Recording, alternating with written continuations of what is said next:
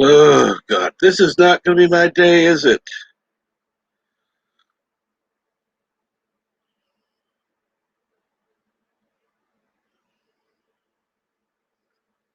Yeah. No. Yes, I wish I had been kidnapped. Trust me. Uh,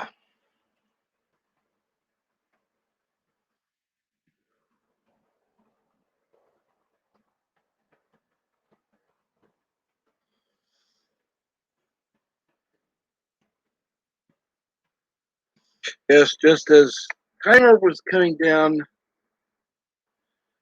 and good morning, PCAT. Good to see you over here.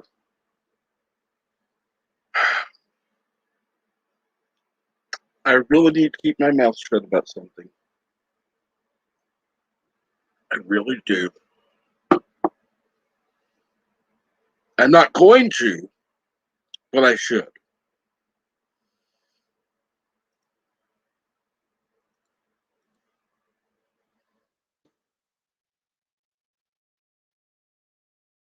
Anyhow, let's see here now.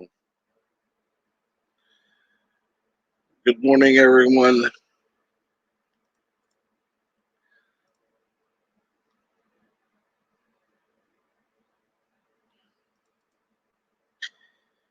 Uh, yeah, no, not quite yet. Not quite. Um, Here's the stupid link. Yeah, uh-huh. I can see my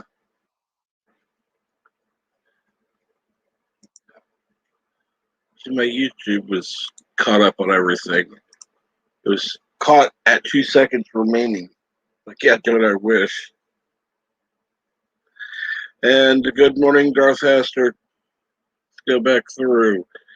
Good afternoon, Yitza. Good morning, Dave. Good afternoon, Mar. Uh, Dave, Mar. Good morning, PCAT. Already said. Uh, what's going on, Darth Hester? Heck, what's going on, everyone?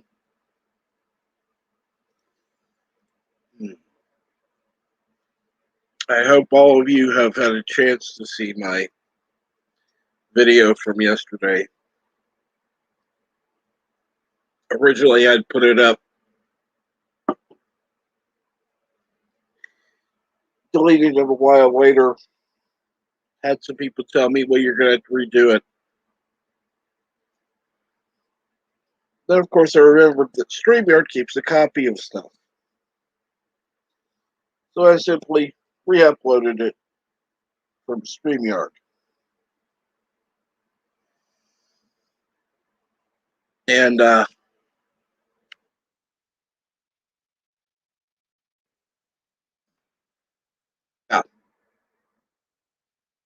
not going over everything again. I'll just say, watch the video. Um, yeah, had an interesting night.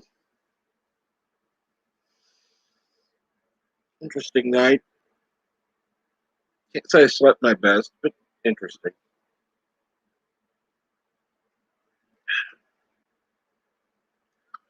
And then, of course, I still need to post. I think I posted onto uh,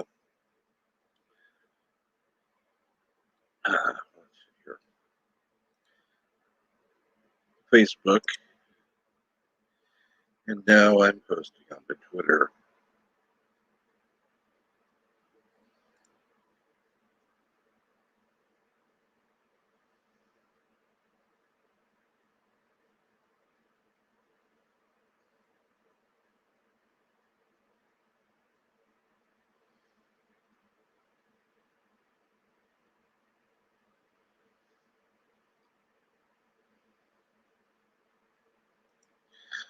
Okay. Oh, I absolutely love Joseph Petrick's sense of humor. Reading something you posted on Facebook. I mean, Twitter. And I forgot I got somebody backstage. I think it's Mar. There we go. Hello, ladies and Jam. It's I, Mark Krell, the probably next super duper uber co-host. The funny thing is, probably. Funny thing is, one of the things that the person was responding to was, well, and I don't take this the wrong way. One of the alphabet community, which I don't have any problem with. Why not? I mean, that might make a nice difference. Well, that movie that we saw that was basically a Star Trek parody with mostly gay characters was actually more Star Trek than what Kurtzman can make. Well, that's exactly what William Shatner said about it. But this idiot on Facebook, I mean on Twitter, was saying maybe they should make an all-gay cast and see what the haters say then. We had that already. No, You are too late, pal. Joseph said it's too early for a Discovery remake.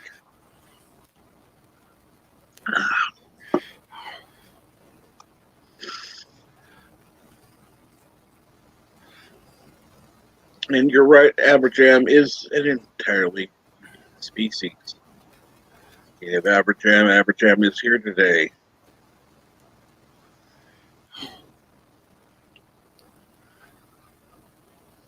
And how are you this afternoon, Aberjam?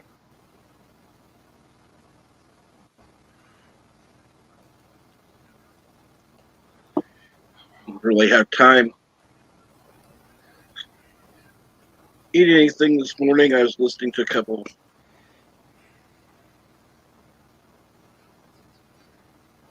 of things before I got on. Partially because I woke up early. And then, of course, as soon as this thing was supposed to start, computer said, oh, by the way, low power off. Let me put it to you this way. My computer plug-in is like a $2 whore. Everything's going to fall out of it.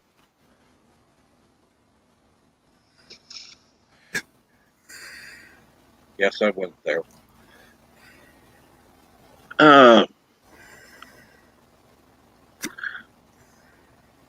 Well, considering I haven't seen you many places, Aberjam,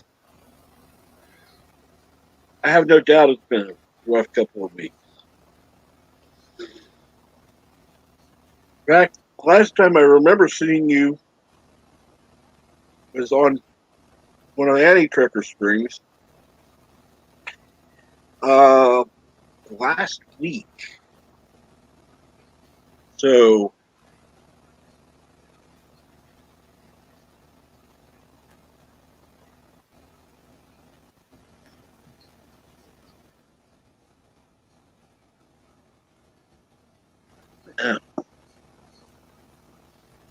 Day27 says, no, a Discovery remake is totally warranted.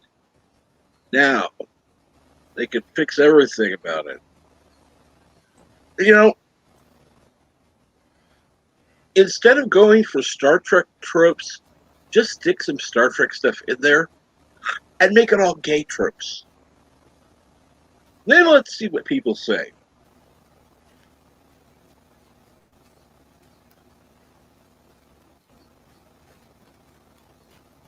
Have some of that 70s porn music that Bart has played on his super chat.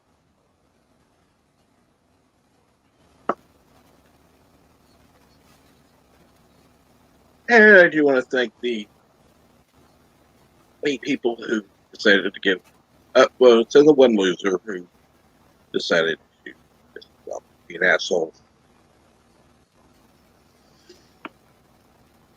Normally I don't acknowledge the assholes, but yeah, today I'm gonna bring that up. This is why I'm eating graham crackers while I'm on mic, because I'm hungry. I'm in a shitty mood, so deal with it.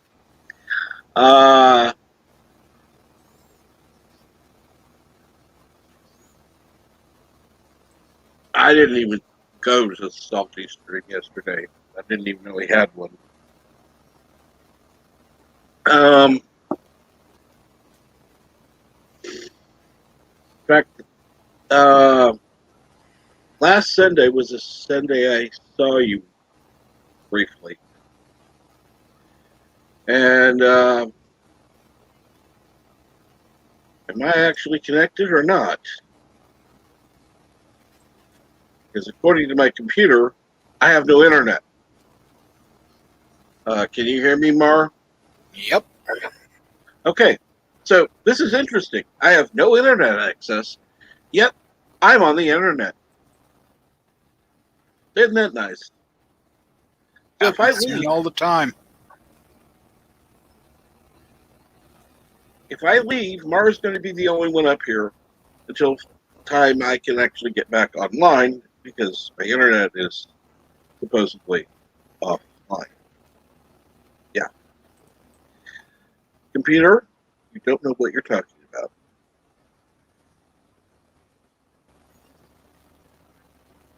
You know how the little globe thing comes on and the little line through it in the corner when you don't have internet access? That's what I'm seeing right now. Supposedly, I'm not broadcasting. I'm not even connected. So,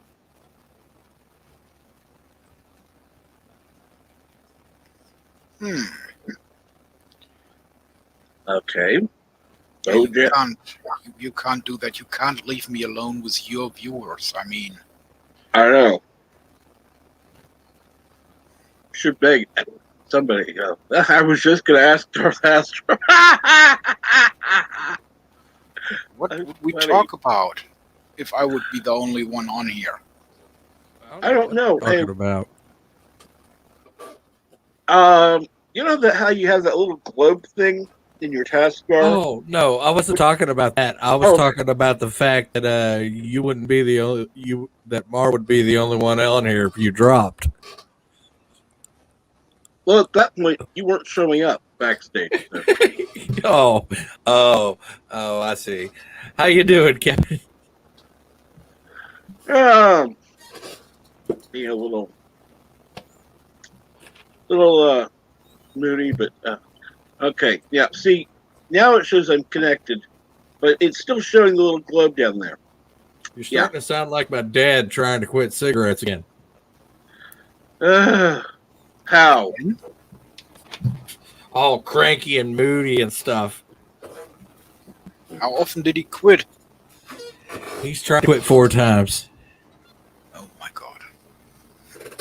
I think he's finally hit this time. He's been at least half a year already. I think he's good. Nope, he's not. Let me put it to you this way. People who think they're going to stop their spouse, significant other, family member, whatever, from smoking by nagging, just shut the fuck up and quit wasting your time. That's definitely not going to work. Now, if you want to present reasons why they should not continue smoking, if you want to do that in an intelligent, respectful manner, first of all, they already know most of the stuff anyhow, but at least do it respectfully. Well, to be to be true, yeah, that at least make it respectable. But I think he really has some chances this time Good. because my brother and I are the only ones that smoke now, and we're both out of the house. That's not good. And good morning, Paula Simpson. Oh man, I thought I saw a ghost when that avatar popped up. I about peed myself. It's like, oh my gosh, is that dude from back? Good, I wish. Yeah, me too. How you doing? Good, I wish. See, my dad was Love you, smoking Paula, but 5 packs of cigarettes the day. And then from one day to another, he just quit with it. And what I did was I was smoking all the cigarettes he was hiding everywhere. So he wouldn't even get anywhere near a cigarette. That's some devious stuff right there. Worked out for him for the last 12 years, I think, if not more. Oh, so what's going on, Paula? Can you hear me? I barely. Barely. And I got you turned up all the way. Is that better? A little bit. Making noise with the microphone. Oh, Go to that cam mic settings and see if you could turn your mic volume up.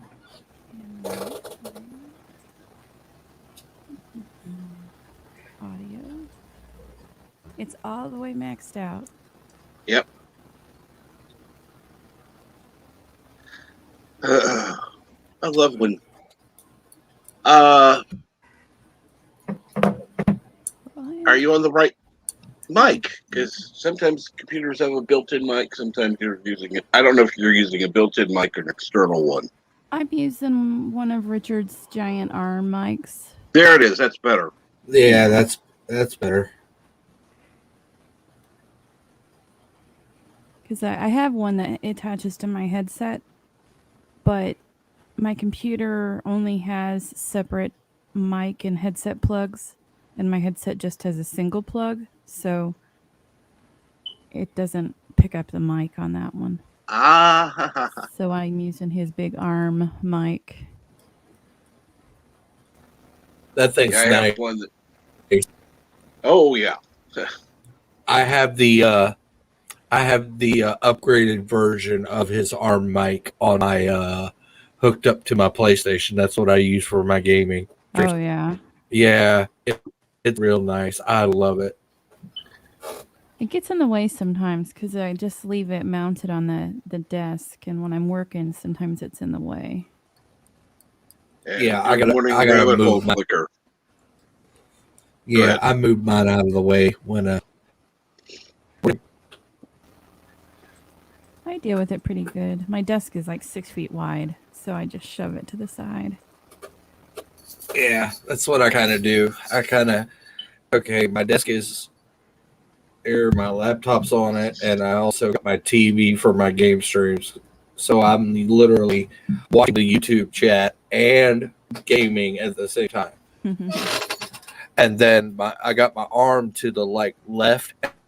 And over there is actually my record player, and it's got like this little case. I just put the case down when I want to move the mic, so it looks like a. Is it one of those little suitcase like? It's one of those. It's one of those ones from Walmart that the Crosby ones that you get from Walmart. It's a nice little. It was like, I think, altogether $58 maybe. It's not bad. It's got Bluetooth. It's pretty good.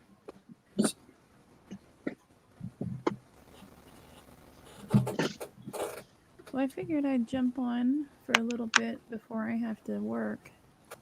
Because I'm working from home right now.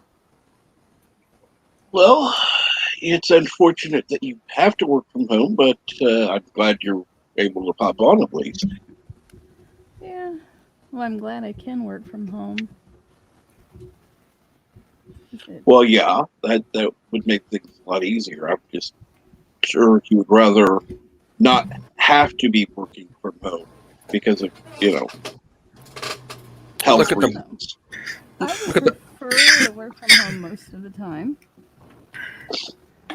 look at the bright side. At least you can show up to work in your pajamas now. Oh, yeah. Unless you I have to don't be know on about camera. at least. Do you have to be on camera? Not for work, no. Ah, there you go. Yep. Believe Bonus. me, I haven't been too far off of pajamas only for a while. 'Cause since I had my shoulder surgery, it's a little difficult to get dressed sometimes. Ooh, yeah, I can imagine. Today I actually dressed. I started physical therapy yesterday, so I'm allowed to take my arm out of the sling and do the things that they gave me on the paper, which isn't much. Dad had knee surgery. The first couple days, he had a hard time getting pants on. Mm-hmm. Oh yeah, that first week I didn't change my shirt and bra. I couldn't. I could not undo things myself. But luckily, my mom and sisters all helped. Well, that's good. And then the second week, it was kind of good timing. We went on a girls' road trip to Michigan for wine tastings and stuff. I'm not a big drinker, so I was going to be the designated driver. Well, I couldn't Mhm. drive, but I could still go. So we spent like 4 days in Michigan, and they were able to help me then. So I made it through the point in time where I really couldn't do anything with help every day or so. And now I'm just by myself. I took my trash cans out to the curb and brought them in myself. I can pick up laundry baskets with one arm. I'm back to normal, except that my right arm doesn't work all the way. Yeah. I was about to ask you. Do you remember a movie called Flight of the Navigator? I remember. I don't remember a lot about it. Is that the one where a little boy gets on a spaceship and friends an alien or something? Yeah, it's like the spaceship like talks to him, and yeah, I Kind of. think It's that's been the a one. long time, but I've seen Yeah, it. it sounds like it. Well, anyway, I don't know if it's a good thing or a bad thing, but they're gonna reboot it. Ugh. That was a good movie the first time I remember. It's been a while, but Yeah, that's exactly the problem. Was a good movie the first time around, but now when they're gonna reboot it, who knows what will happen? No kidding. yeah.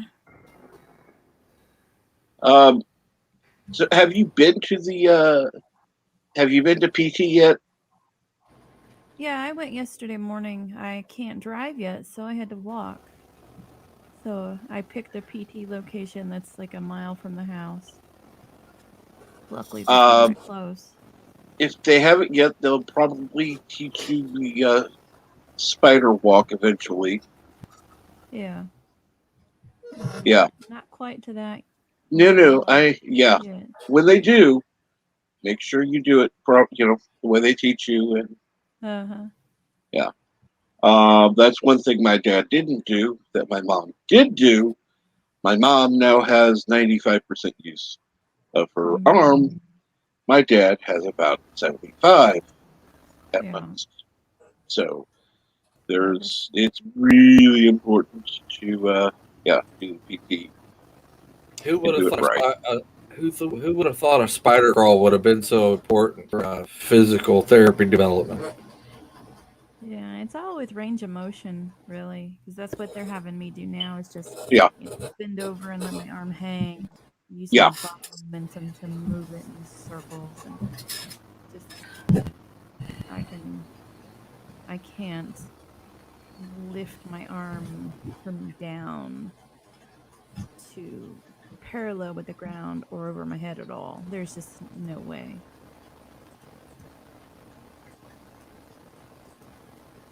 I was watching this one new show. That's There was this why woman when who they start the second crawl, it's going to start small, and you're going to go, "Why am I doing this? I'm just I've moving had my physical hand. therapy before on my knees, so I know how I'm it just moving my hand a little bit. What's the big deal?" And yeah, it does. So yeah, even the little stuff does help. So yeah, Oh yeah.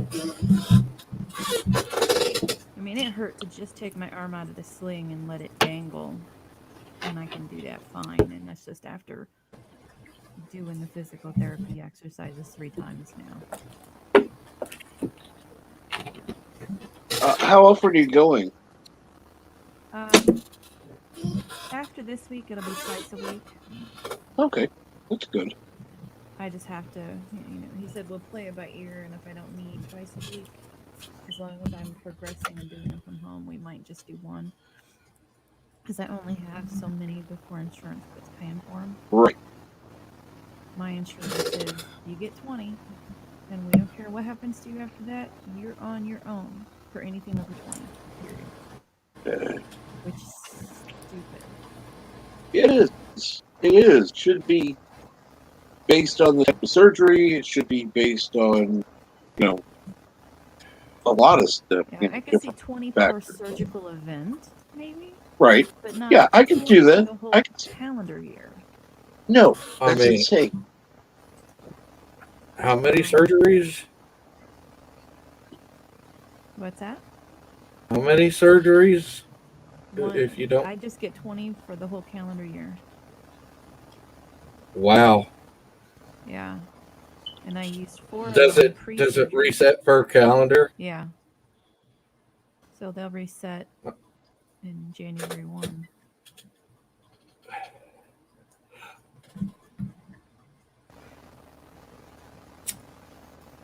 So basically, if how about this? If you want to actually have a surgical procedure and it resets every year, you probably should have it in November, and then you Yeah, can start out having it in December, and then take a break until January. yeah. That's sad. But then you use up all your next year's early. True. It's a never-ending cycle of you're screwed no matter how you do it.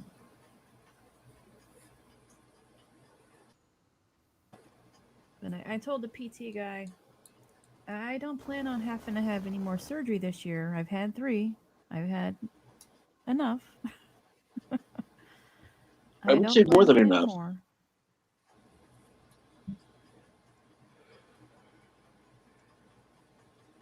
Yeah, I'm. they Go say ahead. the healthcare system. They say the healthcare system is so good in other countries, and unless it's life threatening, and then like severely life threatening, like I don't know, cancer, Mm-hmm. and then Uh, a certain creek without a paddle. yeah. And yeah, now we're instead of Darth Wheezy, we got Darth Choppy. Um, Prizes Darth working. but ah, no, it's funny because I know. Oh, and anybody who has a YouTube channel, go ahead and push Bramley Canucks GoFundMe. The link is in the description.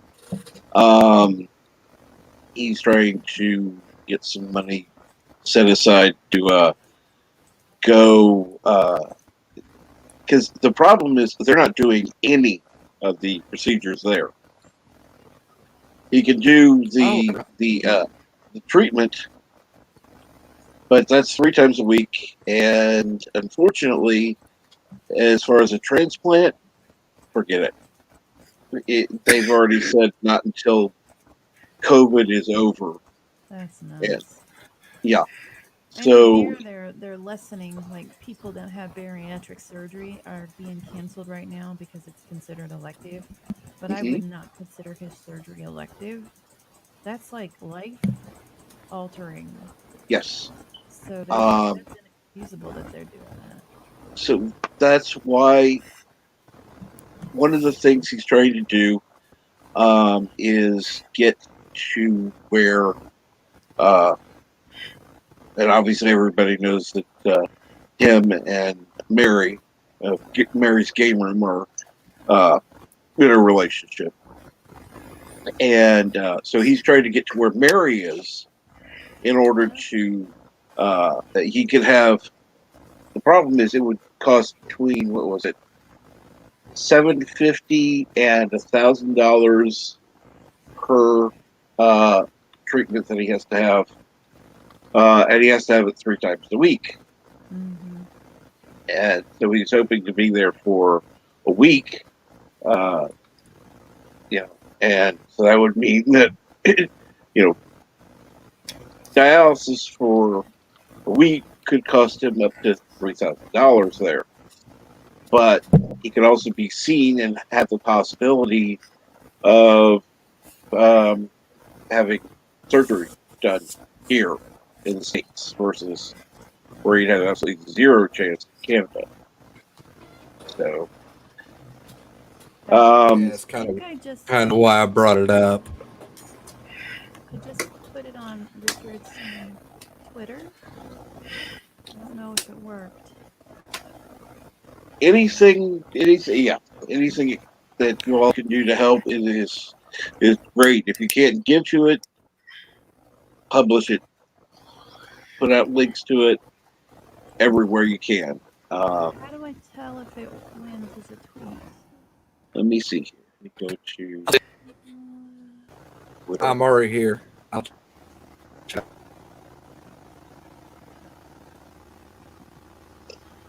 Hey, Darius. And good morning, Darius. What's going on? Notifications.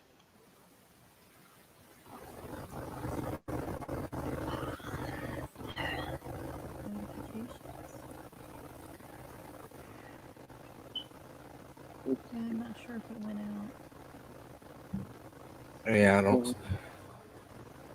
I usually see it in my notifications because Well, and the reason I was wondering if it did. That's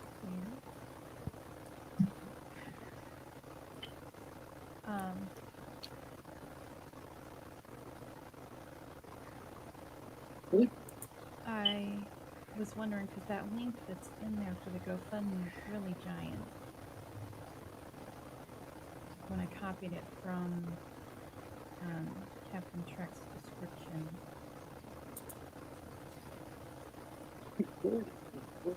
I'm not connected to you on Twitter.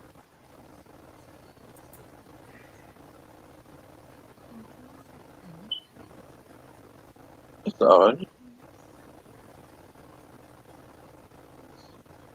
Oh, it's doing a whole giant YouTube redirect.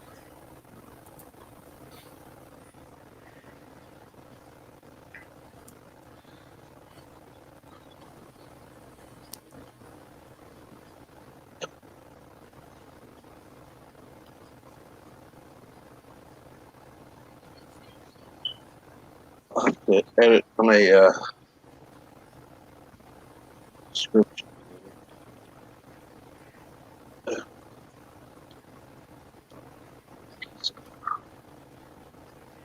As you can tell, I absolutely adore Twitter.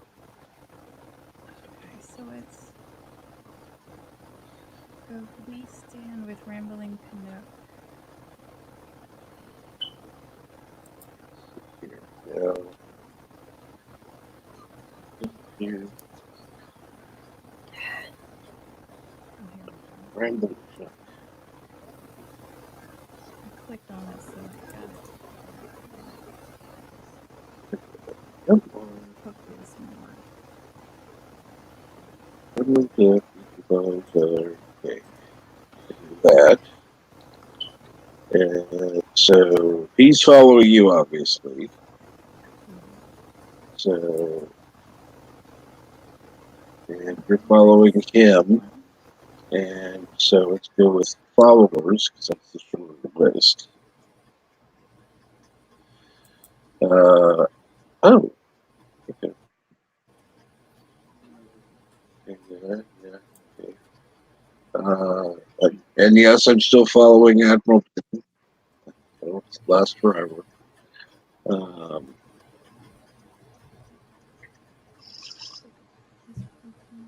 I don't know how I look at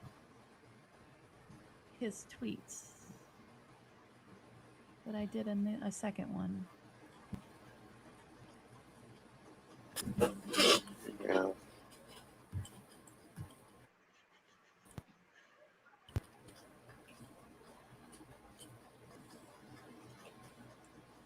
Yeah, I'm just looking. Um, Oh, here we go. Tweets and replies. Okay, it looks like it went.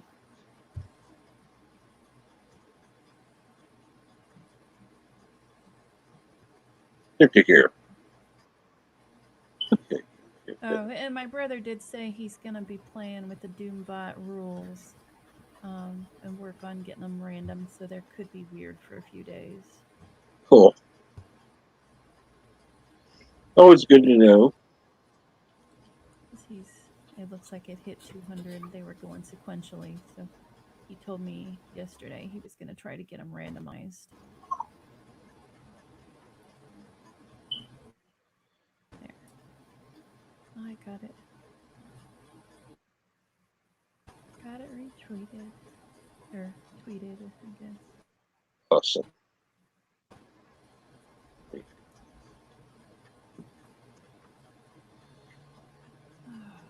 I do not want to go to work today. Not that I have to go.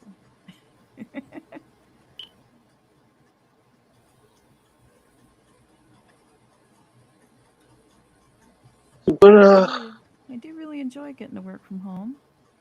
yeah, I'm glad you do. I'm going to be able to drive sooner than the doctor projected, I think, maybe. Although I say that, and at this point, it's been 2 full weeks. I mean, he said I could drive probably, well, I think he put on the paperwork 6 to 8 weeks. And I can see being able to drive by 4 weeks. That would be good. Just Yeah. like I said, follow the advice. Don't do anything too soon. Yeah, I mean, he basically his answer, his comments were, "Is everything looks really good. I did not have a rotator cuff repair, Good.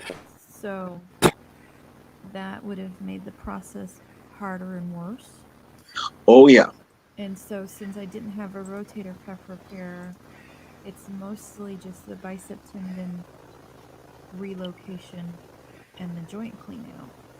So they just got to get me back to moving normal, and then um, after that, strength training. And he said I could move elbow down as much as I want. He said I have enough where I could hold a nice cup of coffee in that hand, or a plate that's not very heavy. Mhm. So I can do those things. And then with the physical therapy exercises they gave me, I'm working on being able to rotate my arm I guess above the elbow. Hmm. Pretty decently. And once I can do that, I can do the shifter in the car. I'm not real worried about hiding my hands at 10 and 2. Because I don't know about you guys, but I learned how to drive on a stick shift. Uh huh. And when you drive on a stick shift, you a lot of times only have one hand on the wheel and one hand on the shifter. Yep. So I'm not unfamiliar with that. So I can control the car quite fine with just my left hand. Correct. So that part doesn't bother me. Luckily I can drive a stick shift. I Hmm. know how. But I'm also thankful that I live close enough to a Walmart, a Meijer, and the physical therapy place, and a CVS that I can walk. There, I'm about a mile to a mile and a half away from those businesses. So that's nice because I hate having to bum a ride. Like, hey, can you come get me? Or have to pay an Uber every time I gotta go somewhere. Yeah. And I did pay an Uber to bring me home from Walmart last week because I walked there and it got so hot. There was no way I was going to be able to walk home because I had bought a few things. Yeah. Well, that's the difference. At least walking there, and then taking the Uber home, Hmm. you're not going to be carrying too much stuff, Yeah, and that way it doesn't cost as much. It's not like taking it both ways. right. Because it was a not a high volume time period when I did it, Hmm. and it was still like $6 plus tip. Hey, Jedi Bill. And good morning, Jedi Bill. What's going on? Hey, Bill. But I And like to good know that morning, it's brightest there. day. Yeah, that's definitely a good thing. And Moza, I've not seen you before. Hey, what's going on? Or have I? Been one of those days.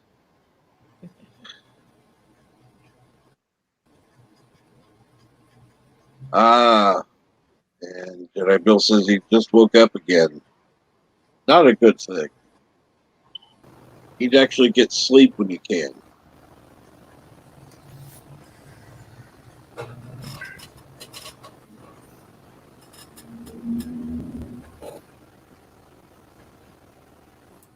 I slept pretty good with this, considering with my shoulder, I've been wearing the sling to bed and being real careful because you never know what you're going to do unconsciously in the middle of the night, and I don't Hmm. want to hurt it. So Right. I've actually been sleeping pretty good,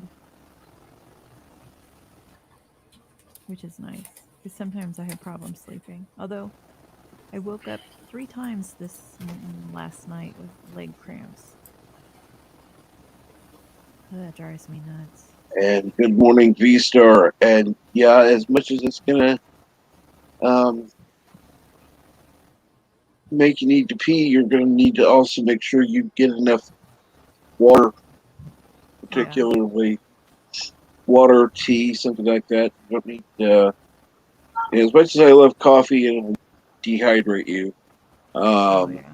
I don't drink caffeine. that's why it's suggested tea, because a lot of teas are decaffeinated naturally, or have so little. It's you know, um, drink water, something that's gonna keep you hydrated. That will. I'm not saying it's necessarily going to stop the leg cramps, but it will Oh yeah, ease mine them. are mine aren't like water deficient related. I've got Well, plantar fasciitis, and sometimes it's just really bad. that's what was it? Was that the one? Yeah, that's the one my aunt has, and yeah. even still, she still has increased her water intake. Yeah. Um, I know it helps, but I mean, it's not like just a water deficiency where it's going to go away. Yeah, that would be good, but well, yeah. not good. But you know what I mean. But yeah, I'm getting as much water as I can and protein because I need both for healing. Oh yeah, I got and them in the that's one thing protein people. bars and the.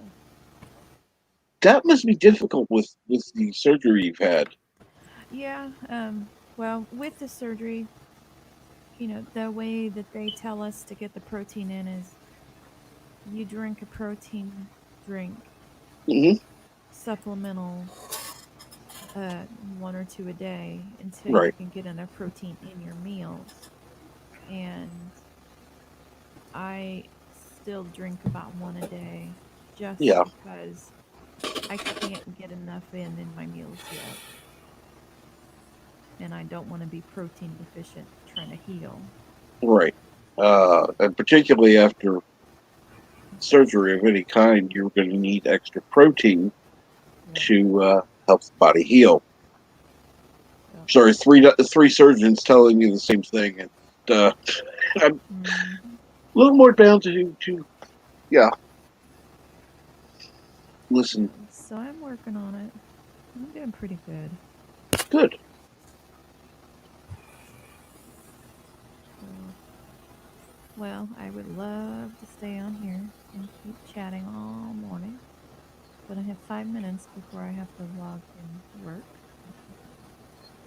So I probably ought to excuse myself and get ready. Absolutely. Well, thank you again, Paula, for dropping by. It's always good to have you come on. All right. Well, you guys all have a good day, and I'll probably still listen. I might make comments in the chat, but I'm gonna log off of here. Oh, absolutely. Mute Thank the you. mic. And I hope it works as well. I don't anticipate any problems. So you Good guys to have hear. a good day, and I will stick around in the chat. Cool. Thank you, Paula. Always nice having you. All right, later.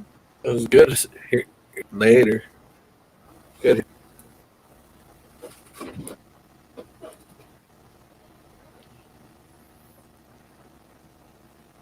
Ah, Well,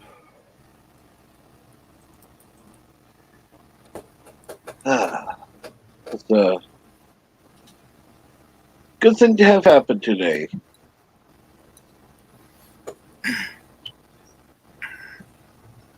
yeah, definitely a good thing.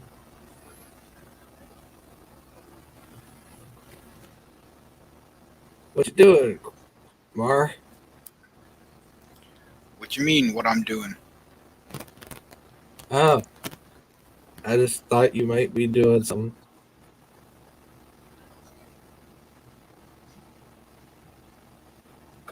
I was trying to find this article about a Flight of the Navigator on Deadline that I saw on Deadline, but I can't seem to find it now.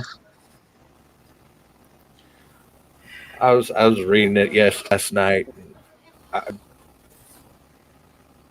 stupid me, I should have bookmarked it. Well, the way I Absolutely. see it Look right in your now, history, though. Hollywood. That would work. Anyhow, Hollywood. So Yeah, the way I Hollywood's. see it at the moment, Hollywood is just they have no own ideas anymore. There is no creativity left whatsoever. So they start to go to remake old stuff again and steal from other countries, like we see with them already trying to go into animation again or into anime again, making it real time stuff, which is completely stupid. Let's go back into anime after they fire all their animators. Shows the real smart decisions that they make. Well, Most of these studios have fired their animators.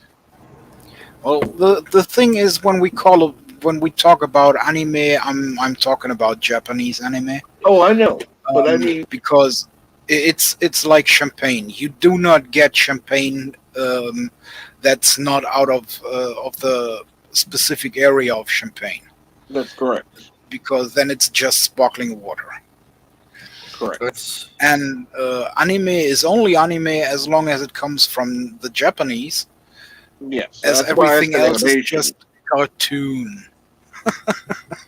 that's like they told No, me you don't get an unless it's imported because they don't make it right here anymore.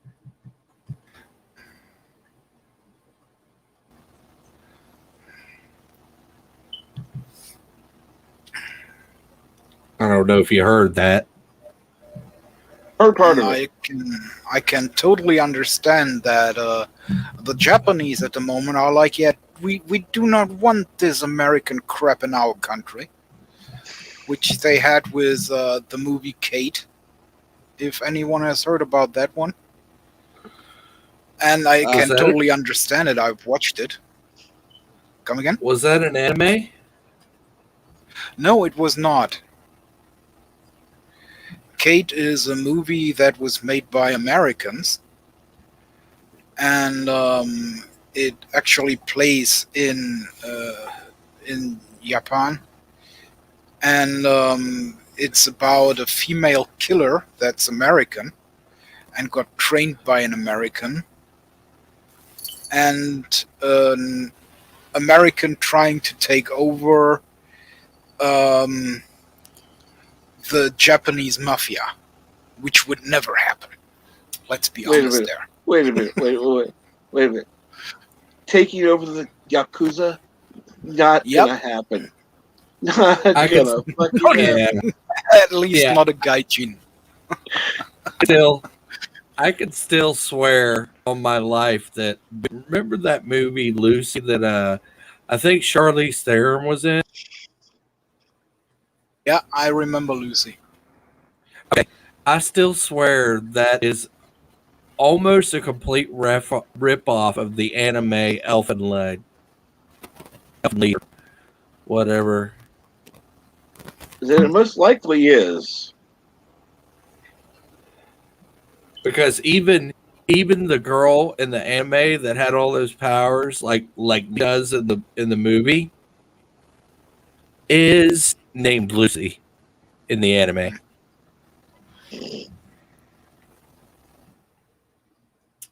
It's like they couldn't even get the rights to the name, so they're just like, we're just gonna rip this the hell off.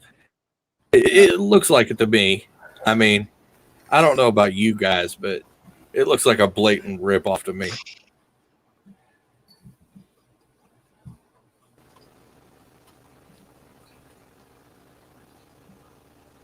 Same difference. Random manners. Actually, it's the same difference. If it is Charlie Theron or Scarlett Johansson. And good morning, Oh, the Random Minutes, or good afternoon, the Random Minutes. Excuse me. Until I second, need more what was it? coffee. So it was ScarJo. I always get those two kind of look alike.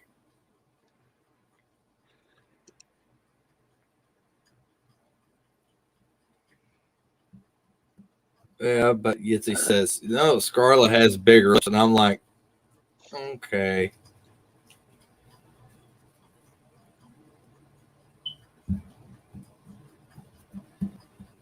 Either way, it was. I even okay. Speaking of like anime reboots and stuff, I even watched that. Does anybody remember the? Oh, what was that?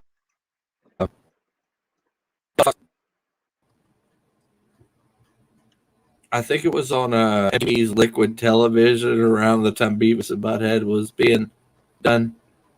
I watched that remake, and with I think that was Charlize Theron, and it was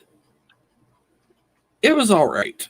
I mean, it wasn't good, but it wasn't completely bad. You know what I mean? It was kind of like a watchable train wreck. I Like, don't like those. Yeah.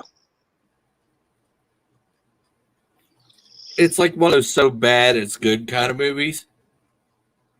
Are you talking like MST3K worthy or no? Almost. Like, it's almost MST3K worthy, I think. Now, if it's worthy of that, then okay, yeah. If not, then questionable. My opinion. Stating my opinion. I know my opinion's not popular, but hey. And Gikiro Buba, Baba. Bubba. Well, however, uh, I'm not sure. I think Aeon Flux was American. They can mess up that as much as they want. Oh God! Would a mod please take care of that loser in chat, please? Oh.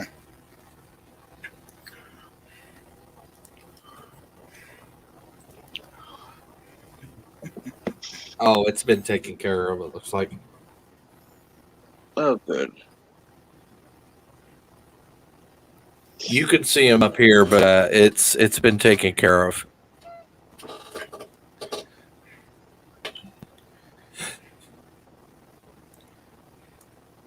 Ooh, even more taken care of now. Thank you, Jedi Bill. Well, timing out helps because that stops him from commenting anymore, and then yeah. Hiding him. Goodbye. We know the drill. Yeah, I saw I was about to get in there. Like, yep, don't let me in that ring. That's why I pick the mods I do. I know they're going to take care of it.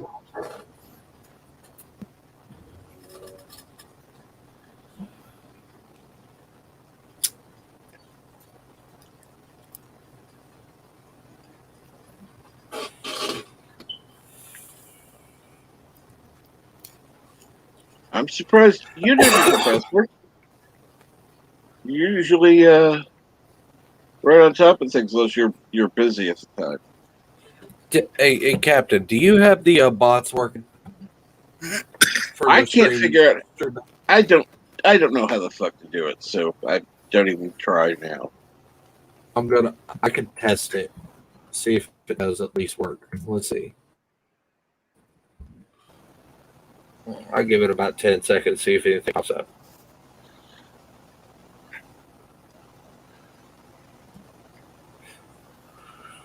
Do you have your Stream Elements link? Oh, it does work. Okay. There you go, Random Menace. I just had it up in the chat for you.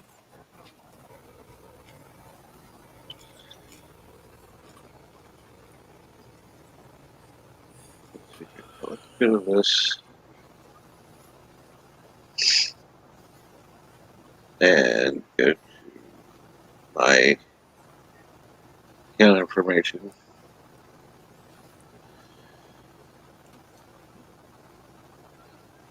Otherwise, it'll be like, okay, no, I'm not going to tip myself. That would be stupid.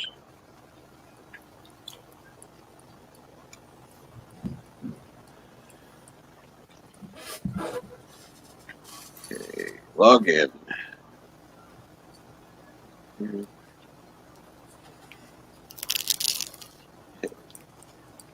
Well, I'd love to stay, but I gotta get ready for. I forget if it was a duck. Oh, we gotta go check and see if we could actually go see the brother-in-law. Ah. Well, I hope things go well. Probably not, because it's it's the first week, so yeah, I doubt he'd be able to get to see him, but we're gonna at least call and see. All right. So wait, brother-in-law's law is now more important than Captain Trek? Absolutely. That's family, man. Yeah, I don't like my family.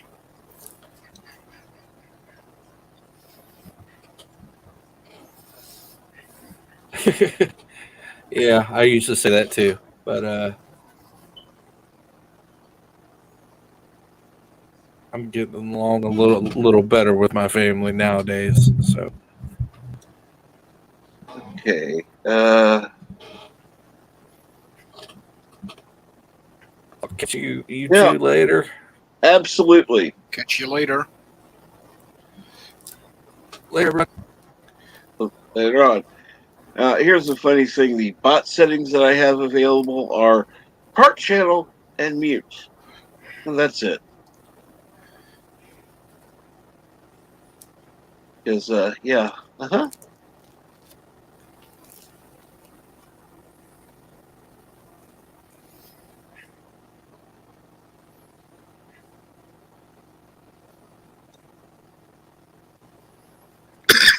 Yeah.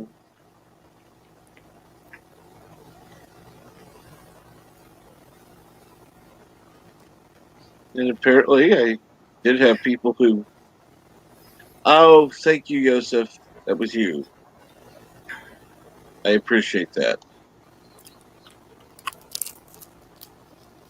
Which means I am now, I want to look it up officially. Uh, what the heck am I trying to think of now? Uh, mhm. Here we go.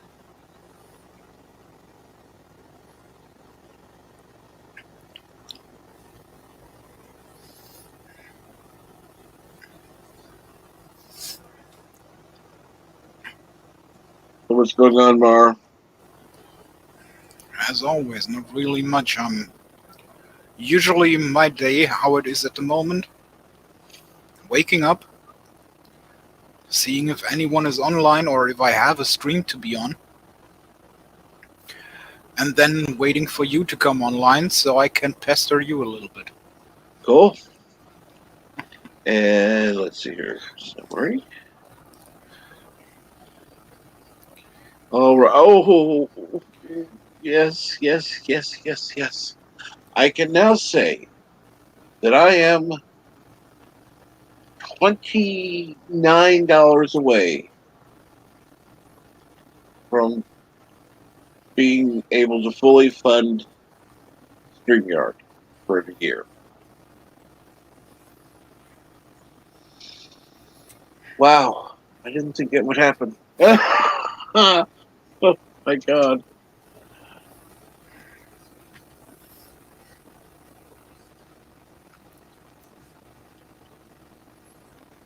That's pretty bad. Thank you. You should never lose hope, especially not with a fandom like this. Okay, and stream elements, custom commands. Okay. Uh, Let me put it to you this way. I can't get to any commands. None. I can go to leave, send the fucking thing away or mute it. That's about it. And good morning, whatever the hell your name is at this day. Wham Jam, thank you, ma'am. Hello, hello, hello. Am I coming through okay? Absolutely. Absolutely good. fine. Yeah, And long as yes. it lasts.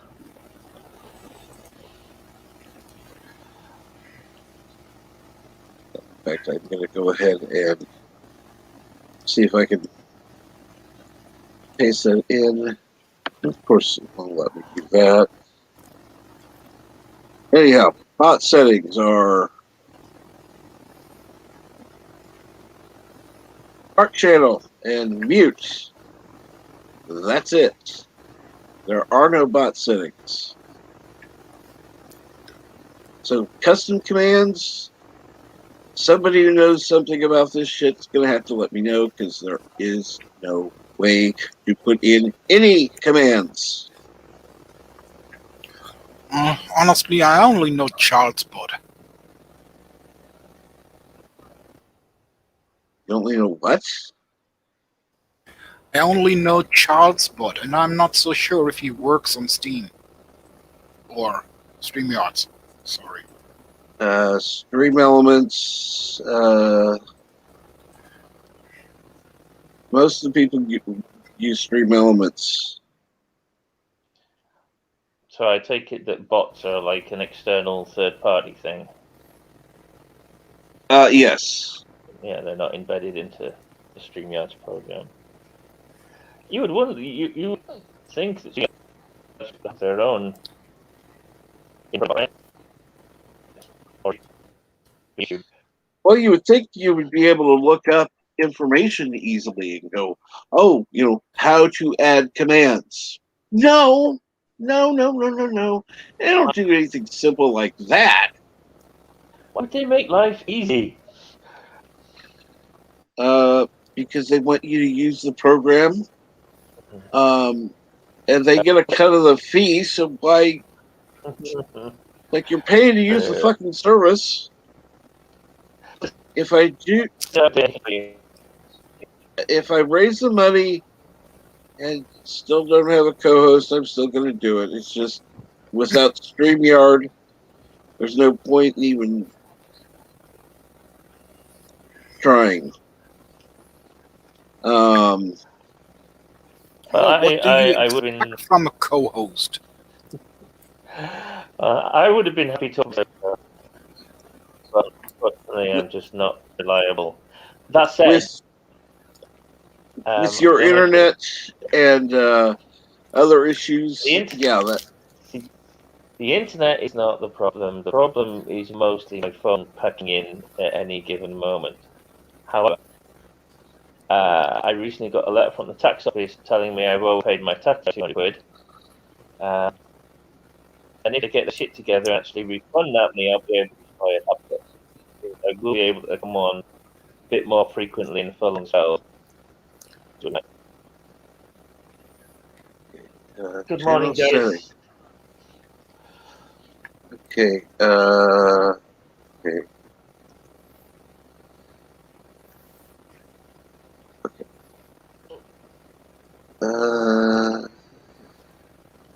Okay. Do you? Who knows about all the bot controls and stuff? Let me ask. Bill does. Bill said that in the comments that he can show you. Darius showed him. Okay, I need Darius then, because Darius would be better. Nothing wrong with you, Bill, but I've seen all the commands on Darius' channel. I've seen it on a few other channels, but those channels are no longer talking to me, so yeah, they can go. Bill's jumping up and down on the back row with his hand in the air. I can show you.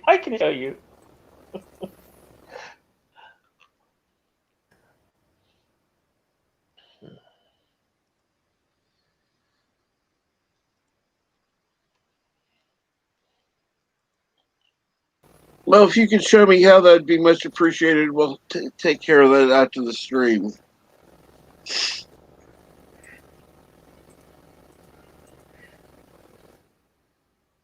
So I heard y'all talking about the remake of Flight of the Navigator, and God, no. I'm actually quite excited about it, because if we're getting a female revamp of that movie, then I'm sure it's only a short matter of time until we get Freaky Friday with a single dad and his son, or Parent Trap with twin boys. That'd be good. See, that kind of remake, I wouldn't mind, but you know, does it have to be the same name? Yes, because they're rewriting history. Mark my words. Mark my words. Over the next 15 or 20 years, they will remake everything with gender and race swaps, phase out physical media, and they'll slowly just get rid of all the originals, Oh so yeah, that they then will. the only version you'll be able to watch will be the update version with strong woman, with the Captain America, and all of those nasty, terrible, strong white male characters. They won't even be there.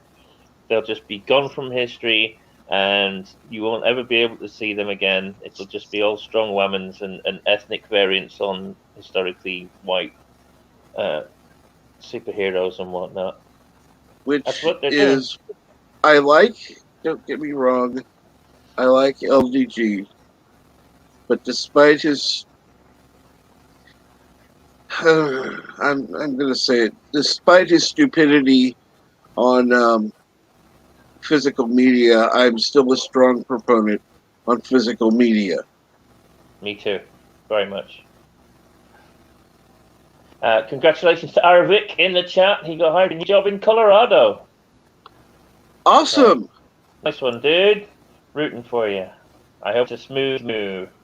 I'm sorry, where are you currently at?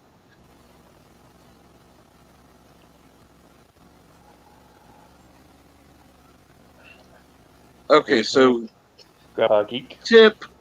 Okay, so you the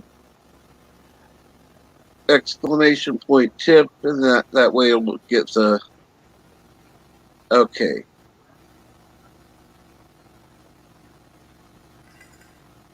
Oh, would you look at that? Good job, Darius. Because I know you were able to add something where all they have to do is type something and my name pops up with the link and all. I'd have to know the shortcut. But Good morning, Jedi Bill.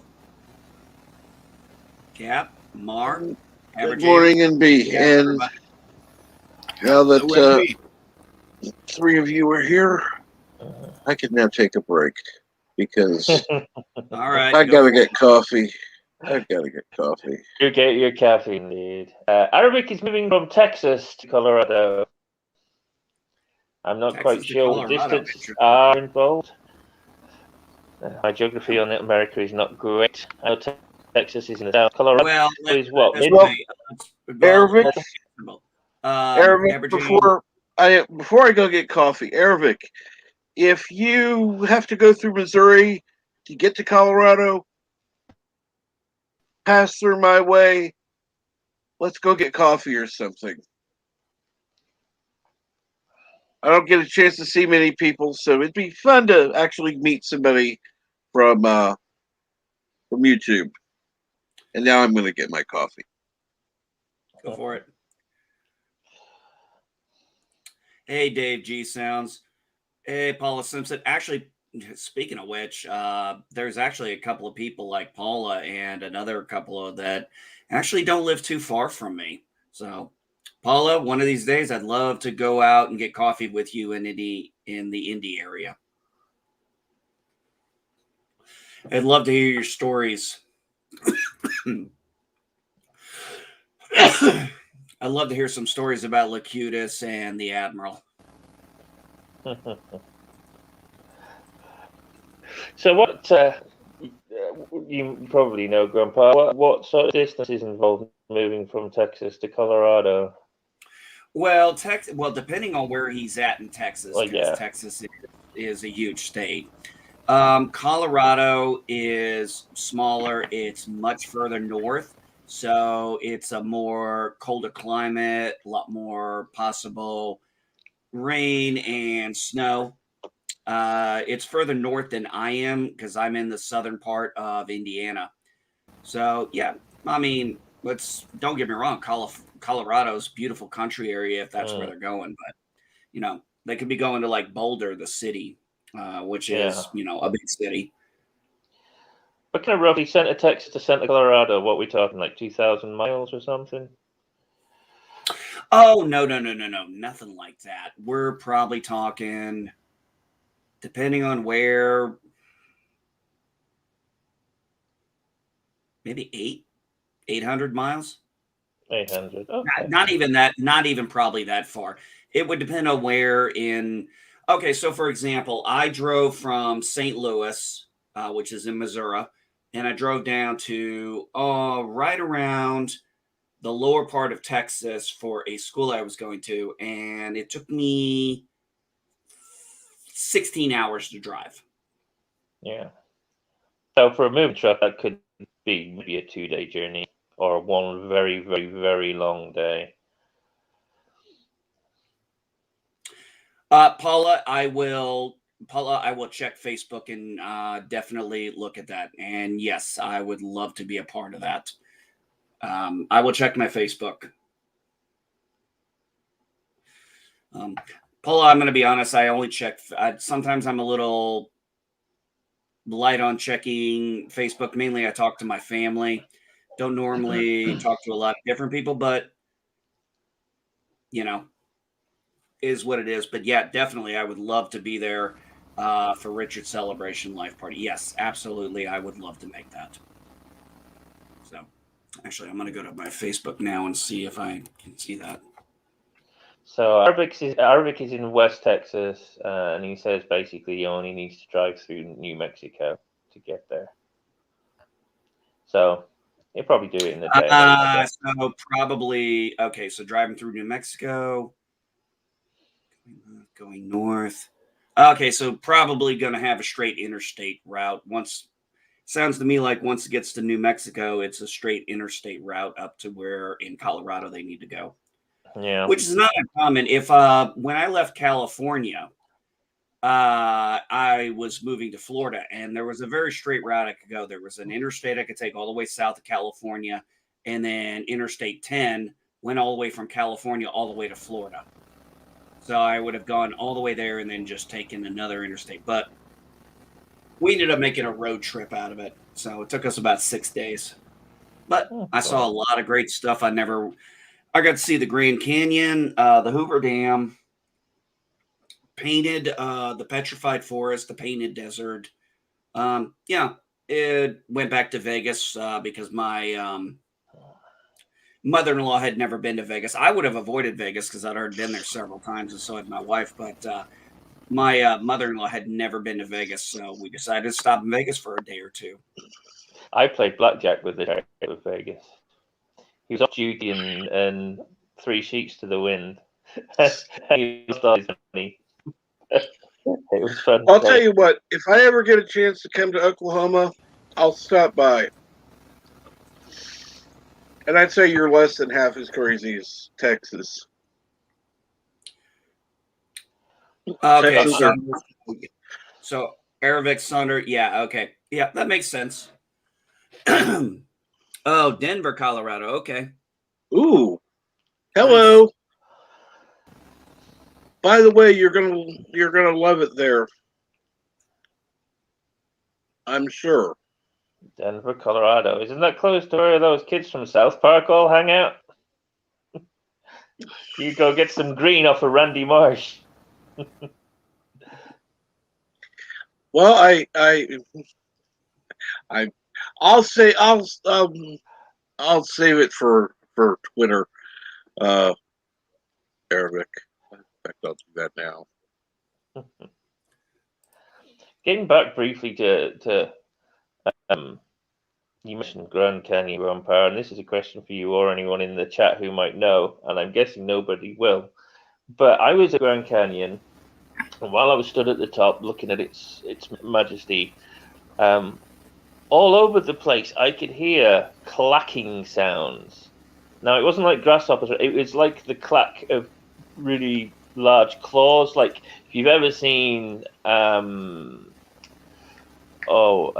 not Labyrinth, what's the other one? Dark Crystal. If you've ever seen the Dark Crystal movie, the clacking noise that the Cassim make, it was like that, but like a little bit quieter. And I have never heard anything like it since. And I was wondering if anybody would know what that noise might have been. I'm guessing it was some kind of creature. Like I thought maybe scorpions, but to my knowledge, scorpions don't clack their claws. So if anybody knows what it might have been, I'd love to know. While I haven't seen the Dark Crystal in a couple of years. Last time I saw it was when I introduced it to my kids with the Never. We kind of did a back-to-back weekend. We did the Dark Crystal and the Never Ending Story because I wanted my kids to actually get to know some actual, good classic Papa animatronic stuff. Yeah. Did you see the new Dark Crystal series on Netflix? No, I did not. It's very good. It is very good. I mean, if you didn't know the mythos of Dark Crystal, you might think it was pushing a woke agenda, but it's not. There is quite a lot of female prominence and sort of matriarchy in it. But if you're familiar with the original movie, it is kind of set up in the original movie that their society kind of almost deifies the females. So it's true to the original mythos, and it's a very good series, very well done. And let's see here. By the way, Professor, one of the reasons I say that is because my trip to Houston, where English was a second language. And I'm sorry, it's in the United States.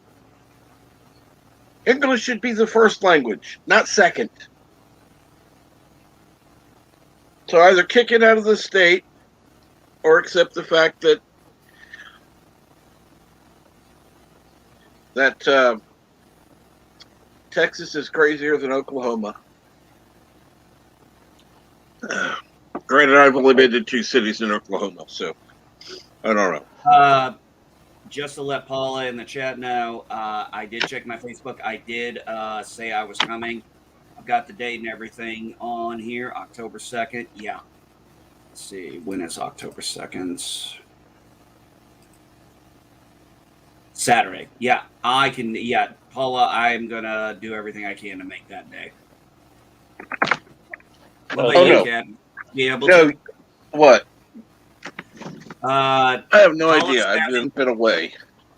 Oh, no. Paula's having we were talking about coffee, and I told Paula, because she's close to me, I'd love to have coffee with her sometime. And she reminded me that she's having a Richard Celebration of Life cookout on October 2nd. Oh, that would be a drive. I wish I could. A live cookout. So, Dave G is suggesting the clacking sound I heard might have been donkeys. It's a good idea, Dave, but I don't think it was. The thing is, the sound was very close and kind of all around me. Unless there was some very peculiar acoustic thing going on in the Grand Canyon. Aberjam. Yeah. Oh, just real quick, the reason why Dave is probably telling you that is because Dave does work in sound. That's right. That's his. I didn't know if you knew that was his profession. I didn't. I didn't realize that his name was actually his profession. I'd always wondered about that. Actually, I'm done. But yeah, it was the noise was very close and all around. It was if you feel the crickets again. It wasn't noisy. It was some tiny animal all over the place. Great. Hello, world. It's Birdo Bray 5. Kapla. Why did everybody fall off? Because Aberjam's here, and I want you to be able to talk to him for a moment. What's going on? I only have a few moments. Let me stop my camera so that it's better to talk to Aberjam. Hey, Aberjam, how you doing? Oh, I've been better, Bird, but things are getting better. Rough couple of weeks, Good. but I'm getting there, sir. So I won't complain. Good. How are you? I hopefully also getting better. Oh, good. I'm glad to hear Slowly, that. but not. Unfortunately, not too fast. My weight has gone up for like the 5th day in a row, which is not great, but it's not not a tremendous amount. So, Have your medications changed, Jenny? not yet, but I'm going to talk to the doctor today. She said she'll definitely call today. We'll figure it out. So, a serious question for you, Bird. I've been wondering recently, with you being unfortunately kind of bedridden, are there exercises that you do from after being like that? I'm sorry, you kind of broke up there. What was the question? I was wondering, obviously, with the difficulties of being bedridden, are you able to do sort of daily exercises that help you from keeping your muscles from withering? You know, the ones that do work. Not a lot. When I had physical therapists coming to the house, it was a hell of a lot easier. But without the physical therapist, very difficult for me to lift a limb on my own, like a leg or something. Yeah. I mean, my arms and stuff, those I move quite a bit in the course of the day, and I use my arms to help lift part of my body weight as I reposition myself. So those don't really need much exercise. They get quite a bit. And being But Italian, he speaks with his hands. that too. Yeah. Used to, pre-COVID, I used to several times a week have people come in and help me exercise my legs and my knees and stuff like that, and that's really been missed, unfortunately. Yeah. And honestly, I think if I had that again, that would help everything. But I can't. I can't. I can't. What's that called? Risk it at this point with what everybody's claiming, the Delta variant is out there and it's a risk, and even if you're vaccinated, it helps, but it doesn't prevent it. So it's like, what the hell was all this for this last year and a half if I'm going to just start to do physical therapy again and end up getting sick in a month? Then I might as well have just hopefully, hopefully something happens. Yeah, I hope that for you too. Honestly, you need PT more than you need to fear the stupid bug. Obviously, you'll be masked, he'll be masked. The chances of any contamination are going to be low as possible. So just wear clothes that you can immediately remove as soon as he's gone. Strip the bed as soon as he's gone. There's no such thing as doing that, Captain. Stripping the bed as soon as they're gone, that means I have to put something under me, lift up. Mama Bray's got it. It's a 15-minute procedure minimum. Not the bottom sheet. It's going to be covered anyhow. There's only a bottom sheet. You don't wear any blankets? No, I don't use blankets. I'm already hot enough as is. That one you need to clip, please.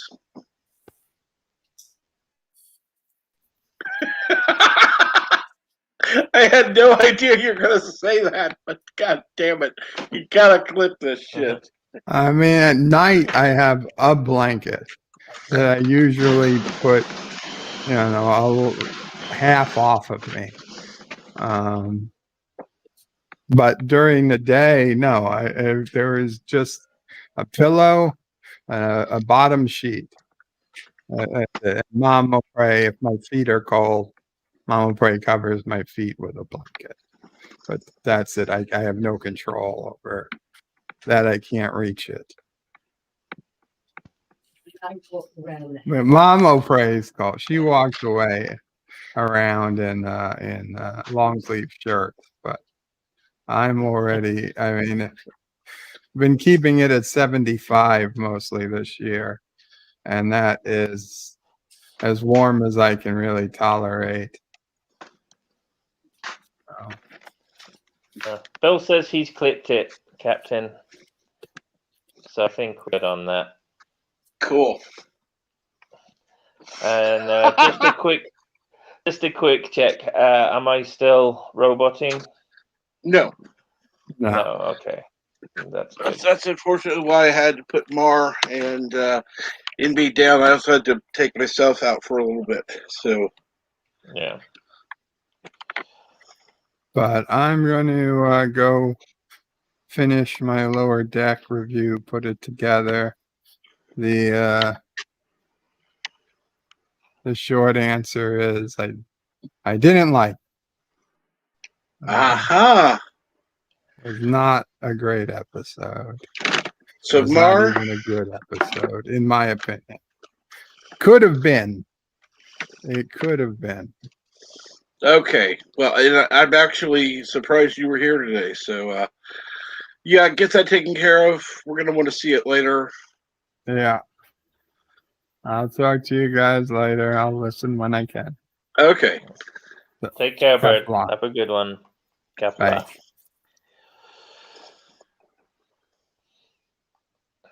So I watched one season of Lower Decks, and that was enough for me. It didn't really land. I didn't think it was terrible. It just didn't work for me at all. So I haven't bothered with season 2. Let's put it this way. I actually had hope for season 2 when they ended season 1. It was cute in season 1 when they ended it with the war 5, 6, 5, 6, 7, 8. But when they used that same clip in season 2, no. They're getting lazy. I don't understand this comparison with Rick and Morty. Right. The humor is not the same. The style of cartoon, despite what people say, it's not the same. And the only real direct link they have is one of the guys writing for Lower Decks was a producer on, I think, 2 episodes of Rick and Morty. That's the extent of his experience with Rick and Morty. So I think any comparisons between Lower Decks and Rick and Morty are extremely tenuous, really. If you look at Boimler, he is definitely more Rick and Morty-ish than Star Trek-ish. I tried, and it was by accident. It was when I was at the cabin over at the lake, and I was hearing the show being played, and I was like, what the fuck am I listening to? And then I turn around and realize I'm hearing Rick and Morty, and I'm like, I literally turn around. Look, if you like Rick and Morty, you think that's funny? That's great. I honestly told my son when I was like, I don't understand this sense of humor you enjoy, but I respect it. And my son was like, "So you don't think it's funny?" I'm like, "No, I think it's stupid." He's like, "Yeah," but I'm like, "That's just me. Comedy is," and I was like trying to explain to him, I'm like, "Son, comedy is like anything else. It's very subjective. You Right. either like it or you don't like it. You find something funny or you don't find it funny." I'm like, "I just don't find this funny. You find it funny." He's like, "Well, can I explain?" He wanted to try. I'm like, "Son, if you have to explain humor, that's like explaining the joke. If you have to explain the joke, there is a problem." Right. And I've had people try to explain a joke to me before. I said, "Listen, I didn't get the joke. Explain it to me ain't going to make a damn bit of difference. Okay. Let's just leave it at that." And I didn't find it funny. But comedy is so,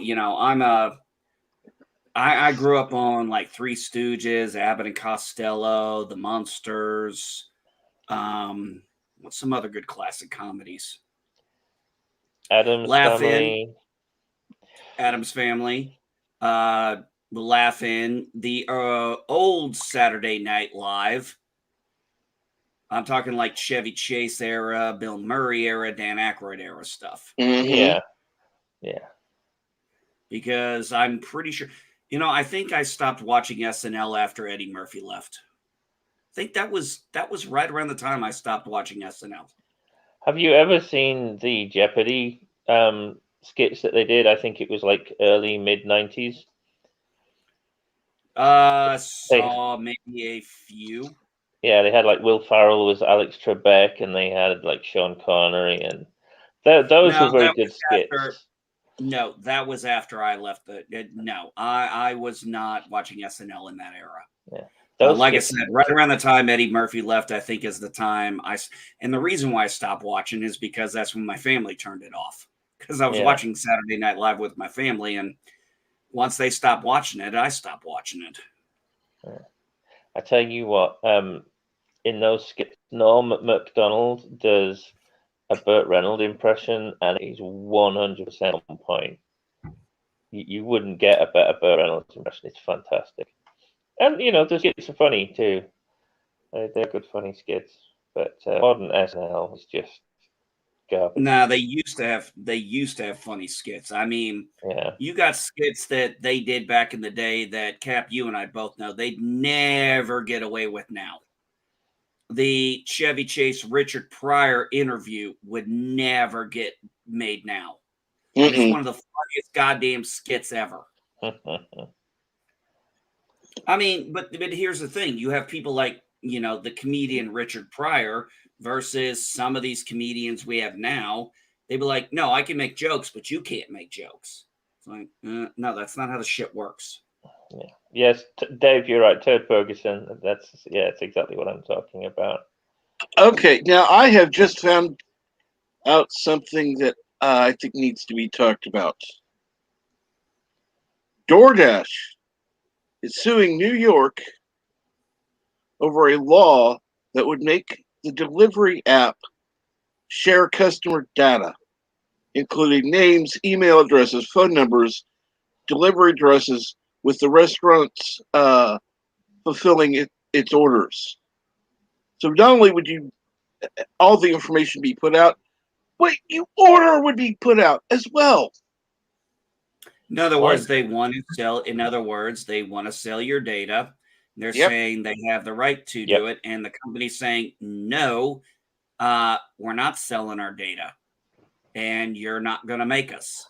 Yeah, there's absolutely no other reason a restaurant would need that information, purely for marketing. But the city is the one wanting to do it. Of course, It's like, fuck you. Well, yeah, because City course is in it's bed with neither- business. That's why. No. When you got the cities in big with the big business, you got to understand things like Uber and DoorDash and things like that. Those are cutting into other people's profits. Like, for example, when you used to be a cab driver, you had to, have a license medallion and things like that. Those were very expensive to get and deal with. And at one time, cab was the only way to go other than, the other public transport. Or I hate the term public. Let's just call it government run transportation because it's run by the government. Just call it that. And then when things like Uber and Uber Eats and stuff like that came out, it's just like they're like, wait a minute, no. It's like somebody came up with a good idea. Now we got to squash it because we want to capitalize on it. No, that's not how capitalism works. Somebody had found, hey, I'd like to get McDonald's, but I don't want to go up there. And somebody came up with an idea. It's like, hey, we'll go to these places and order your food. You just pay a delivery charge and the cost of the food. Well, okay. The New York law that the apps are fighting limits them to charging 15% of an order's total and 5% for other services like in-app advertising. They're wanting to. They were previously charging 20 to 40% per order pre-COVID,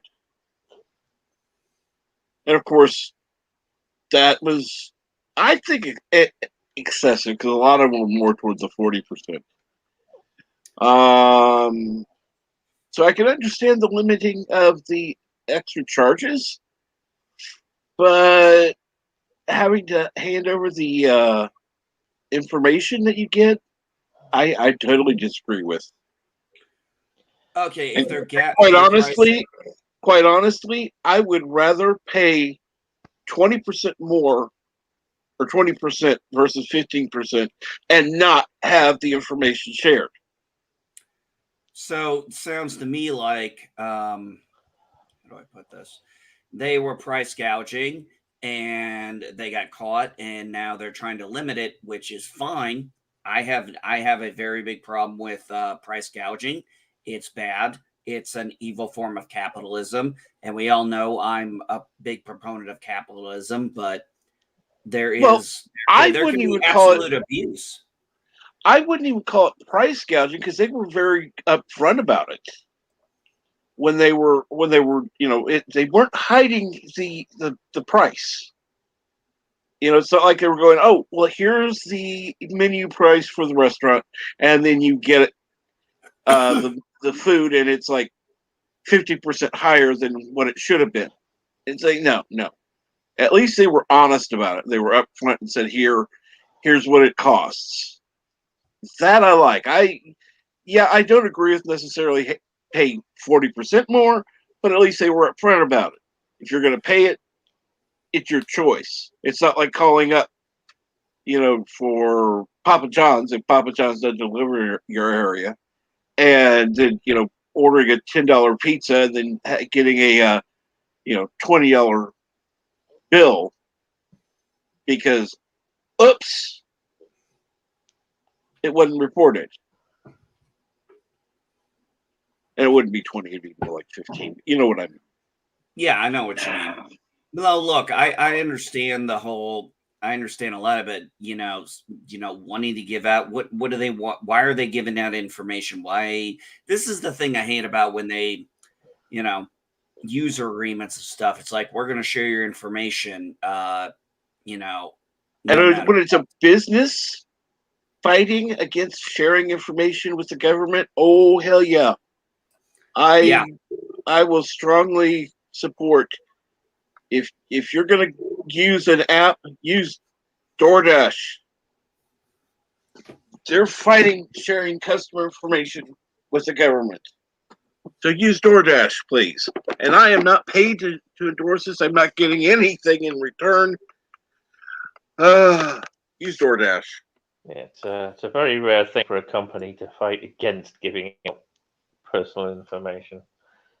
Very rare. It's actually becoming more and more common now. You have some companies that used to just freely give out that information, and now the customers like us are being like, no, don't give out my information, because why?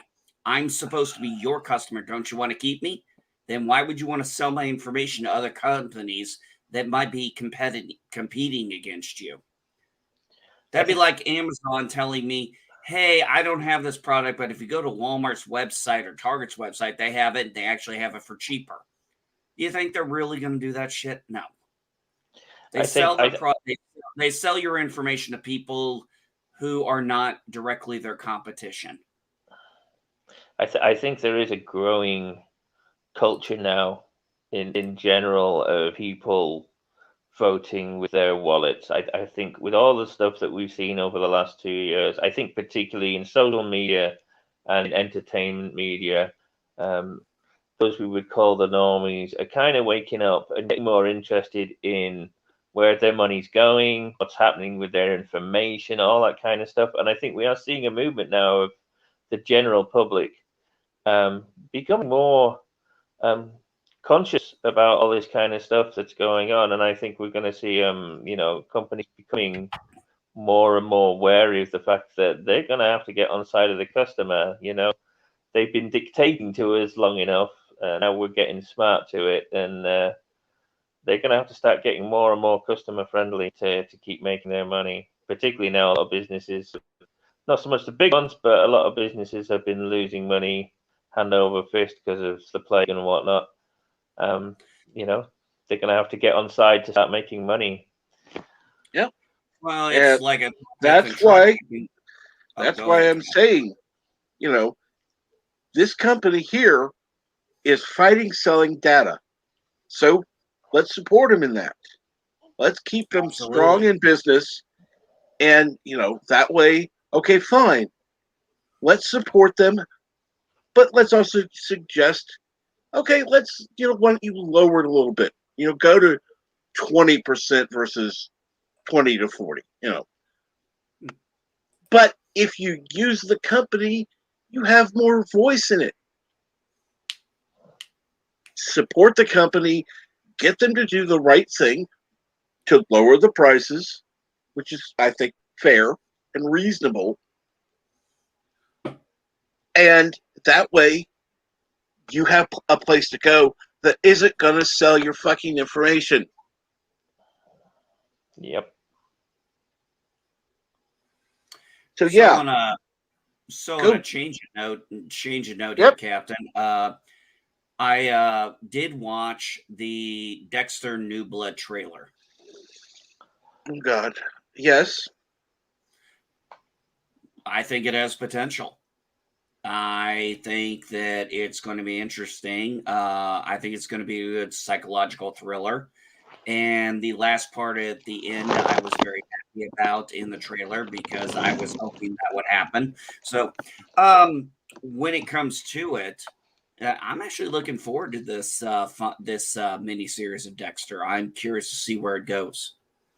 I enjoyed the series.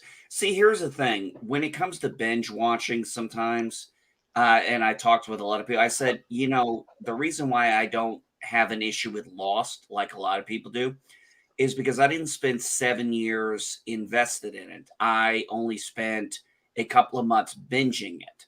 So I didn't have to wait a week. I didn't have to wait a season. I watched it all and I'm like, there is a psychological difference, in my opinion, Cap, between binge watching something and actually having to wait week to week to week.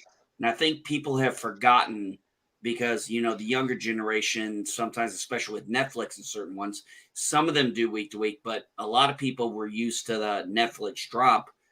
And now some of these companies like Hulu and Disney, they're like, let's go to the week to week thing. Let's, spread it out a little bit. And I'm going to be honest. The experience of spreading it out, I think, actually adds to it versus the just binge watch the whole thing. Does that make sense? Oh, yeah. You get more invested in it. You get a break between the episodes to actually let it breathe. That's like, exactly. That's like opening a bottle of wine and just downing the damn thing and then opening another. Well, you're going to be drunk before the second bottle's done, but hey, you'll drink 2 bottles of wine versus 1. Well, one of the other things too is now look, I get if a show has ended and they have all of it on there, but I think most of us when we watch a show, we'll watch a couple episodes, take a break, especially if it's a new show. Because one of the great things about a good new show is you want to talk about it the next day. You know, remember when this used to be called water cooler talk? You'd go over, grab some water, you talk with people, you talk about the episode you were interested in. It's a little difficult now to do that when you have an entire season dropped in one weekend.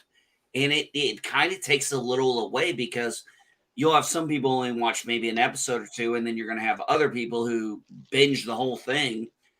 And unfortunately, what I've found with binging is it's very fast, and you're going from one episode to the next, to the next, to next, and you're not taking the time to be able to digest the episode you just got. Exactly. Like I said, you can't process it if you're just going one to the next to the next. It's just it's a totally different experience. I'm not saying that it's necessarily bad, but it's not the one that I enjoy most. I prefer the week to week. And yes, I do like watching Star Trek marathons on TV. There are times it's like, oh, they'll have several of the movies back to back.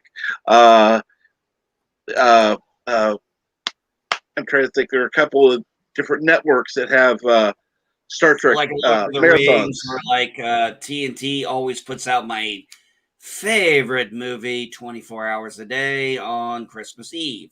That's right. And next Christmas Eve, we're going to contact NB's cable provider and make sure it only provides channels that show A Christmas Story, and that all his other channels are out. Yeah, It'd be a better April Fool's joke, but you know. yeah. The multi-gunman. Oh, multi-gunman. Kevin Troy thinks binging shows is bad. Well, I can't disagree with him on that because I binge a show, but I don't binge it like okay, for example, I watched the last 10 episodes of Lucifer. Thoroughly enjoyed the ending, but it was 10 episodes and I spread it out over 4 days. And let's see here. Good morning, Darius. Good morning, Multi-Gunman. Good morning, Eastland Burkholder. Good morning, Crimson Mist. And Multi-Gunman confirmed Captain Trek thinks binging is bad. Well, binging food is bad. Binging TV shows, it's a different experience. I think he's just teasing you. Yeah, of course. But I mean, that's like saying, you're going to have steak at a buffet versus going to a steakhouse. They're both steak, they're both meat, but it's not the same. It's not the same. I don't know if you can compare food. There's. Hey, Cap, you're both robo. Take me out. See if that'll fix it.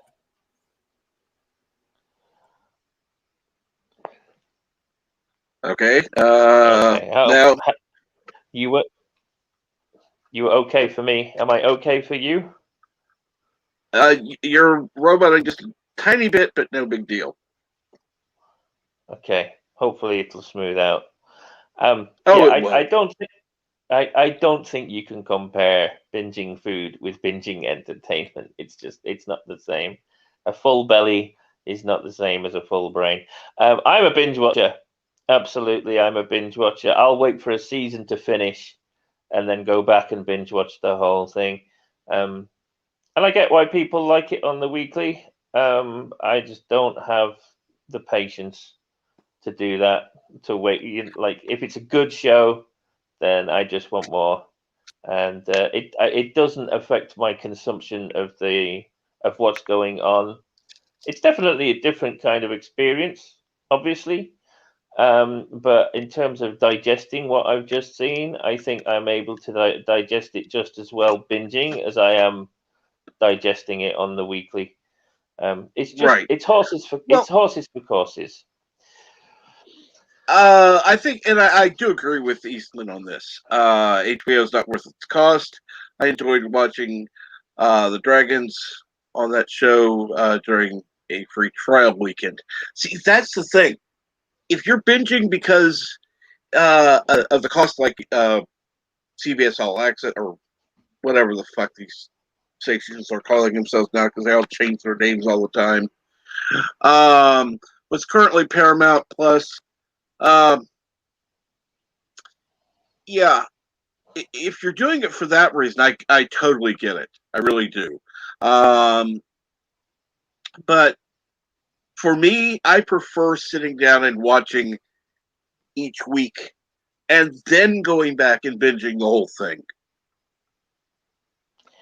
Yeah, I mean, I'm totally on board with streaming services releasing weekly. Some people are impatient. Some bingers, I would say, will probably be impatient. Well, I've now got to wait 12 weeks before I can binge watch it after everyone else has seen it. Well, just have patience. Just learn to be patient.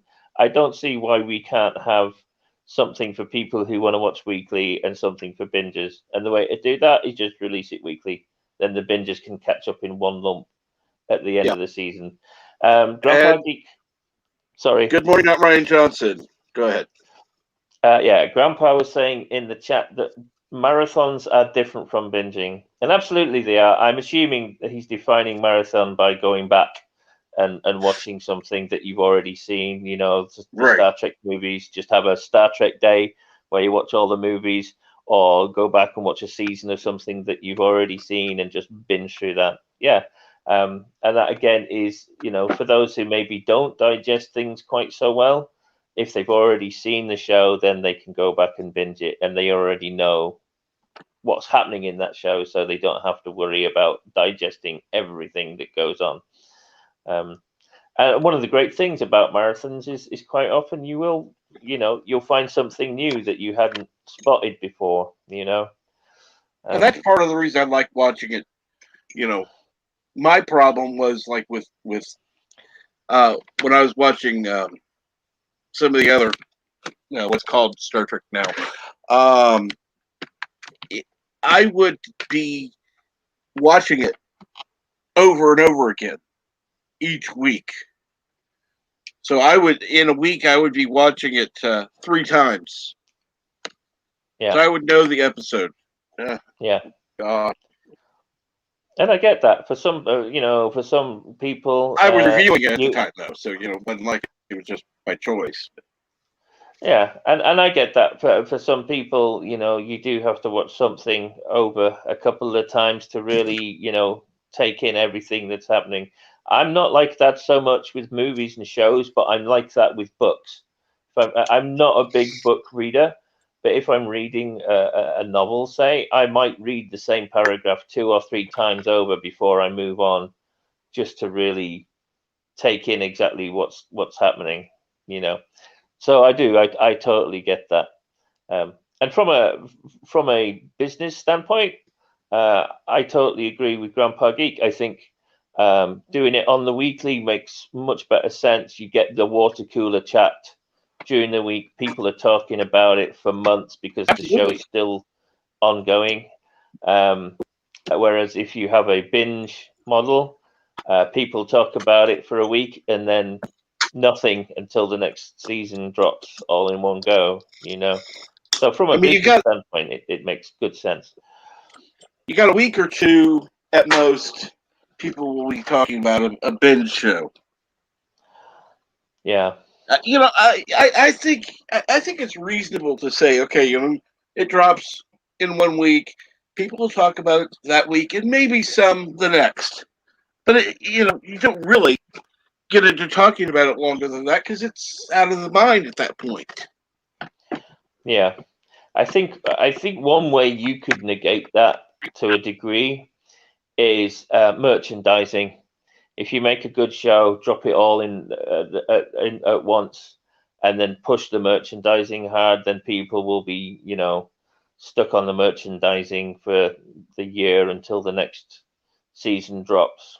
So, that's one of the reasons. That's one of the ways that Star Wars maintained its relevance, particularly during the time of the original trilogy. It was always in the people's eye because after the movie, people were just buying the merchandise and they were just constantly releasing new Star Wars merchandise.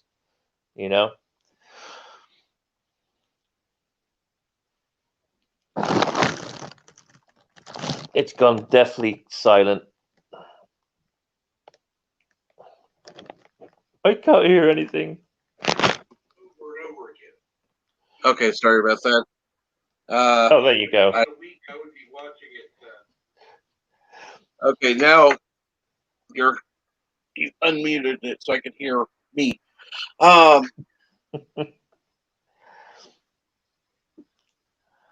I had moved the headset, so it kind of the mic disconnected. So, yay! Yay. But no, I don't know. Let's see here.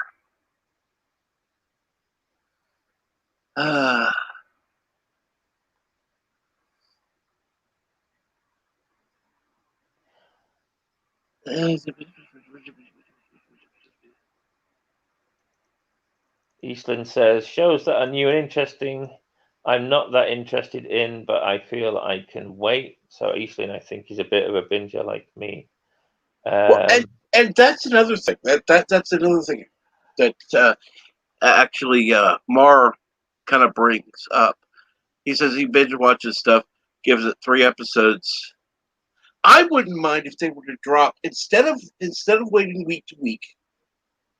You know, having a 5-week thing. If it's going to be a 10-episode series, having a 5-week thing where you drop 2 episodes each week. Yeah.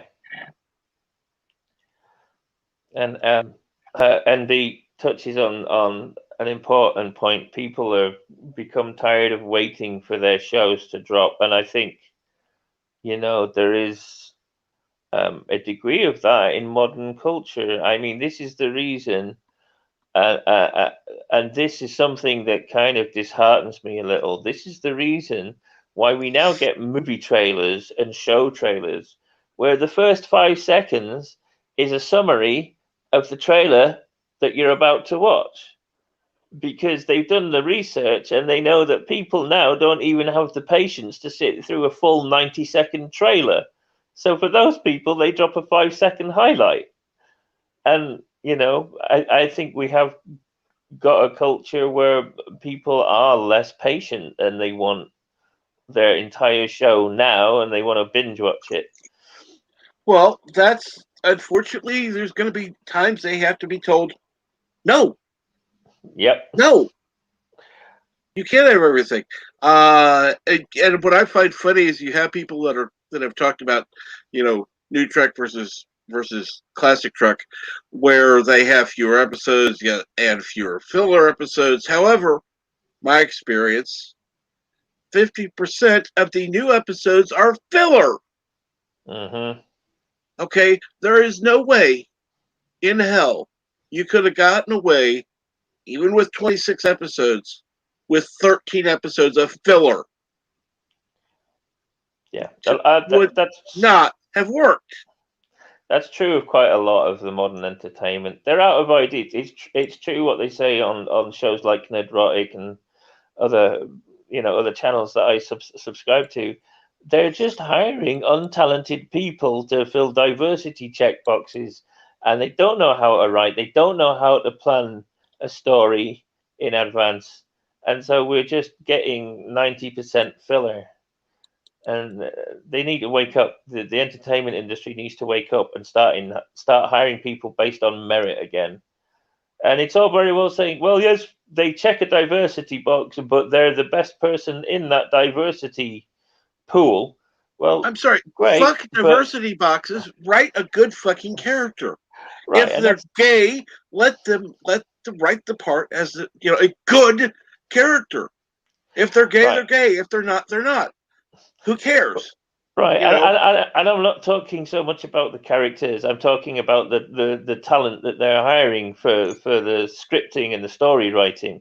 We hired a black dude because it's in our diversity to hire a black dude for script writing, and you can say, well, he was the best of the diversity pool, but that doesn't mean he was the best guy for the job.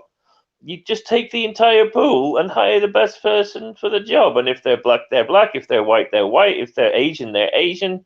Just hire someone who actually can write great entertainment. You know? Trust me, the diversity not only goes for the parts, it does go for the all of the the writers, the directors, the filmography, blah blah blah blah blah. Every single thing they gotta go through the check boxes, and it's like enough's enough.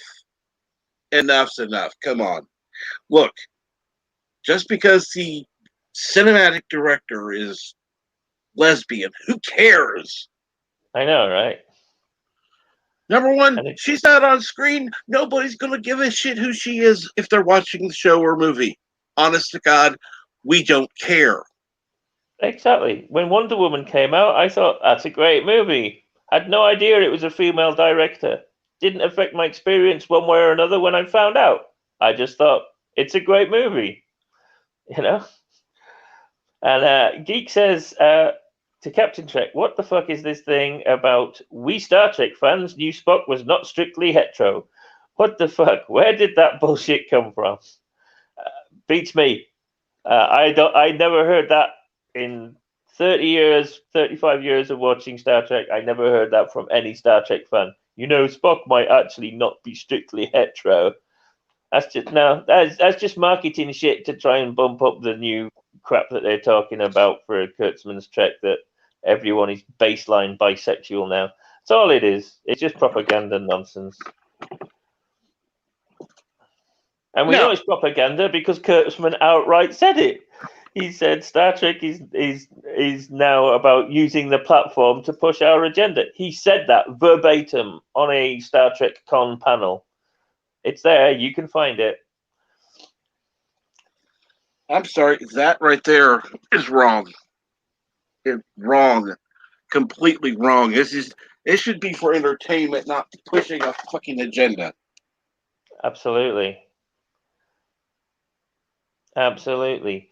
And there are people who say, well, Star Trek was always kind of, politically correct. And well, yes, the writers were more left-leaning than right-leaning. That's true. But the whole thing about Star Trek is it gave both sides of the, or multiple sides of the ethical and social and political kind of questions in the stories, but it was always a conversation. Yes. It was never a lecture. Sometimes they would lean a little bit more into one side where an ethical kind of dilemma was more kind of obvious, just straight up murdering somebody, that's bad. Yeah, everybody kind of can come together on that one. But generally speaking, if there were conflicting politics or conflicting ideologies represented on the show, it was usually a conversation, not a lecture. And now every Star Trek, really, pretty much, is just, this is your protagonist. You have to like her because she's this. Or, this is your bad guy. You have to like him because he's from this. You have to hate him because he's from this political faction. You're told now. You're told what to think. You're told what side to be on. Or they go into, well, maybe this bad guy isn't so bad. He might just be misunderstood.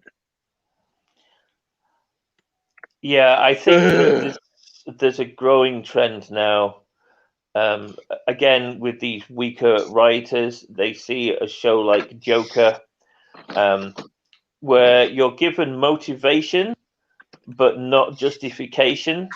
So they take that and they think, oh, and they completely misunderstand it. And they go, oh, so you can turn a bad guy into a good guy by giving them a reason for being the way that... No, you're not giving them a reason. You're not giving your audience a reason to accept a bad guy as a good guy. You're just explaining the reason why the bad guy became a bad guy. That I can accept. That I can accept. But some of them have gone to the point where it's like, oh, okay, now this is how he became a bad guy. So now he's actually a good guy acting bad because the good guy made him act bad. It's like, no. No, they're trying to make you sympathize with the bad guy and think, oh, he's not, and they're doing this so that they can justify uplifting, for example, the terrorist woman out of Black Captain America, Winter Soldier, Captain Falcon thing, and there were, I think it was some of the writers of the show were coming out on Twitter and saying, well, you shouldn't really call her a terrorist because she's just missing. No, she's a fucking terrorist. She kills people. She blows people up. She's a terrorist. And they're doing it to justify basically acting like a complete twat because of your left-leaning politics. That's basically what they're doing. And they're trying to lean on old tropes of understanding why a bad guy is a bad guy, and then twisting that to become, well, if you could understand why a bad guy is a bad guy, really, they're just a good guy, aren't they? No, they're not. They're a bad guy. Joker. And, good morning, Polly. Yes, AKA good morning. Latino Slant. Latino Slant in the chat. Hey, Polly. Now, just out of curiosity, Polly, have you heard about what is going on in New York with DoorDash? I think we should get Paulie on here and have him sing to us. I love your singing, Paulie. I happened to catch part of what you were talking about. I don't remember what stream it was on. But yeah, they were going over the whole Latinx crap. Latinx. We're Latinx. Because we got to be neutral over everything. No, we don't. I'm sorry. Yes, I know there are people who are who feel that they are of a different gender than they were born. I don't disagree with their belief in that. However, I'm sorry. When we're talking bathrooms, if you have a penis, you go in the men's room. If you don't, you go in the women's bathroom. And you're going in the bathroom to go pee or poop. And for God's sake, most people only do that if they absolutely have to. I went into the wrong public bathroom once, and I was mortified. I just didn't even look. The bathroom was empty. I went into a stall, sat down, and then within a minute, I heard women's voices coming in, and I thought, "Oh, fuck!" So I just had to sit quietly and wait for them to leave, and then quietly slide out and hope nobody noticed. I was so fucking embarrassed. There was one time I went to my surgeon, and the office had the men's bathroom closed, and it's like I had to go right then. I said, "Mom, watch the door. I'm going in." At least you had a security guard. Paulie says he's not heard about New York, and he's not going to be singing in. Paulie, that's not technically singing. But a brief thing is DoorDash in New York is fighting New York for having to give customer information to New York. So DoorDash is fighting having to give them customer information away. And in my opinion, right there, that says that we need to support DoorDash if you're going to use these services. Go ahead, NB. Oh, I was just saying, I had some funny experiences. I've walked into the room, but I literally walked in not too long ago, and I'm like looking, and it's all stalls, and it took me a second to realize something's off, and then I was like, okay, I'm in a new place. Maybe this is how they do it. And then a woman walks out. I'm like, oh shit! I'm like, I walked into the. But here's the thing: the opposite has happened to me before. For those of you who don't know, a long time ago, not so much now, but it used to be a changing table for a baby would be in the women's restroom, Yeah. not the men's restroom. So I was like, for example, I was down in Orlando. I think it was at Disney or something. But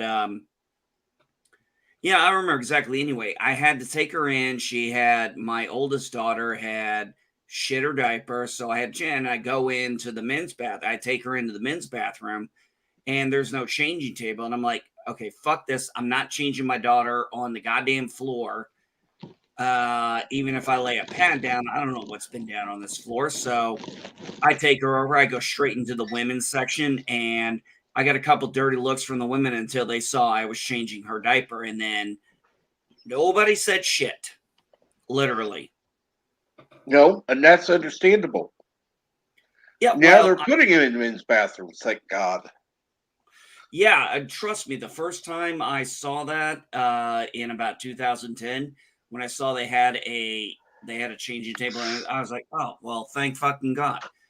Like, I'll give you an example, Cap. I had one time, I'll never forget this.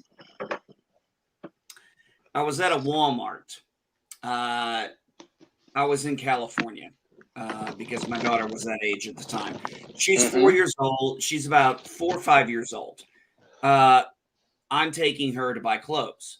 So I want to try them on. We go to the fitting area, and she's a 4-year-old girl. And so, of course, I, as the parent, I'm going to go in, help her put them on. And they go, no, you can't go in there. I'm like, why not? Well, this is the women's fitting section. I'm like, and this is my daughter. And he goes, you need to go over to the men's fitting section. I'm like, I'm not the one trying on clothes. My daughter is. And he's like, yes, but you're an adult male, so you have to go over the male. I'm like, she's a little child and she's female. And he was like, well, that's our policy. I'm like, so let me see if I get this straight. You're worried about me taking care of my daughter, changing her clothes in the women's bathroom, but you're not worried about my daughter going in alone in the men's area changing. I said, am I understanding you correctly? He goes, no, well, sir. I'm like, he's like, sir, it's policy. I said, bring me the policy. He goes, excuse me. I said, I want to see it in writing. Yep.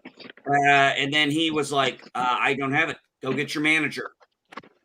And he's like, my manager. Well, I'm like, your regional manager and your department manager are both phone numbers up there.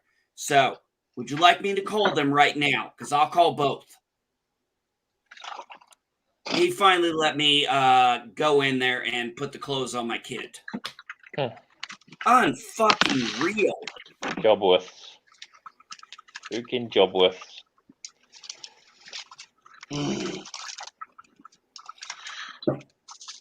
I have noticed. So what's going on, everybody? We've manipulated. We've had enough of the chat, I think, for this time. Let's move on to a new topic.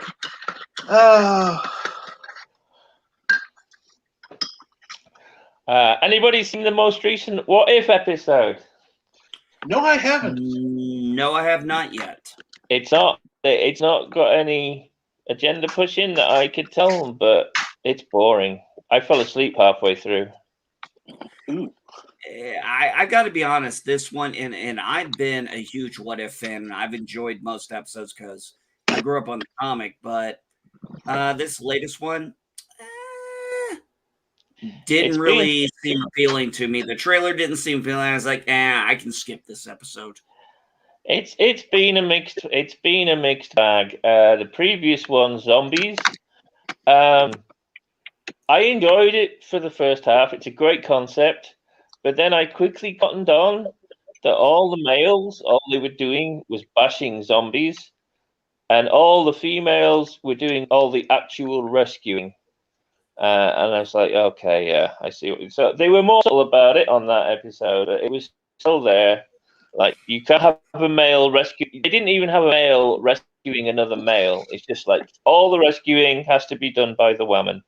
And I was like, yeah, okay. But other than that, it was a pretty decent episode. One great thing about it is you actually get to see a glimpse of Bucky being the next Captain America. They're not officially saying that he's Captain America, but he gets the shield and he does some Captain America type stuff. So that was nice. But Well, Paulie, I'll tell you what. You message me on Twitter. We'll set up a time. I'll even set up a special stream if necessary. Yeah, man. If you can set up a time and join Paulie, man, you can. Have you ever streamed with Paulie before? Oh yeah, he has been on here before. He is a. Is he not just like one of the greatest? He's like Oh, an even more. absolutely. He's like an even more handsome drunk 3PO. Well, I always call him my the Latino gangster. He's OG.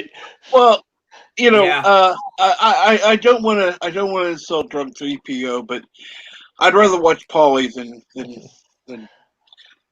yeah. Sorry. Paulie is OG. As I always say, I have a face for radio and a voice for print. Paulie's got that voice that just is real. Yeah, Dave G Sound said it best. He's got that soothing voice he's got that Latino voice that just is like so calming, and it's fun to listen to him because he's he's excited. When I saw his channel blow up, I was thoroughly excited for him because I was like, I remember he made a joke. He goes, I think I said he was at like a certain number of 100 and he was blown. He goes, oh, good. My entire family finally subbed. I was literally rolling laughing at that response from him. I just started laughing. That's too good. That is no, good. here was a funny one. Here was a funny one with Latino Slant. True story. He had a, he does interviews with various musicians. Well, he had a lady he was interviewing. I can't remember her name, but I'm sure Latino Slant does. Paulie does. And literally, he is promoting her music with her there, promoting her videos. And he gets actually shut down because they were saying it was copyright strike or something because he was promoting the videos of the person he was interviewing right there with him. And so when they got back on, she's like, yo, YouTube, I am approving him showing my videos. No need for it was interesting. Yeah, it was funny. It was definitely funny to see that. I was like, what the hell? And then it's like he got struck for using somebody's content with their permission live on stream. Yeah, that's YouTube for you. Fuck the algorithm. But I have to say, listening to Paulie and Tom and Culture singing their little hearts out on a Sunday night, it's the best way to end a week for me. It's the medicine you need to set you up for a Monday morning. It's great fun. You know, I may have to start doing a karaoke stream because I want Paulie on and a few other people. And I can't get on because I can't join his Patreon, or his whatever. I don't care. I don't care how much money I have to save and how long I have to save it for. Whatever it costs, I'm gonna pay for Paulie to do "Rap God" by Eminem. I want to hear him. I want to hear him get through that shit. Okay, I just looked in the chat. Oh my god. Okay, I know I did not remove Paulie as a moderator. Thank you again, YouTube, for whatever the fuck you did. I know I've removed moderators before, but Paulie? No. Fuck that. That's some bullshit. Arabic says, whenever I listen to Latino Slant, my mind plays Carlos Santana in the background. I'm actually going to say the same thing. Yeah, I'm going to say yes. There is a little bit of times where, like, I've listened to Paulie and I'm like, I need to get some Santana or something, get something with a good Latin beat over here to get with the mood. I mean, like I said, Paulie's just got that. He's got something there that's just fantastic. I love watching his. I love when I get to hang out with him. So yeah, Cap, if you guys do a stream together, make sure I'm sub to all you guys, but definitely would love to see that. And yes, Polly, I promise. If you come on, I'll exclude NB Geek. That's fine. I got no problem with that. See, I would be a complete asshole if I said it, and you weren't on the panel at the time. All was a Latino midnight headline. I wonder, actually, how is Midnight's Edge in Espanol doing?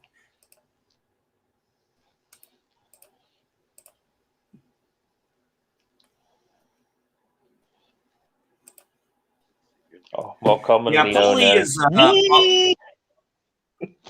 Paulie's just been one of those guys who just has has the voice for this kind of stuff and definitely has the tone for it. I don't see your Patreon listed in your about section, Paulie.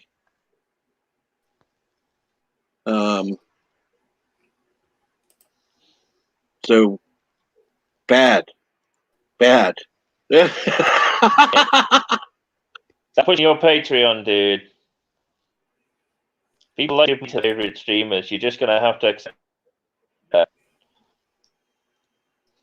Okay, not to bring up a sore subject on Star Trek, but I did see this. I was talking with Dave G. Sounds about this, and I saw this pop up on Twitter where they're saying Star Trek fans. Let me pull this up so I can give the exact quote how this was stated.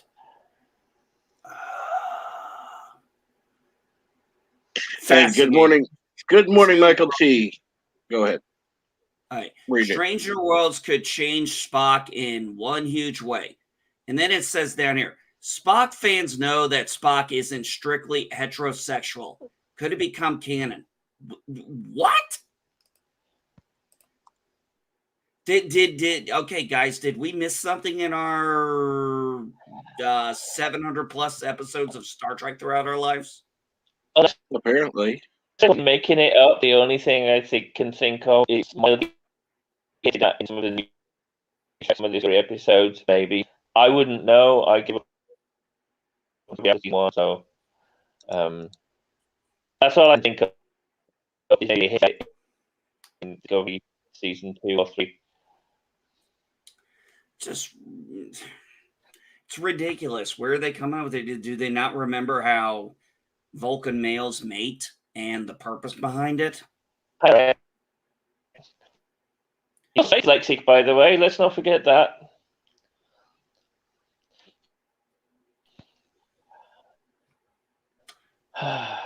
All right, Bird. Yeah. I mean, it could be it's one of those tests they like put out and general public consensus. Are you thinking of doing things to put it out as a rumor to see how people react? I have to agree with Bird. It's a trap! And Bird, get back to your review. I want to know how bad that episode is. And good morning, the Bosco scenario.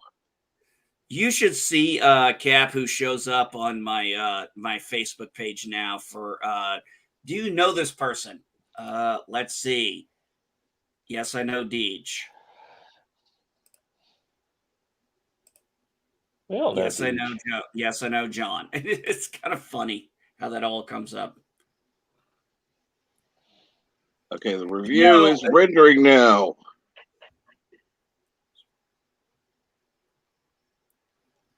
Awesome.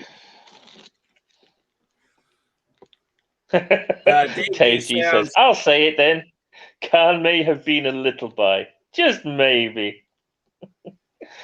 actually, he did say that to me in a Facebook. We were just talking on Facebook. And yeah, okay. Well, I could see Khan maybe being that way. I can't, you know. I Which can't Khan, dismiss though? it. I mean, literally, I can't dismiss it as a possibility. No. It's a reasonable one. But Spock is not human, and I think that's the problem these people keep doing is they're Well, trying to install human values and ideology in alien species. That's not Yep. the point of Star Trek. well, Point of okay. Star I Trek can is accept humanity. that there are going to be certain Vulcans who would be gay. I accept that. However, that being said, the Vulcan society would also function differently. It's like, okay, you're attracted to somebody else. That's fine. This marriage has been arranged. You're getting married. Yep. I mean, this was all established in them. I mean, it's kind of funny. We never talk about that. That for Vulcan to be as evolved a society, they still had certain draconian, for lack of a better term, ideologies. And one of them being is And arranged marriages. But if you're okay, go ahead, Cap. Sorry. nobody said he's gay. He just the possibility that he could be bi. Go ahead, Envy. And possibly, I mean, I'm gonna kind of hit this. Is it possible maybe the reason why some people might think that is because of the charisma that Ricardo Montalban could do as that actor? I mean, you just look at his acting he did as Khan twice.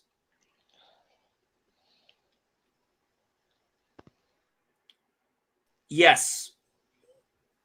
And I wondered if that was maybe his son.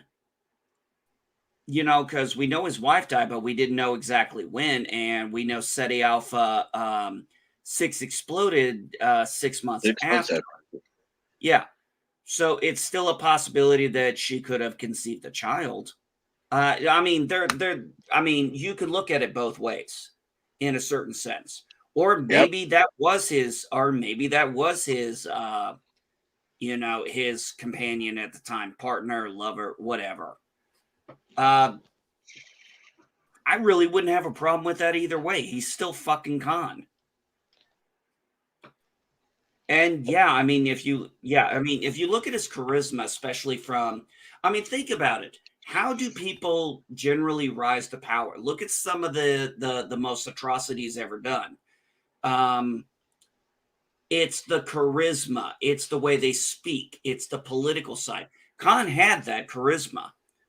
Khan had that ability to, inspire people. And I mean, there are people who want that kind of stuff, and they look at a leader like him. It would make total sense. Now, whether he's bi or not, I really couldn't care less.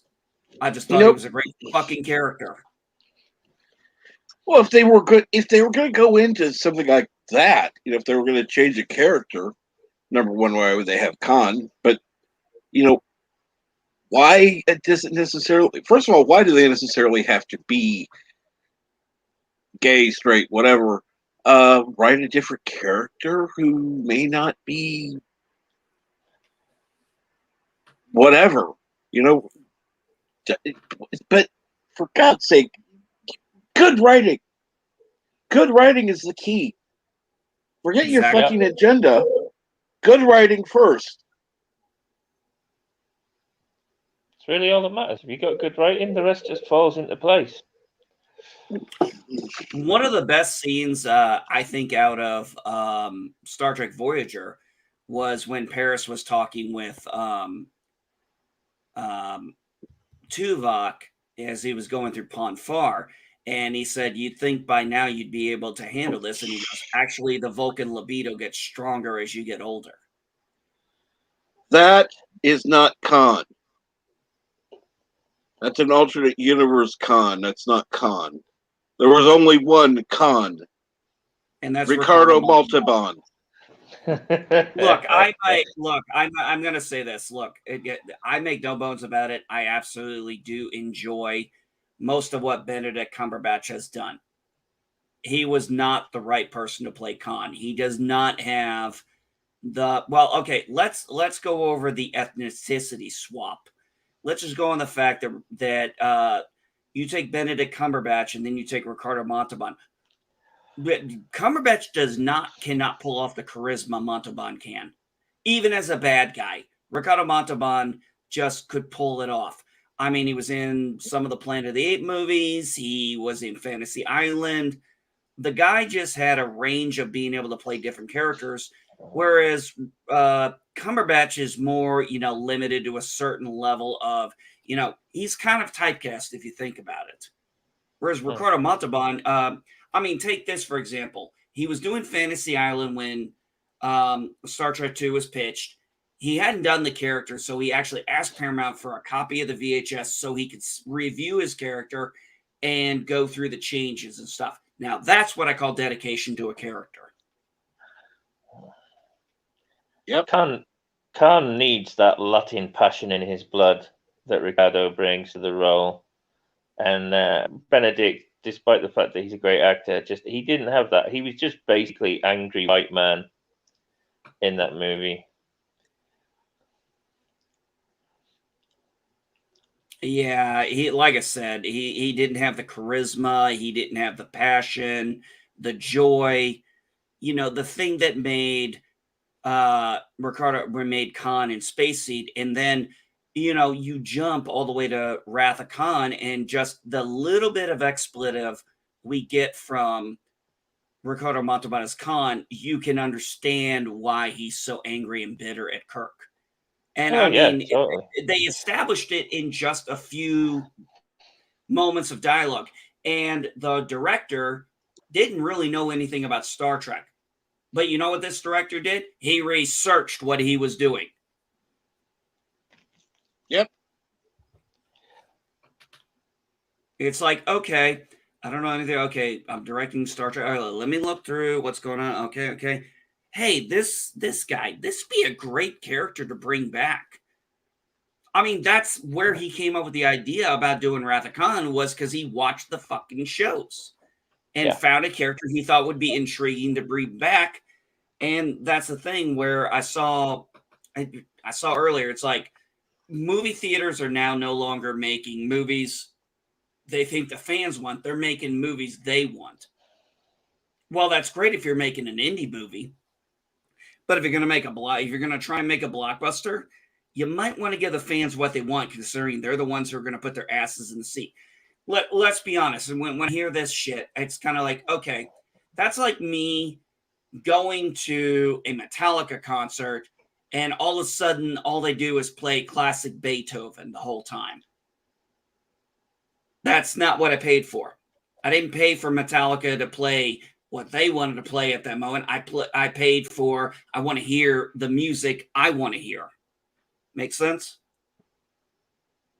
Mm-hmm. Oh, yeah.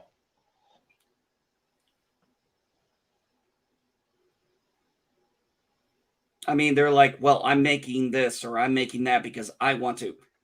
Why didn't anybody see my vision? Maybe because you didn't articulate it properly. What do you want me to do? Feel bad because I didn't go see your movie, or I didn't go to your concert, or I didn't go sit my ass in a theater? Sorry, that's my money and I'll spend it however the hell I want. And you fucking actors guilt tripping me after I already know your ass has been paid. Oh, sorry, you don't get your bonus because your movie didn't gross enough? The fuck do I care? You got paid hundreds of thousands, millions of dollars. You want me to spend $30 to go to a theater? You better bring the game then. I don't think that's too much to ask. No, I don't think it is. I agree with you. And one of the growing trends I've seen particularly for movies, where the publishers get an idea before they release the movie that this one's not really gonna do too well. They start bringing out the excuse of, well, don't judge the movie based on the trailer. And I'm sort of like, isn't that exactly what the trailer's fucking for? You're supposed to be selling the movie with, you're supposed to be selling me on the movie by showing me the trailer of the movie. So coming out and saying don't judge a movie based on a trailer is utter nonsense. I'm sorry, that is, in my opinion, that is exactly the point of a trailer. Yep. You're watching a trailer to see if the movie is going to be worthy of you going to the theater, cinema, whatever you call the place, to watch it, rather than waiting and watching it at home. Yep. It's that The simple. whole the Because it whole costs point of a fucking lot more to go see a movie in the cinema than it does to watch it at home. Even if you're paying, like they do now, where you have instant access and can watch it for, 25, $30, because you're still going to have, you're more than likely going to go with more than one person. So there goes the $30 right there. Plus, you're going to want to have concessions, which definitely costs more than what you buy at home. So you're going to be spending at least $50, if not more, and that's if you're cheap. Um, or you can watch it at home for 30, or you can wait a couple of months and watch it as part of your package. Yeah, I'm your not. trailer better be fucking impressive. I don't one really of buy the things, into yeah, this. the whole point, Cap, I think you hit it really on the head. You just missed one other thing. You brought up all the good points. There's one other thing that we need to factor in that these people understand. It's not just our money, it's our goddamn time. Yep. It is, I have to watch this trailer. I have to decide to leave my house. And for me, go 30 minutes to a movie theater. It doesn't matter if it's 30 minutes or 15 minutes. Point is, I have to get in my vehicle, spend gas to go drive up there, go watch the movie, spend however long the movie is, plus going through the trailers, plus going through the advertising, and then finishing the movie, coming out, driving home. So you see a 2-hour movie, it's going to take what, 4 hours of your time? Yep. I'm Plus, there. you're going to more than likely going to want to go out to eat afterwards or before, whichever. So that is another cost Exactly. that the movie theater may not get, but is still associated with it. So, Still yeah. money out of your pocket. But I don't agree with this whole thing of comparing the premiere appearances on Disney Plus and stuff to seeing it in the theater. People are saying, well, yes, it's $30, but you can have 4 or 5 people watching it. I don't give a fuck. They're not watching it in the theater. Going to the theater is a full experience. And that's why we're usually okay with paying a little bit more to go to the theater, because, you have the build up in the car on the way to the theater. Then you have the actual theater experience itself on the gigantic screen. Then you have the conversations afterwards, like you say, maybe stopping for a little meal, being all kind of revved up and talking about it afterwards if it's a good movie. And it's an entirely different experience. And I don't think it's comparable to saying, well, yeah, but if compared to paying 50 quid for 4 people to go to the cinema, you're only paying 30 quid for as many people as you want to watch it on a TV screen. Yeah, but it's a TV screen and you're milling in and out of the kitchen and you're not really getting that full experience. So No, while I don't, I'm not going to disagree with that. no, I'm not going to disagree with you either. You're 100% on point on a lot of that. You're right. The theater is an experience, but and I don't mean but in a bad way. Just think about this: if the trailer I mean, the whole point is the trailer is to get your ass there. Yes, Yeah. absolutely. That's why you have to sell us on because we are putting in that extra effort and that extra bit of money to go to the theater to watch it. But If you want us But to watch it on streaming, you don't even need to advertise it. Just drop it. Just drop it on the streaming service and let us go at it. So Well, okay, let's say for example, with Bird's case, there's no way in hell he's going to be able to go out and watch a movie no. No. at any point. So, if he could pay, not that he necessarily would, $30 to see the movie or wait a few weeks, whatever. But at least with that, he has the option. Number two, if you have kids that you don't necessarily want to take to the theater because they're a little noisy at times, they're a pain in the ass. You can pause the movie, tell them to shut up, and then continue on. There are benefits of doing it at home. However, yes, I agree. The cinema experience is a distinct experience. Yeah. I wasn't maybe quite so clear. I don't have an issue with Disney Plus dropping a new movie and saying you got to pay $30, right? That's not my issue. My issue is when people look at the $30 and say, well, it's not so expensive when you compare it to going to the cinema, which is a completely false comparison. That's my issue. The fact that they're dropping it and making you to watch it because it's simultaneous, I don't have an issue with that. It's just the justifications and comparisons that I have an issue with. Yeah, it's understandable, but I think that, I agree. I would not compare the cinema experience to the home experience, and I've done both. They have pros and cons. Both of them do. Yes, I would agree. Going to the cinematic experience, getting the full raw video the way we do it, and the surround sound, yes, the experience is fantastic. What I've experienced over my lifetime is I would go and see it at the most, the chance where I would see the least amount of people so I could enjoy the whole experience without being, dealing with idiots and stuff. But when you're home, yeah, it's different. Yes, you're not going to get the same experience, but it's kind of, if you think about it, it's more of a gains or loss. Like I said, if we pay $30 for it on, say, Disney Plus, okay, yeah, anybody can watch it if they want, or I can wait till October for whatever to drop. That's fine. But if I've got 8, 9 people here, it comes out better. I'm not buying concessions. I'm not going anywhere because the movie experience is why I was saying about the trailer. The trailers are really supposed to what grab you. That's supposed to what's to make you want to go. Like when I saw the trailer for Twister. I mean, remember this. Think about this, guys. We're watching trailers on TV that's supposed to entice us to go see it on the big screen. Exactly. When I saw Twister, it opened up on 4th of July weekend. And I was like, I'm going to the movies. They're like, when are you going to go? I'm like, I'm going to go see Twister. Like, don't you want to see the fireworks? I'm like, I've seen the fireworks for the last 15 years. I want to go see a movie.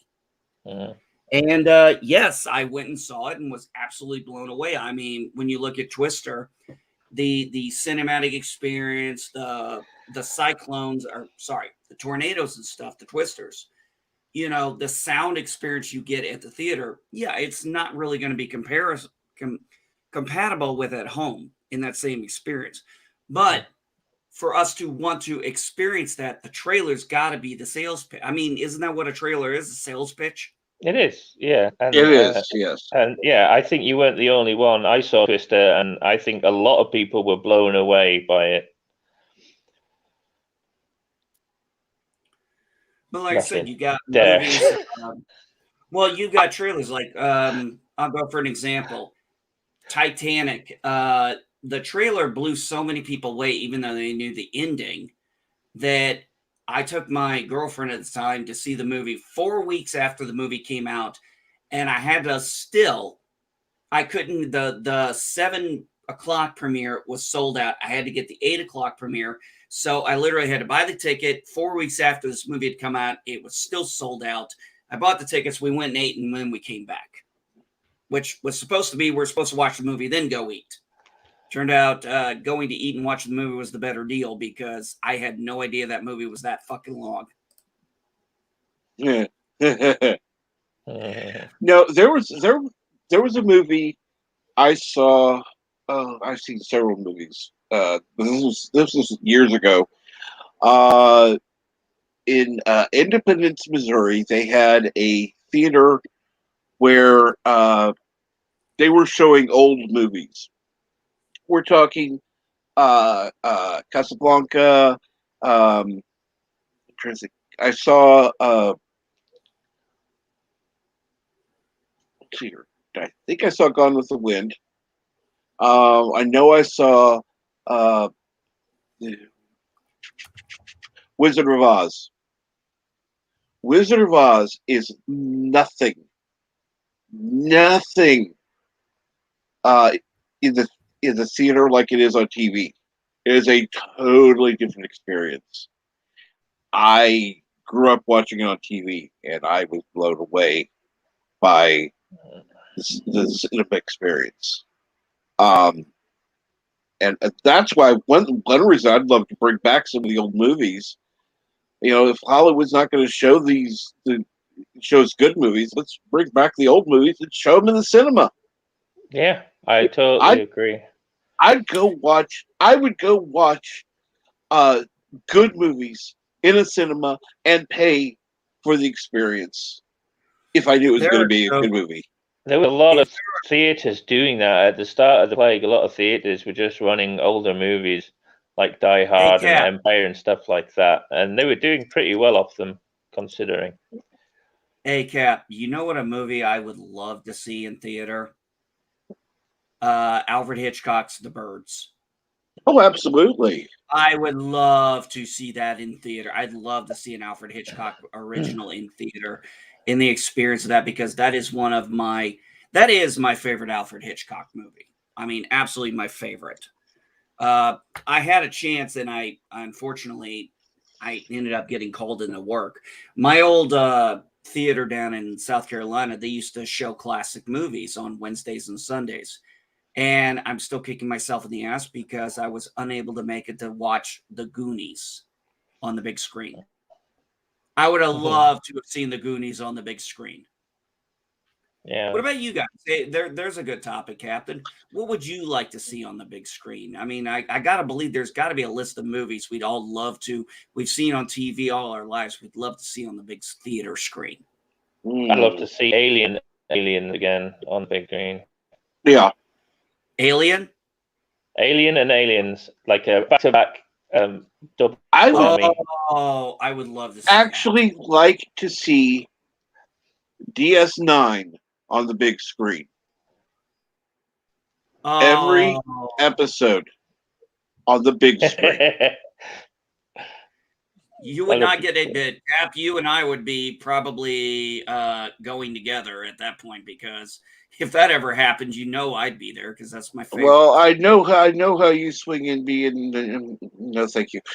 Not like that. You know that, Cap. Eastland says she loves that as well. She likes black and white movies, she says. I would love to see some of the classic horror. Actually, if there was a horror movie I could watch on the big screen, Creature from the Black Lagoon. No! Oh, dear. You bastard, Thunder, you bastard. You evil man. 3D IMAX. I absolutely love that. Oh, yes, Eastwood. Black and white movies. I want to see them black and white, not fucking colorized.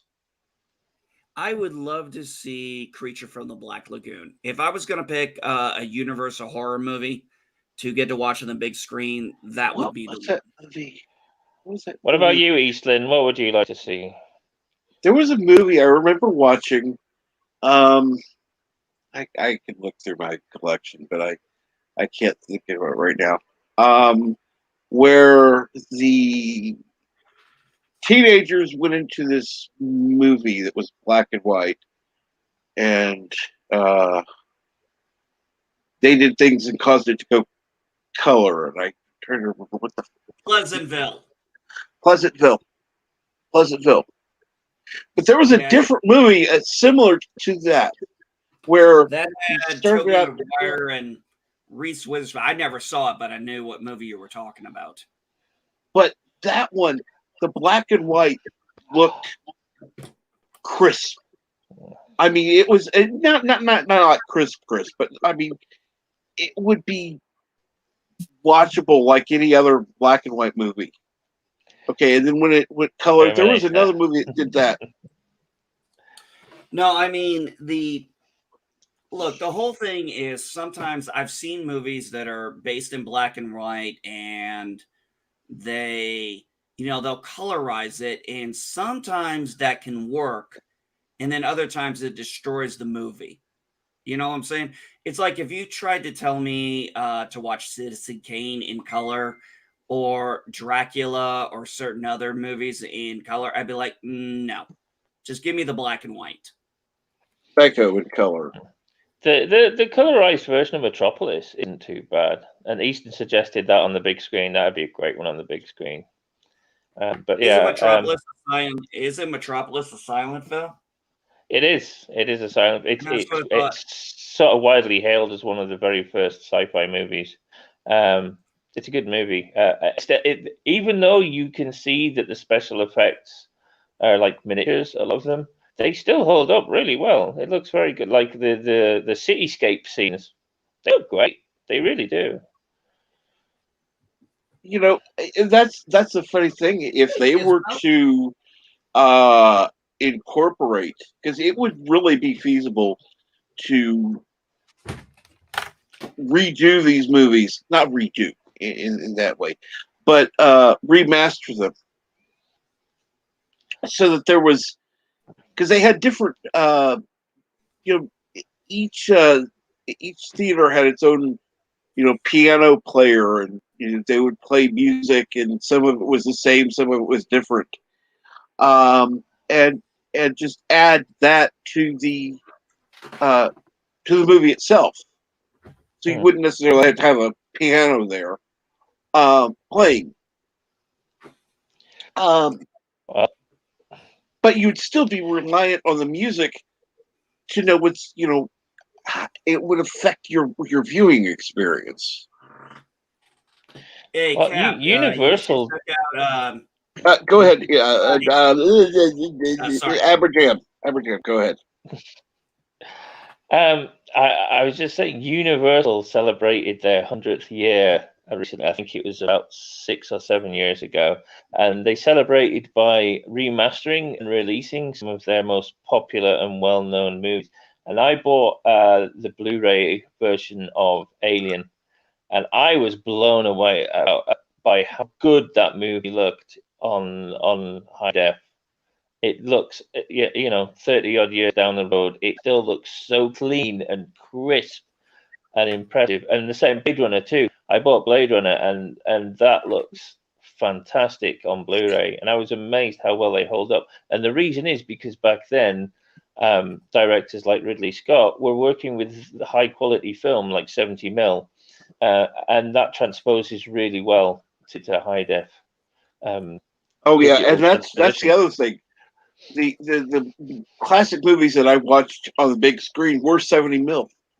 Yeah, you can always tell where film gets cheap, because particularly an older movie, 20, 30 years old, when it's exposed to high def or 4K, you can always tell there's a major difference between the interior shots and the exterior shots, because for the exterior shots, they always move to a cheap camera, whereas the interior, they use their higher grade film, Oh yeah. But with movies, and hello, Samuel Sampson.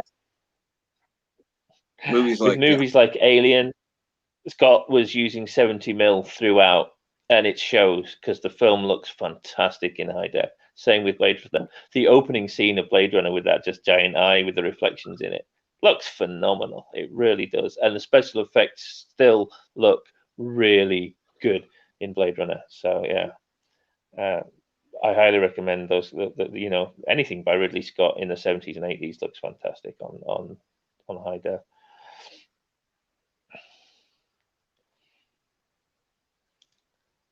Also, I want to watch Big Trouble in Little China on the big screen. I never got to see that on big screen. I'd love to see that movie in big. It's a great movie. And let me ask this, Samuel. I've not seen you other chats before, but by chance, do you have a mic? Like I said, it's always nice having new people on.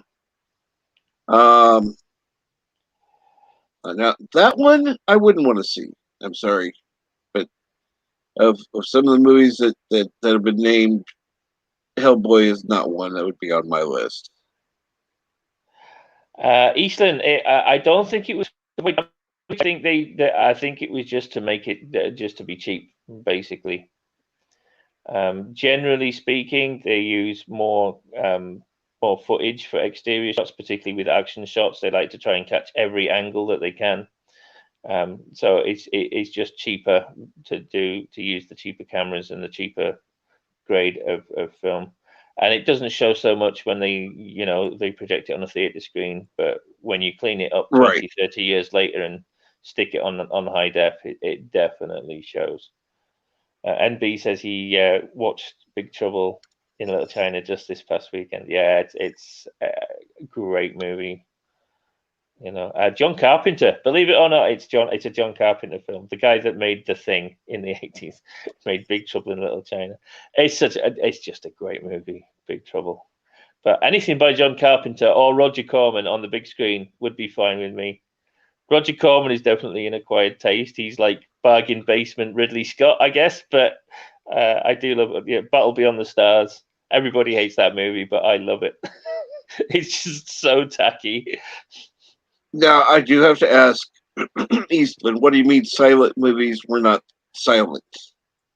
I think he's probably talking about generally speaking, you would have a pianist playing music over the top of it.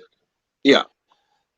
Unless there's something that we missed in translate. Maybe they had microphones, but it never actually put the sound onto the film, or I don't know. But I would guess she's talking about the fact that they had, particularly in the very early days, they would have a guy actually in the theater playing the piano live over the top of the movie.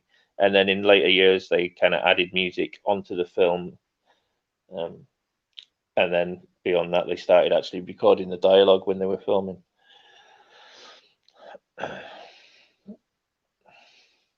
Yeah, The Thing is a great movie. Actually, a remake of the Thing from Outer Space, which was like late 1950s, I think. Black and white movie, but yeah, very few people know that The Thing was actually a remake of an earlier movie. Eastland says the no pause close-ups of female actors in the older movies show up fuzzy as contrasted to the sharper images of everything else. That is, even today, that is still used. Eastland, they'll use a soft lens on the female actors and a hard lens on the male actors to accentuate the female features on a female and the harsher features on a male. They still do it even to that. It's not as widely used as it was, but particularly if you watch any movie from the 80s, just pay close attention to when they switch between a close-up on a male and a close-up on a female. And the close-up on the female always looks like it's shot through a screen of Vaseline, and it's to soften up the features of the female. I didn't know. I didn't know because I had already talked about the pianos in the early days, so I didn't know if there was something I didn't know. Arabic says he'd like to see the original War of the Worlds in theater. Oh yeah, that'd be a good one. Oh my God, yes, that would be fantastic. That one. Ooh, I would be willing to pay $15 to see it in the cinema. The odds of anyone coming from Mars were 1,000,000 to 1, they said. if you haven't heard the album, the musical album of War of the Worlds, I definitely recommend it. It's a great album. Da da da do do do do do do da da da do do do do do do. Yeah, War of the Worlds, fantastic. Easton says the old films have more differences. Cary Grant and an actress in a car with rear projection. 3 types of focus. Yeah, absolutely. It's as I say, it's not used as widely now as it was 20, 30, 40 years ago, but you can still spot it in some movies. I think because of the focus now, the emphasis on high definition, directors are less willing to use the soft focus because they like to, they like to promote that sharp image regardless of who's in the frame. But it's still out there, decreasingly so, but it's still out there. But yeah, 70s, 80s, it's pretty stark, the contrast between a close up on a male, close up on a female.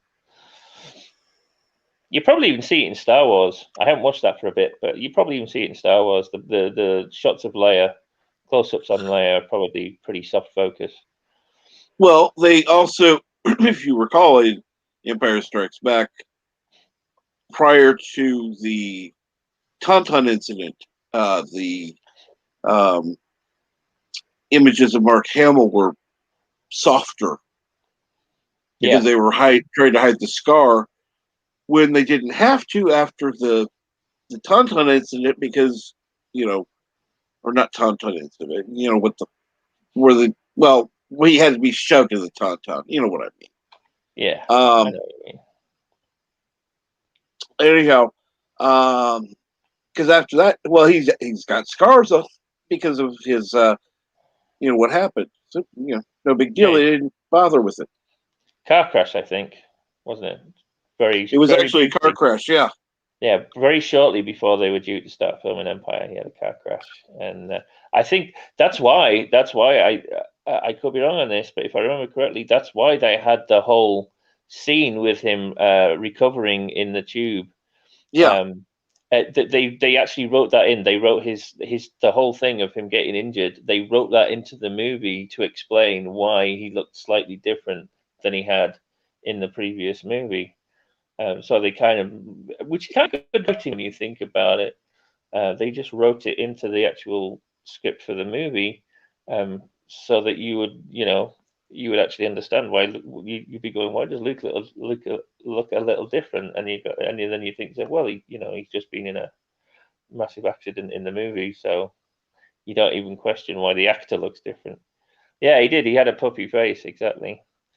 So that was good writing. You see that in TV shows as well. When an actress gets pregnant, quite often they'll write that into the script that the character gets pregnant.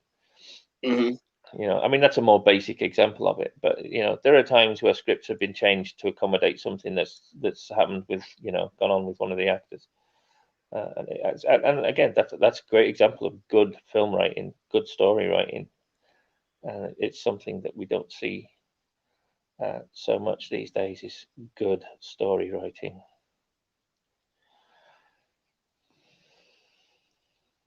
That's one thing I'd love to see is good story writing, both in TVs and TV shows and movies.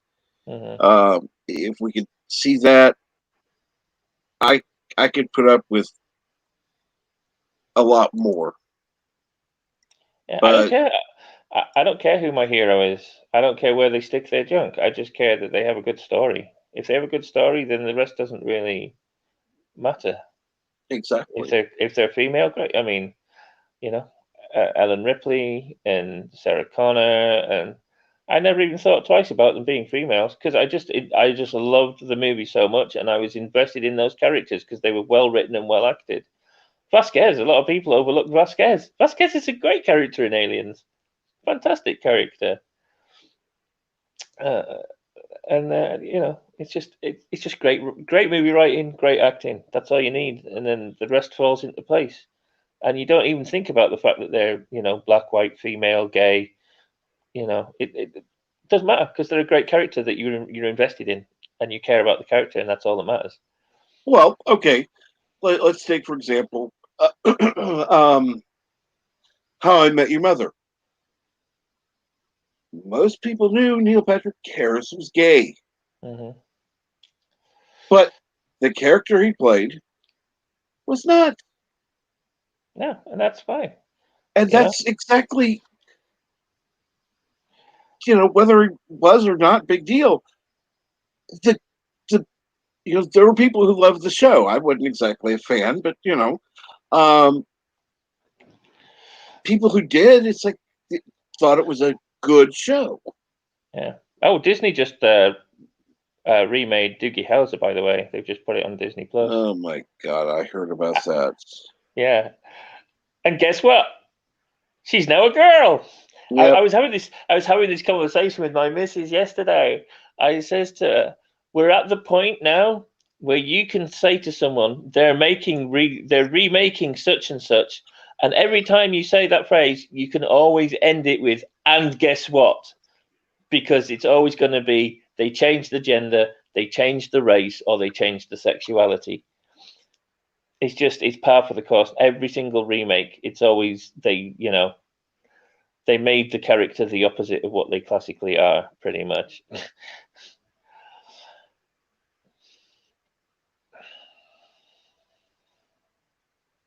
NV says, not sure if NPH, Neil Patrick Harris, can play a doctor in the new Matrix movie. Not sure he's ever done that kind of role before. I tell you what, I don't know if anybody else got this vibe, but as soon as I saw him in the trailer, I thought, that's Brains from Thunderbird. He looks like Brains from Thunderbirds. I don't know why people are complaining about the Matrix trailer. People going, "Oh, it's going to be woke or whatever." Well, yeah, there's a high likelihood, looking at who the director is, and given a lot of the recent statements about the original trilogy was clearly replicating what the original trilogy is about. There is a high chance that there could be some woke shit in this movie, but from the trailer, I don't get anything like that. I don't get any wokeness or agenda pushing from the new trailer. It just looks like really good classic Matrix action to me. Sure, there's a blue-haired woman in it. So what? She's not doing anything, screaming SJW in the trailer that I can see. It's just, everything's speculation at the moment as to why the Matrix 4 is going to suck. But from the trailer, to me, the trailer looks like the movie's going to be pretty freaking cool. Of course, the trailer could be misrepresentative, but we won't know that till we see the movie. But people are complaining about from the trailer. It looks like it's going to be. No, I don't see anything in the trailer that suggests it's going to be woke bullshit or agenda pushing or anything like that. The trailer looks good to me. Okay, and let's see here. Is who was it that was helping me out with the stream elements before? Jam. What? Who was it that was doing in the chat before? Oh, Bill, Jedi Bill said that Darius had shown him how to do it. Oh, Darius. Okay, Darius. I wonder if Darius is still there. Mark Krell says, these days a hairstyle is enough for people to scream murder. Yes, it is. And it's, that is hypersensitivity to a degree. But, we have to recognize, Mar, that there are certain stereotypes that are there for a reason when it comes to screaming lefty SJW agenda pushing bullshit. And your blue-haired feminist is a stereotype for a reason. Like I was saying, the fact that there's a blue-haired girl in the movie doesn't mean that it's going to be screaming SJW feminist shit. It's indicative that it might be, but it's not a guarantee that it will be.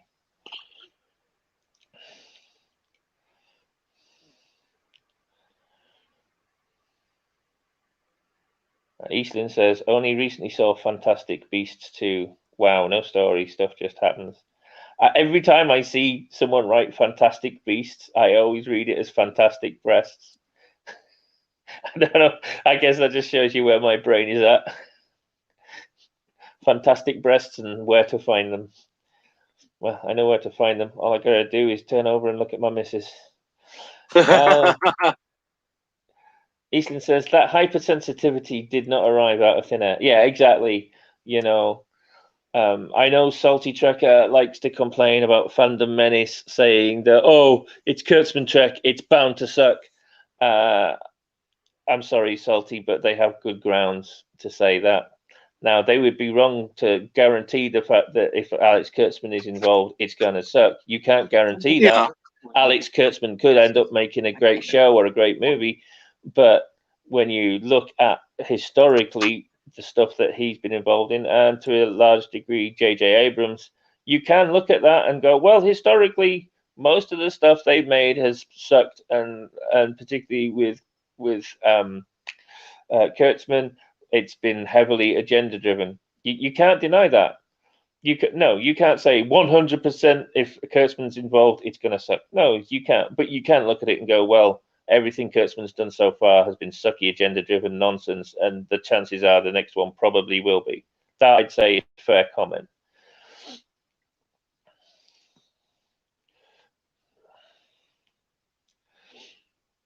And hey, if they surprise us in a good way, great. I'm all for that. You know, when they announced Heath Ledger as Joker in Batman, I was like, no, screw that. That's going to be terrible. And then I watched Batman, and Heath Ledger was fantastic in it, and I was glad to be wrong. Very glad. And it's gone dead silence again, Captain. Oh, there you yeah. are. I'm here. No, I had to take a phone call. There's something that had to be taken care of immediately, but Oh, fair enough. it took about 30 seconds. Ethan says, in a movie, disconnected scenes are supposed to be cool looking with no narrative thread connecting the scenes, no character development. Not a good movie to my mind. No, I totally agree. You know, a good movie or a good TV show has, you know, characters you can invest in. Doesn't mean you have to relate to them necessarily, but, you know, characters you can invest in who have a good character arc, well written, you know, usually fairly complex characters, lots of grey areas, not just straight up black and white. Here's your hero; they can do nothing wrong. That's boring. And the scenes within those movies, yeah, even though the scene is there's two different scenes may not be directly connected. If they have the same characters in them, then there's a connection there, and that thread has to hold through the movie. Mark Krell, I hate people making it all about. Oh, I've lost the comment now. But he was saying, I hate people making it all about a group. Yeah, tribal politics. It makes the movie boring. I mean, if the movie is about tribal politics, like particularly if it's a historical movie, you know, something like Last of the Mohicans, or you know, what was the one that Matthew Broderick was in about the War of Independence? It escapes me. But you know, when your movie is actually about tribal politics and the effect that can have on people, then that's fair enough. But just putting tribal politics in everything just because you're driven by identity politics, it's not good. Yeah, there we go. Hang on, I have to turn off my thing. I hate people making it all about a group. The Fandom Menace within itself. I can't read that bit. It does something with each other. I barely do, to be honest, which might be why none of. Yeah. Honestly, I really might start following Salty Trekker so I can say, oh, hey, I agree with you there. Now you are Fandom Menace, as we agree. Well, I've kind of mentioned this to him a few times because I feel like he started going down the dark path by hating on the thing that he hates. You know, he's been criticizing the Fandom Menace heavily about them pushing hatred and monetizing hatred, which has a degree of truth to it. But he got to a point where he was doing it so much that he was starting to, you know, preach hatred on the hate. Fandom Menace. Yeah, he was hating on the hate. He was starting to look like he was hating on the Fandom Menace. So I pulled him up on that a few times and said, you know, maybe dial it back and don't risk becoming the thing that you despise, you know. And I think he did kind of take that in. I mean, if he's trying to get, you know, more quote views, then yeah, that's going to work. But is that really what he wants to do? No, and Because he made he made a good point. He was arguing back with me, as he should, defend your right, position, and he was saying, well, look, if they're affecting the fandom and they're putting it out there, I have the right to respond, and I'm going to respond. And I said, yeah, absolutely, that's fair point. Just don't make it your full time, um, don't make it your full time occupation. um, just dial it back a little because you will be in risk of becoming obsessed by it, and then it'll become the only thing you talk about, and then you'll just become the thing you hate. Which I think he took on board. And to anyone listening, again, particularly when it comes to Salty Trekker, we're not talking behind his back or anything. These are all conversations I've already had with him. He's fully aware of everything that I think about these sorts of things. So it's we're not gossiping. This is just you know talking about what is and has been, and Trekker's Salty Trekker is fully aware of this stuff they're talking about. So, um, do you want to go and say to him, "Hey, they're talking about you on Morning Brew"? Feel free. He'll probably join in the conversation. Salty Trekker's a friend. He considers me a friend. I consider him a friend. So, yeah, this is just chit chat. Easton says it gets more views short term, not long term. Right, ranting lots. I don't know, Eastland. There's evidence for and against that. I mean, as I say, Salty Trekker's criticism of the fandom menace. right, People like Nerdrotic and Geeks and Gamers. It's not unfounded criticism. There is a lot of hatred in what they talk about, and they do monetize on that. But to say it's pure hatred, I think is pushing it. I think they genuinely do just want to see positive stuff coming out of their favorite movies and franchises. It's just they really don't like the stuff that's being thrown at them at the moment because it's disrespectful of canon, disrespectful of historical characters. And I do agree with that.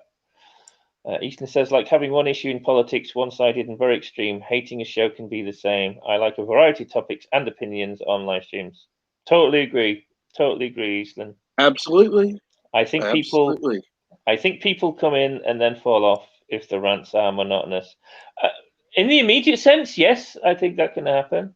But I think, again, hating on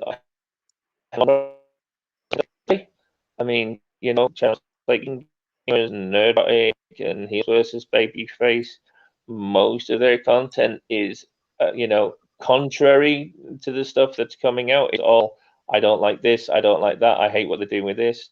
And it's not unfounded criticism, but it is kind of hostile toward that's being sold, and it's doing wonders for their channel.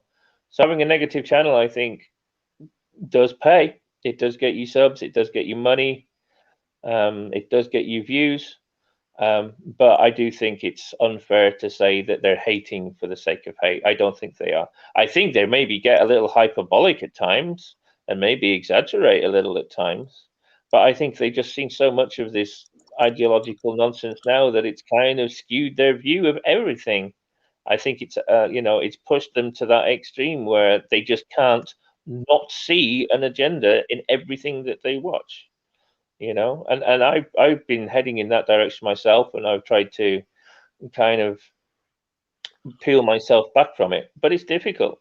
Like I was saying with the whole episode of What If, where they had the zombies, if you weren't so kind of hypersensitive to the agenda pushing from Hollywood, you'd probably watch that episode and think it was a great episode.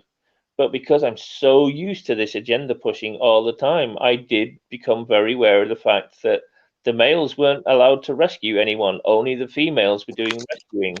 The males were just bludgeoning zombies, you Well, know? and here's the thing: if they hadn't been doing this pushing before, you might have watched it through the point where, okay, the guys are stronger, so they're going to be slashing the zombies so that the women can actually get through and do the rescuing, not because they're women, but because they're not as strong, not as fast. I think the way you viewed it could have been different if it were 10 years ago. Yeah. If that makes sense. And by Mike's in the chat, he says, "Howdy, folks. Can't stick around, but I thought I'd drop a like and my standard greeting and wish you a good insert relevant time period here." Cheers, Mike. Hope you have a good day, sir. Absolutely, Mike. Thank you so much for stopping by.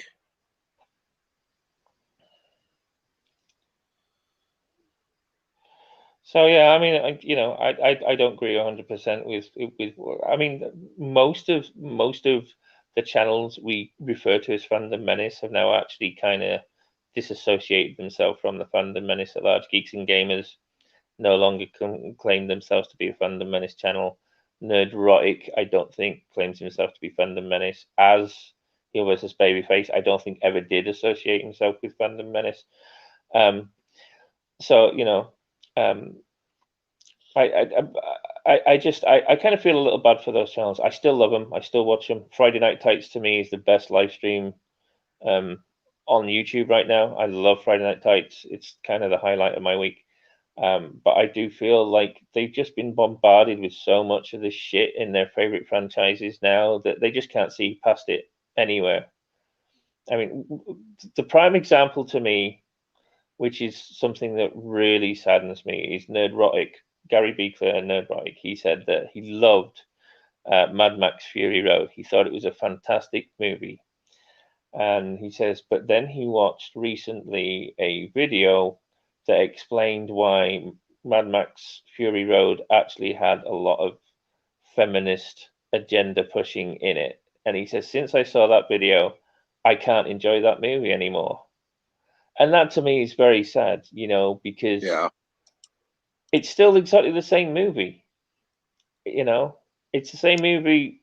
It was the same movie when you first watched it as it was after you watched the deconstruction of how it's feminist. So how you can enjoy it when it came out and not enjoy it 3 years later with that information, it just, that saddens me. It's still the same movie, still the exact same movie.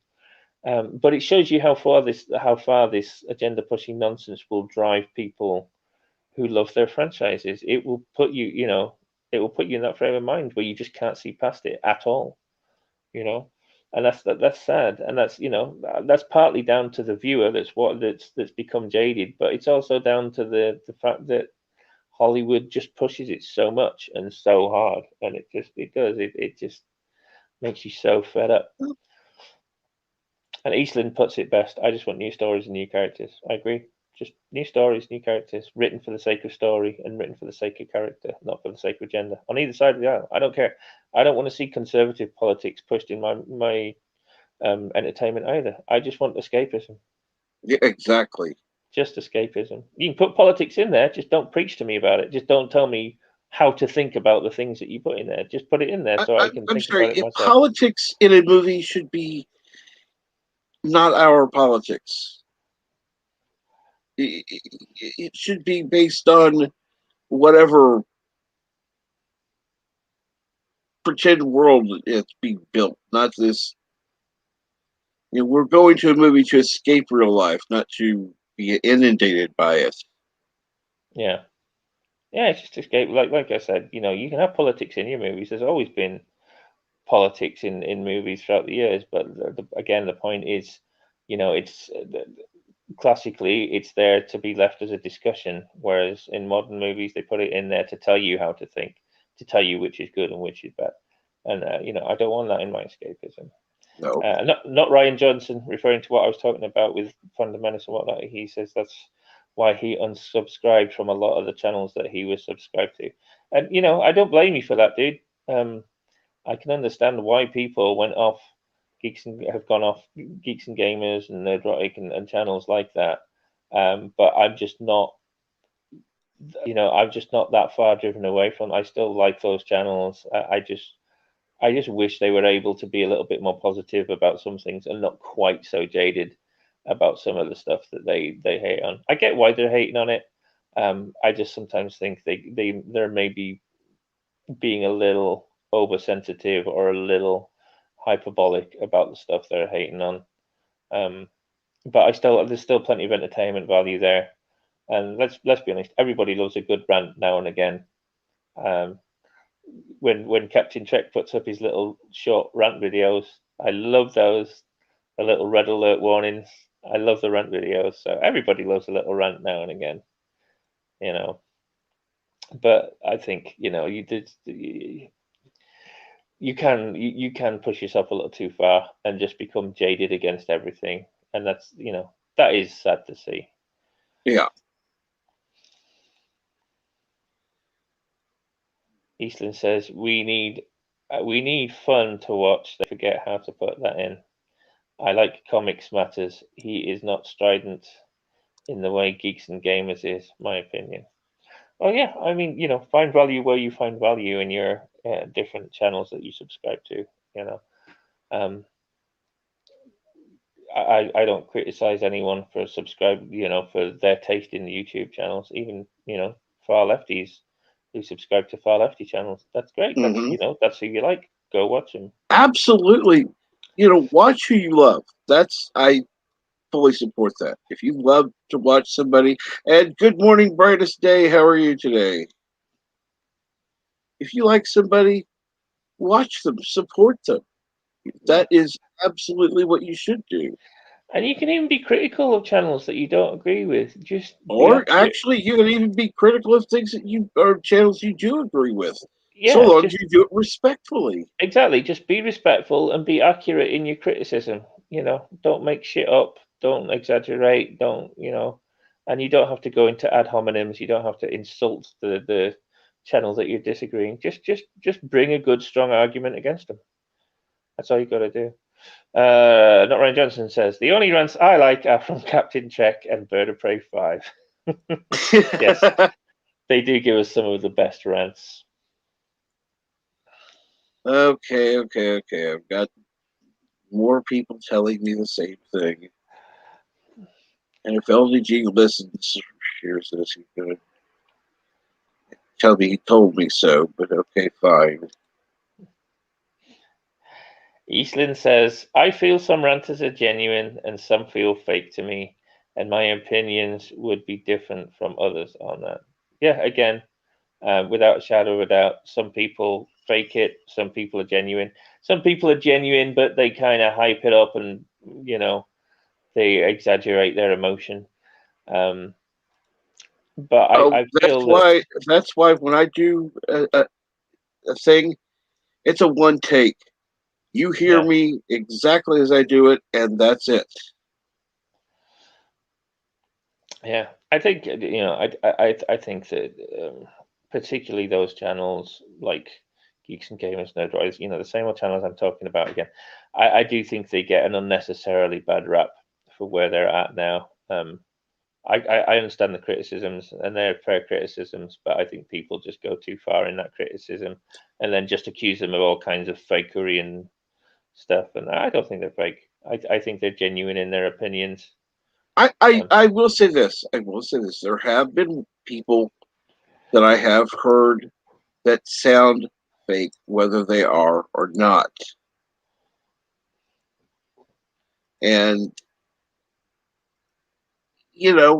because some, and I'm not saying any particular channels, it's almost like they have the same video for everything. It's like a fill in the blank. You could literally cut the tape apart, insert the current topic, and continue. Does that make sense? Yeah, of course. Whereas most of them, at least what they're saying is what they really believe. Yeah, I think you can tell, and if you have a keen eye, you can tell whether, they're just kind of overplaying a bit for views, but they're still being honest, Eastland says, I was on Discuss. My attitude was have a point beyond, you were stupid. Argue it hard and even be rude, but with a point. If I had a channel, that would be the rule. Well, yeah, I mean, it depends on the kind of person you are. I can handle someone being rude to me. I'm not soft-skinned, but I just don't think there's a necessity to be rude. You can be perfectly You can be perfectly calm and respectful in arguing against someone, even if you're really passionate about the argument. You can still be civil and not be rude. But again, that's more of a personal taste thing. If someone was rude to me in an argument, I'm not going to go and cry about it. I just think they're being unnecessary, you know.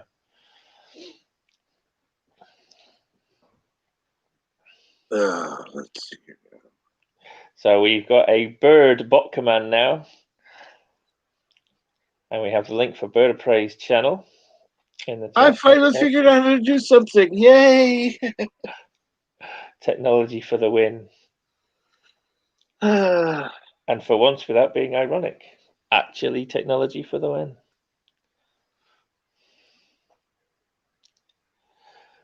I'll just have to figure out how to put more in, and I figure bird is easy.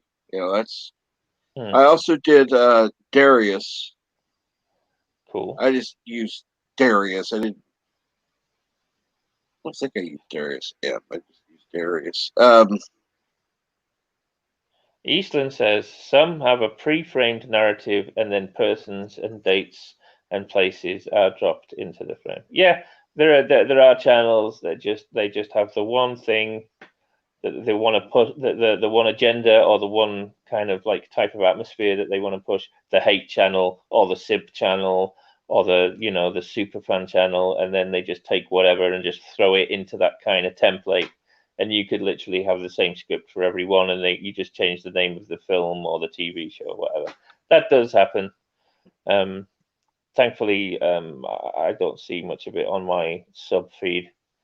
NB Geek. Oh, NB Geek was addressing you in the chat there, Kappas, but I've lost the comment. Gizmo is such a playful. Yeah. Yeah. Easton says about being rude. Being rude makes one less persuasive, so it hurts your argument. Exactly. Yeah. If you're going to be rude, then fine. That's your stick. But it's just gonna, like you say, it's just gonna make you sound less effective. It kind of makes you sound like you're losing the argument and you're having to be extreme to try and get your point across and give it some weight. Yeah. My mother-in-law often wonders at how the missus and I don't have raging arguments. And we've said to her, well, we do argue about stuff. It's just we both recognize that once one of you starts raising your voice, you've lost the conversation. It just becomes one-sided then. And if you both, if one of you raises your voice, then the other one's just going to start tuning out and thinking, well, you're just getting irate. I'm not going to listen to what you're saying. And if you're both raising your voice, neither of you is listening to the other. You're just trying to be heard. So there's no point in having rows. There's no point in getting loud. There's no point in getting insulting. It just makes you look bad, and usually it means that you don't get heard. Exactly. Easton says template. Yes, that's the word. Our TV news has template stories. Then the facts come in, and that is not. Yeah.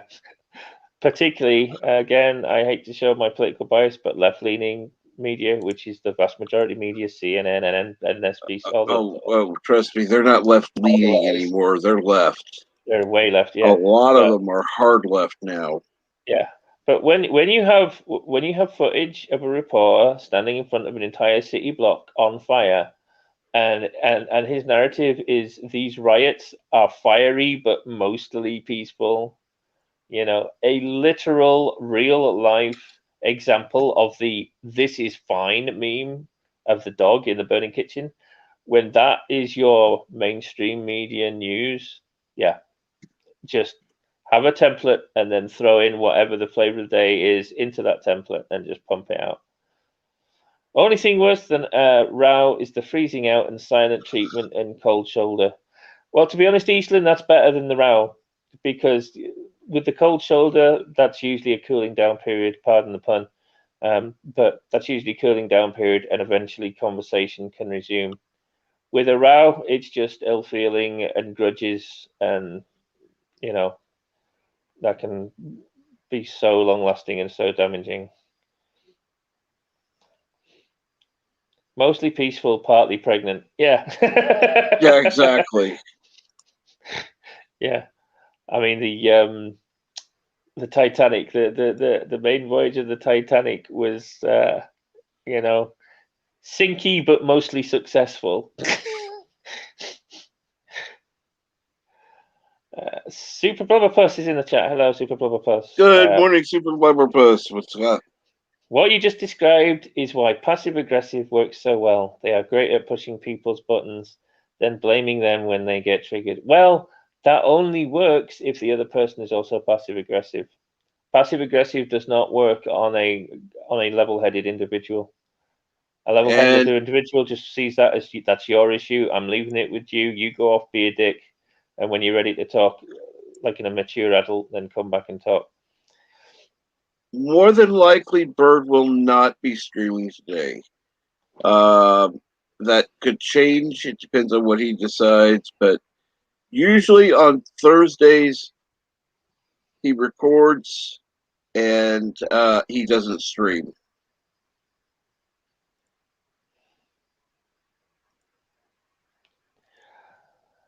Eastland says, no, not worse. I have seen long-term the silent is worse. People yelling at each other have a tiny chance of hearing the other's views when breathing in. Not in my experience, to be honest. I mean, maybe it's an individual anecdotal thing.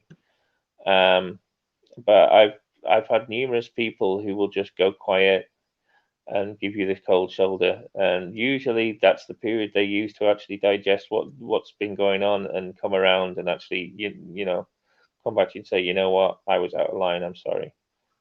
That's my experience with the cold shoulder. But yeah, it could be different for you. And that's the thing with emotion is it's a very individual thing. With some people, the cold shoulder can end up being a 20-year grudge. With some people, a hot argument can be a 20-year grudge. So I guess the key is just to know the person that you're arguing with, understand them, and try and figure out a compromise when those moments arise. It's really the best you can do.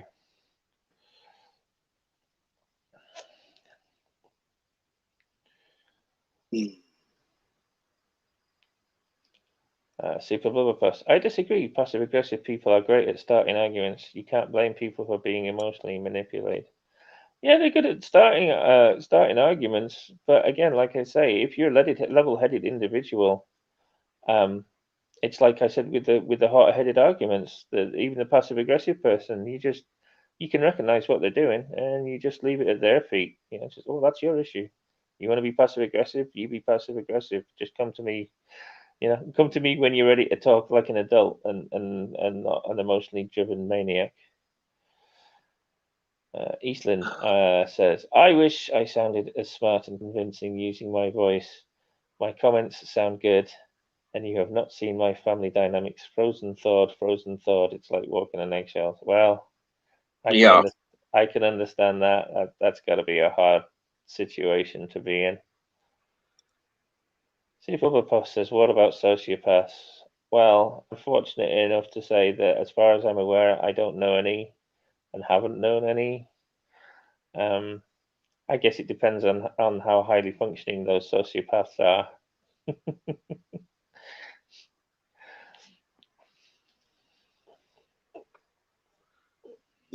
Yeah, most likely it's true. I mean, the foundation of sociopathy really is just a lack of empathy. So, yeah, sociopaths can still recognize, what an individual is saying and where they're coming from. They just can't empathize with it. right. But you can still understand it. So I think even a sociopath could negotiate their way around a hot-headed argument or a cold shoulder. More than likely. Yeah, fair enough. Sociopaths don't advertise. Yeah, I'll go with that. Eastland says, I love my dad. I booted him from my life after 5 years of never having an informative, harmonious, not conflict-ridden conversation. 5 years is enough to know it cannot be done from my side. Well, yeah, I mean that's sad, but it's fair enough. If you just can't bring someone around to stop being a destructive force in your life, eventually you've got to think about your physical and mental well-being and say, you know what, I just can't, because if you stay in my life, you're gonna wear me down to a husk, and then I'm gonna have a similar negative effect on those around me. So yeah, it's sad, but you've got to draw a line in the sand somewhere. Yeah, it is. Super Bubba Plus disagrees with my definition of a sociopath. I mean, I was oversimplifying. You know, there's much more to a sociopath than that. But the foundation block of being a sociopath is your lack of empathy for others. I mean, you're right. There is a lot more to it, but without that, yeah, unfortunately, You know, a sociopath can murder an animal without even blinking an eye, and it's not because they're evil. It's just because they can't empathize with the pain and the prospect of death that animal goes through. That person cannot empathize with that pain or with that moment of death, so it won't affect them. But it doesn't, it doesn't mean that they don't understand. They just can't feel it. Sociopaths enjoy manipulating and hurting others. They even like to. No, that's a very broad, sweeping statement, Blubberpuss, and it is not true. It's true of some sociopaths, but it is not true of sociopaths across the board. That's a very, very limited definition, dude. there are that's like saying all people who are autistic are a certain way. There's a range of Yeah, it's like saying all autistic people are stupid or all autistic people don't communicate well. No, it's not how it works. Sociopathy makes it easier for you to be manipulative and hurt others. It can facilitate that, but it is not, it is not a driving force behind being manipulating and hurting others. It just makes doing it easier on you as an individual. But there are plenty of sociopaths out there who are have perfectly constructive and positive lives. You're being very, very limited in your definition there, dude. Philipos says they know exactly what they're doing. Yeah, that's what I said. I said just because they can't empathize doesn't mean they don't understand what they're doing. They just can't feel it. They just can't, they don't have that emotional connection with the individual they're interacting with.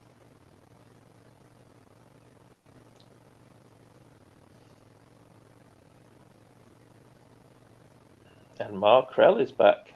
Yes, he is. What's going on tomorrow? I stepped away for a moment, but no big deal. Speaking of stepping away for a moment, I think I'm going to do that myself. And no, I'm going to have to vamp. I didn't do this before, so... Listen to me very carefully, because I'm only going to say this once. Okay. Coffee. Fully black. Coffee black. While I've got your attention, there are... Coffee first. Well, this mentor would like another cup of coffee. I'm just gonna have to give up coffee. Want some coffee?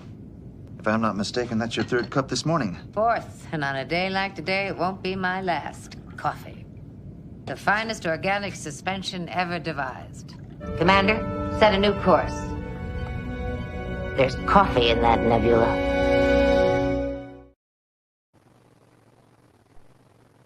There's coffee in them there hills. So yeah, I don't have any comments to react to, which is making life a little bit more difficult, I suppose. But we'll do our best. Again, I suppose we can go back to the whole thing about sociopaths, Blunderpuss.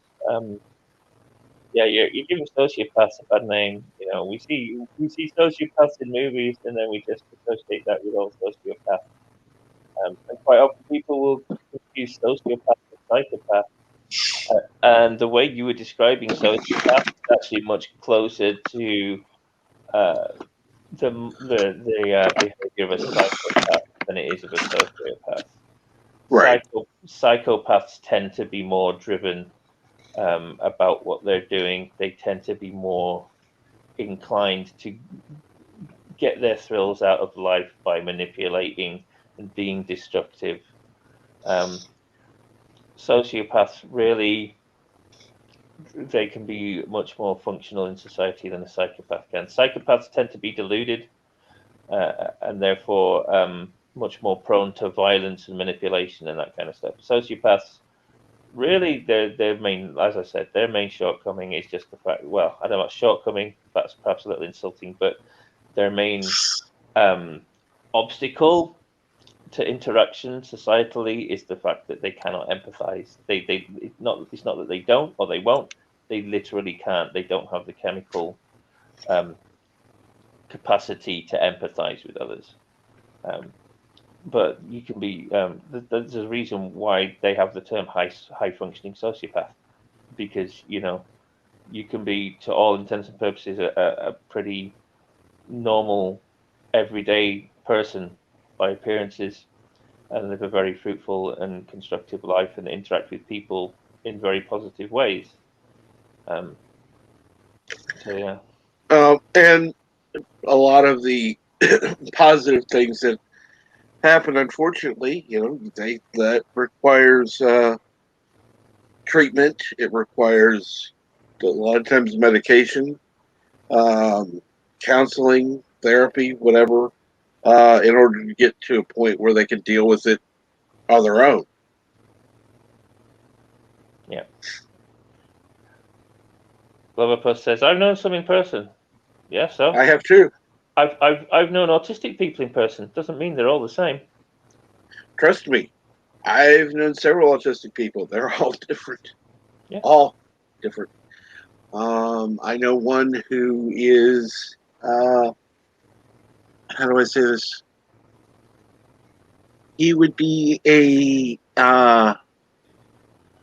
what is that big, he'd be a 5-star chef. But more than a 5-star chef, what is that one big thing? I can't think what it's called. Michelin stars. That's a Michelin. He would be a Michelin chef. 5-star. Autistic. There's no doubt. So it's there's somebody else I know cuts hair perfectly. wouldn't trust her with a pair of scissors any other time, but when cutting hair, boom. Sorry, I have to address this before it disappears. Gloverpuss Go says, for "I it. like how they blame their destruction on being bipolar. Yeah, they turn it on and off at their whim when it's to their benefit." Firstly, you're conflating now sociopaths with people who are bipolar, which is again entirely inaccurate. Totally different. And yeah. I find that to be disingenuous, dude. Now you're just trying to stretch things out to make your point. You don't have to do that. I'll take you at your word. You said you say you've known sociopaths in person. I ain't going to question that.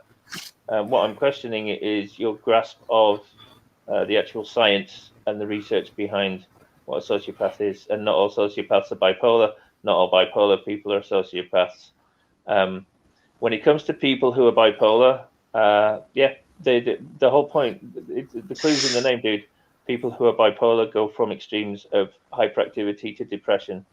And when they're in a hyper state, their logical thinking and reasoning goes out the window, and it all becomes about living in the moment and self gratification. It's one of the reasons why hypersexuality is a prominent feature of bipolarism. If you do your research about people who are bipolar, quite often they will throw caution when they're having an episode. or when they're having a hyper episode, they'll throw caution out the wind and take exorbitant risks, and quite often they'll go out and look for sex with strangers and stuff like that. It's not in every case. Again, like many conditions, it's an individual thing, but it is a part of bipolarism for a lot of people. And conflating sociopaths with people with bipolar disorder is incredibly disingenuous and very much misinformed, dude. C4 Plus says, I don't know, they say they are misunderstood me. Well, again, you said yourself that sociopaths are manipulative, so why Hello? Yes, why are you Super taking Overpost, this? we got you. Can I have a minute, please? Sure. There you are. Hello. I think you go ahead. misunderstood I think you misunderstood. I'm not saying blanket sociopaths or bipolars.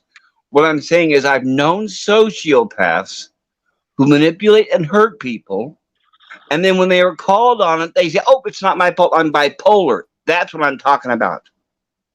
Yeah, I'm not saying they're bipolar. They say they are. Right, but that's irrelevant. Does that make sense?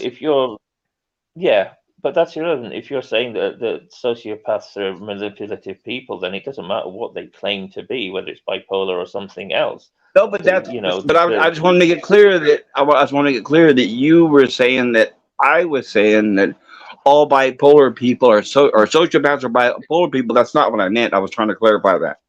Okay, well, I misunderstood that, and I apologize for that misunderstanding. But yeah, I know the difference of bipolar. Bipolar, they have no control over when they have mood swings. Is my point. Right. But I've known people who have control over what they do and then blame it on other issues. Just like you have people that are overweight who eat like crazy. But then when you say, maybe if you eat less food, you wouldn't be fat. They say, "Oh, I'm not fat. I have a thyroid problem." That's what I'm talking about. Yeah, and a lot of fat people will use that excuse, but that doesn't negate the fact that there are people with thyroid issues. They're obviously, fewer and farther. There's people with thyroid issues, right? But that's not the problem, right? Yeah, exactly. Unless that's a mass epidemic. Yeah, there's a lot of fat people who will use that excuse who actually don't have a thyroid problem. But it's the same. When you have people who enjoy manipulating and hurting others, and they actually laugh and brag about it. I mean, you guys have seen TikTok and Twitter and all that. That's loaded with sociopaths. They like to go around and hurt people, cancel people, then they laugh and they rival in it. But again, I'm talking about those people. Yes, but again, you're making assumptions and you're conflating, right?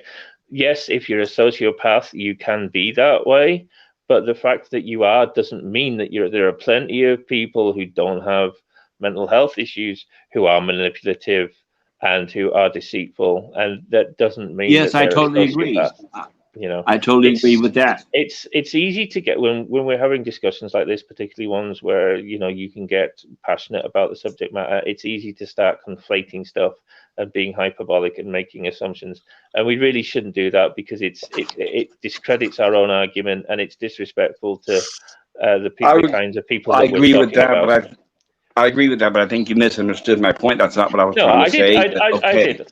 Like I said, I misunderstood the fact that you were not saying that sociopaths are all bipolar and bipolar are all sociopaths. I understand that now.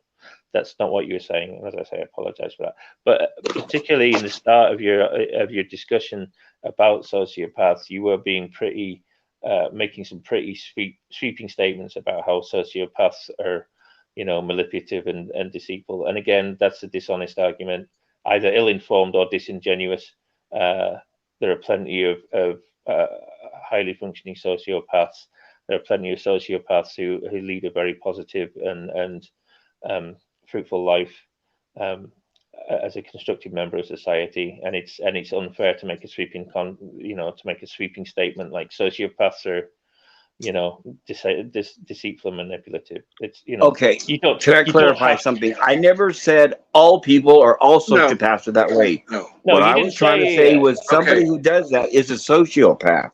Okay. Is what I said. Yeah, you did say you didn't use the phrase all, but you used the word sociopaths. You didn't differentiate. You said you made the statement sociopaths are manipulative and deceitful people.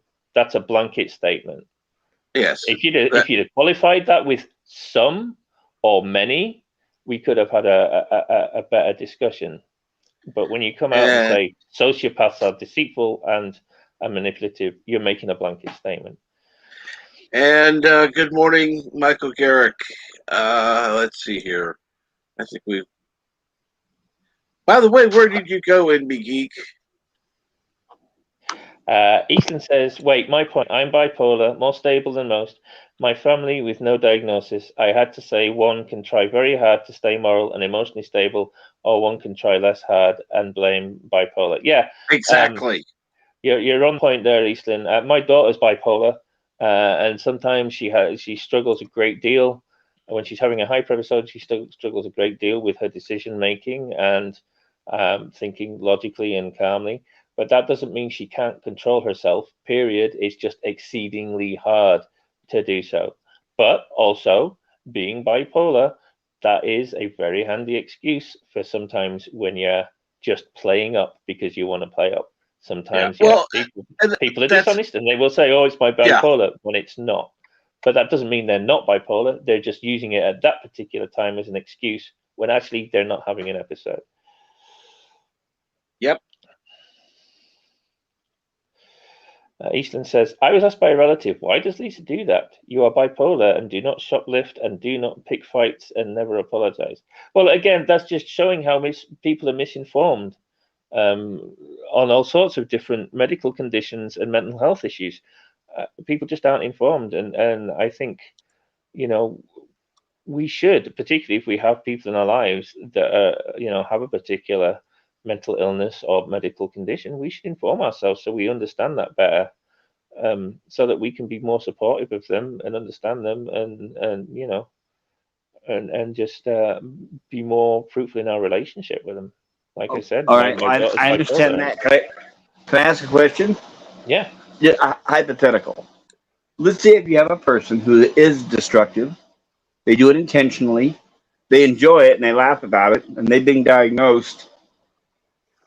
And when they upset people around them, when they, like, let's just say they make personal attacks about people around them, or insults or manipulating or whatever they do, they cause arguments. And you're saying that when the people around them get upset, it's those people's fault for getting upset. Is that correct? Or? No. I'm assuming what you're talking about is someone who's diagnosed as sociopath, right? Well, the people like go around causing fights, pretty much. Right. No, so, I'm not saying I'm not saying it's people's fault for getting upset by the destructive person. What I'm saying is the fact that someone is destructive isn't necessarily indicative of the fact that they have a mental health order. They might just be a naturally destructive person. That's just how they get their jollies, And equally, if someone's diagnosed with a mental health issue, it doesn't mean that automatically makes them destructive or manipulative. Many mental health issues come with varying degrees. They come on a spectrum, like Easton's been explaining her bipolar. So it's important that we, particularly when we have someone in our life that is diagnosed, that we we go about educating ourselves on those conditions. I think in a lot of cases they don't have a diagnosis, but they blame it on that. Yeah, people are liars. Doesn't matter what matter what condition you're in, mentally speaking, whether you're 100% healthy and normal or whether you have a mental illness. Everyone is capable of lying, and everyone is capable of making excuses. And you always have to keep that in consideration when you're dealing with anyone, regardless of what condition they may or may not have. Eastland says with bipolar people, you can expect a lot of honesty and a lot of apologies in between episodes. Yeah, I think that's not the case across the board, Eastland. In my experience, it's an individual thing. A lot of it has to do with a person's individual character. As I say, my daughter, for the most part, she's a pretty honest girl, and she has some episodes where she just goes off the rail and does like extreme and ridiculous things, and she'll apologize afterwards. But sometimes she will use it as an excuse, because she's a human being. She's capable of lying. She's capable of manipulating. So again, you've got to know the condition of the person, and you've got to know the individual to know how to best kind of relate to them and support them, in their issues the best way that you can. Michael Garrick says, "Destructive Honesty is a good band name." Easton says, "So my non-bipolar relative person grabs me in front of a 4-year-old. I calmly say, 'Stop.' She has no excuse medically." No, she doesn't. There's no excuse for that behavior. If you have a condition, if you have a mental health condition, then maybe if you're genuinely having an episode that makes you more aggressive towards people, maybe then she has not an excuse, but an understandable reason for grabbing you in front of a 4-year-old. But again, you've got to know the condition, you've got to know the individual. Easton says, "I mean, you can decide you want them to try, and you cannot go along for the whole ride." Yeah, I mean, if someone's having an episode and they're being violent or whatever, it doesn't mean you have to take it. No. You still got to defend yourself and whatnot. Captain, I have a question. Yeah, yes, Super Mario Bros. What's that? Any volunteers on a co-host yet? Not yet. Working on a Okay. couple of things. How do we donate for your StreamYards? Okay. Actually, type !tip in the chat, and it'll give you the link. Actually, it would be just. It should be just. Tip. Exclamation point tip. Yeah. If you Regular chat or private chat? Regular. Yeah. Just type exclamation tip point. in the comments, and it'll bring up the link. Yes. Eastland continues, and I am the problem. So some people just lie. They are sane, but means health. Yeah. That's an unfortunate part of having medical health issues, particularly with people around you that don't understand. They don't understand you. They don't understand your condition, and they start blaming you for everything that goes wrong. And that itself is wrong, and it's manipulative, and it's ignorant. Yes, it is. We should be responsible for those around us to a degree. We should be responsible for those around us who have various conditions, in so much as we should make it our we should be mindful to understand. Yeah, we should make it our imperative to educate ourselves and to be mindful of them, and not just blame them for everything that goes wrong. Easton says, "So I made some distance from my family." So it sounds like your bipolar kind of drove a wedge between you and your family because they just weren't willing to understand your condition and kind of work with you on it. And that's just Average really Jam. Yeah. Average Jam. Bipolar is a very hard thing to deal with. My ex-wife is bipolar, and I spent 11 years trying. Ultimately, I think I did the best I could. I could have, well, actually, that's bullshit. I could have done a lot better. But the point of the matter is, I couldn't handle the thing. If you're bipolar, that's one thing.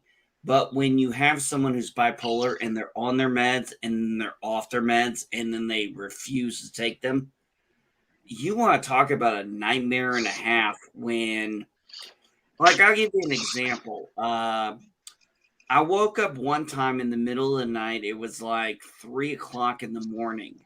And I come out and I find my ex-wife on the floor in the kitchen, scrubbing the floor with a brush. And I'm like, what are you doing? And she's like, I'm cleaning. I'm like, honey, it's 3 a.m. We can do this. And she goes, and then her face was sweating. She was, aggressive. Like, okay. I had and unfortunately, I never was able to learn how to work within that. I tried for 11 years. I failed miserably. But maybe because it's no funny. for sure. Now, it was heartbreaking to.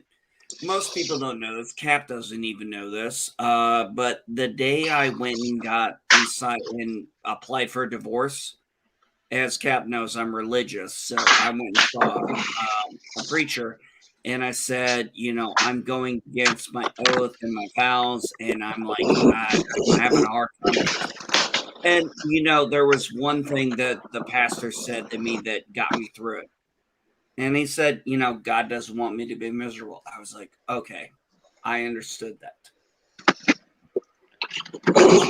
But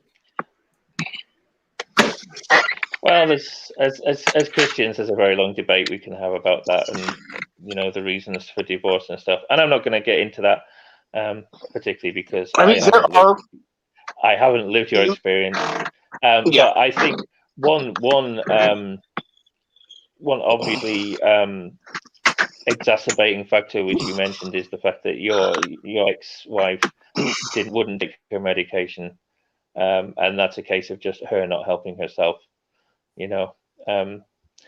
So it makes for a very difficult conversation. And living with bipolar and living with people who have bipolar, it's a very difficult position to be in at times. And as I said, the best we can do is educate ourselves about the condition and learn the person who has it. Get to know the person who has it as best we can, so that we can support them as best we can. My daughter, she was diagnosed bipolar about 2 years ago now, but I think she's had it longer than that. I suspected her of having it for about 6 years, 5-6 years. How old is your daughter, if you don't mind me asking, Aberjam? Sorry?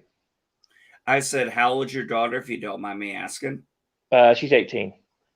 She's 18? Okay. So, with my experience in this whole thing, it's strange, but bipolar, I think, tends to really concern itself around the puberty time frame. Yeah. As I say, I suspected her of being bipolar for longer. That she was officially diagnosed about 2 years ago, but I have a feeling she's been bipolar since pretty much the start of puberty. 12, 13 years old, that kind of time frame. But I mean, she, particularly in recent years, having a hyper episode has put herself into some very precarious situations that have led to trauma, and she now has to deal with that trauma, and we have to deal with the trauma and support her through it. So, it's no joke, bipolar. Hey, Aberjam, get with me offline. I think we can definitely relate. Because when my daughter was 16 and going through that, and for example, my daughter is unfortunately right now, well, not unfortunately, but she's 20. She has a baby, and her ex-boyfriend, who, while my wife and I are relieved he finally said it's never going to happen, I have to amend my plans for this weekend, and I have to go over to St. Louis to see her because she really needs family, and nobody over there is helping her. And, I'm going to have to do it. I had plans, but, I got to put them aside for my daughter. Yeah. But, Aberjam, let's talk offline sometimes. I think we might have some. 2016, my daughter was on some really hardcore drugs, some really bad area. And, I knew what the answer was back then. I said, the problem, individual therapy is not what she needs. I said she needs peer-to-peer therapy. Take someone your same age, tell your problems, and get peer feedback. But that wasn't available. It wasn't until my daughter got arrested, got sent to a juvie, and when she talked about her life to the people in there with her, they said, she called me and she goes, Dad, I'm sorry. I said, okay.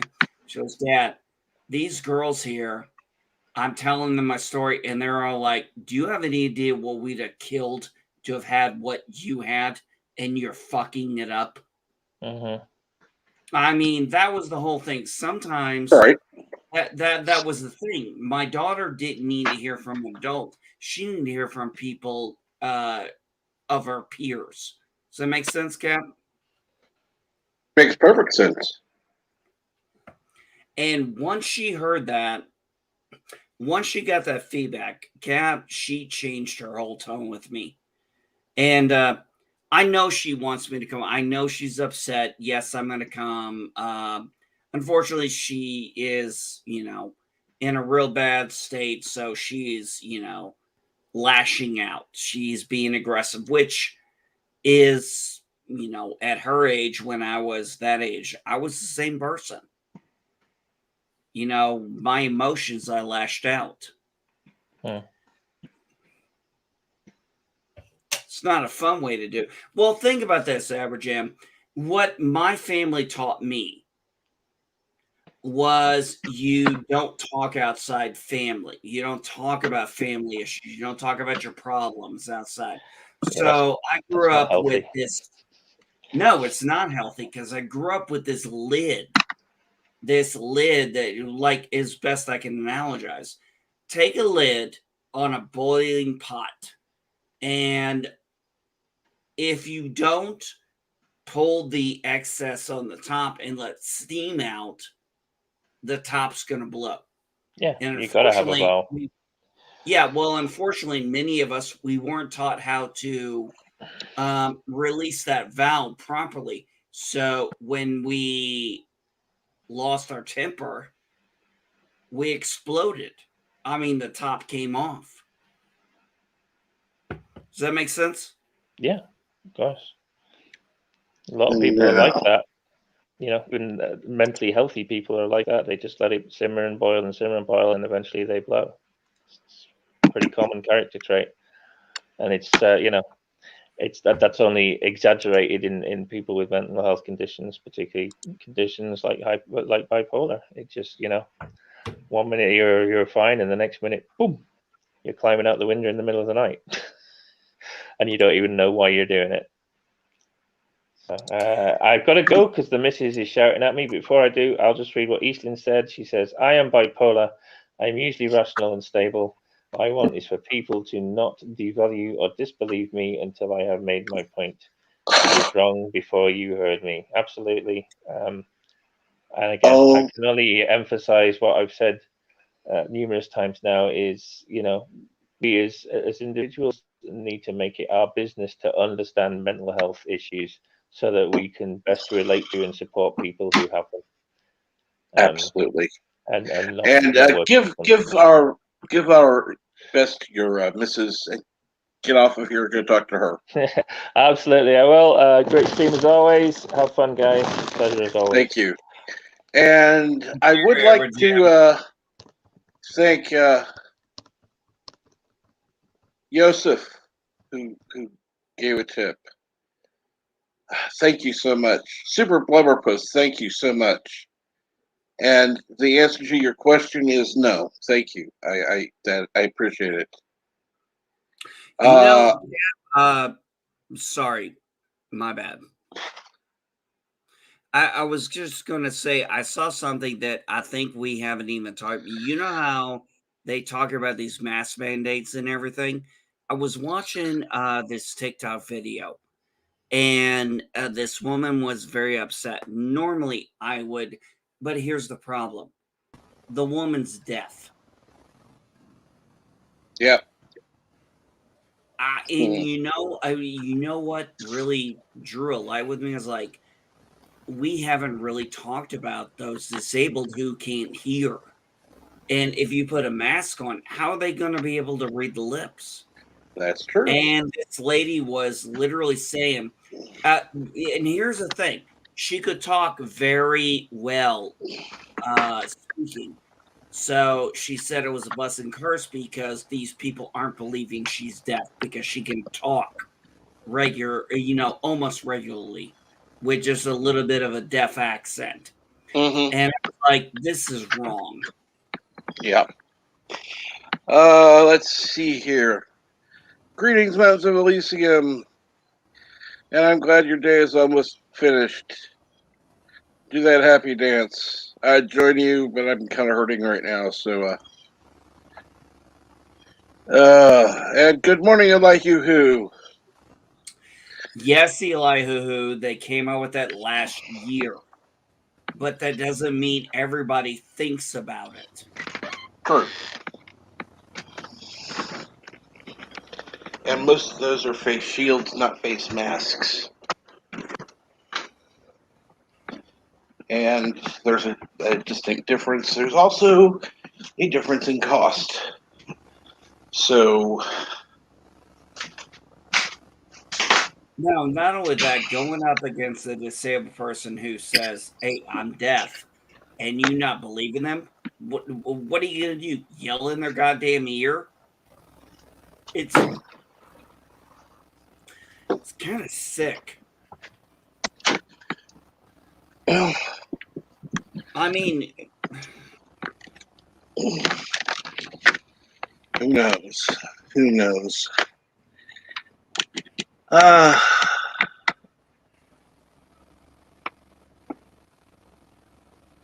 yeah, Eli Hoo Hoo, but how's that going to work if the person who is deaf is trying to talk to a person who doesn't have that mask? What do you want these people to do? Wear a sign that says, "Hey, I'm deaf"? It's like, show me your papers, or why don't we put a star on them? Sorry, that's how I feel. And I make no bones absolutely. about And let's see.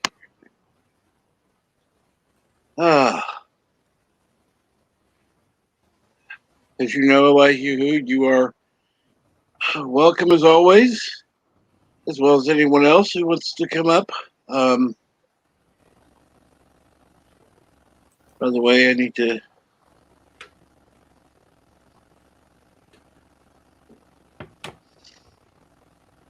Get coffee? Oh, I'm drinking coffee. Oh, okay.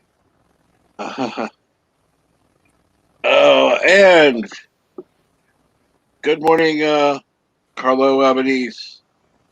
Who says, You know, hi, hope Cap, I've everyone never is well as can be, and hail on Kuroga. Now, what were you going to ask? Oh, I was going to ask, how do you like your coffee?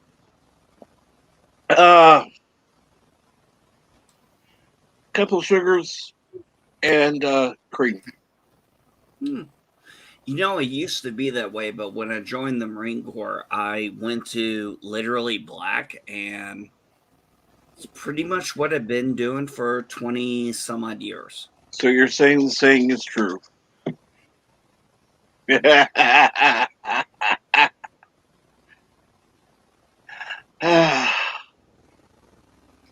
You're such a pain in the ass.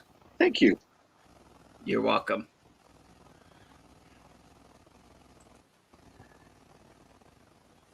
Carlo, I'm not a doctor either. Carlo, I'm not a doctor either, but I did stay at a Holiday Inn. And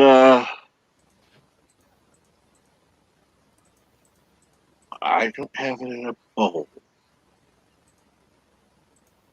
Hold on. God damn it. Hold on. It's about to compromise. Too hot in here. I'm not going to get up and get a shirt on. So I'm going to cover myself with a blanket. Yeah. Well, the few times I'm turning my camera on and I'm showing I'm going to show my new coffee mug.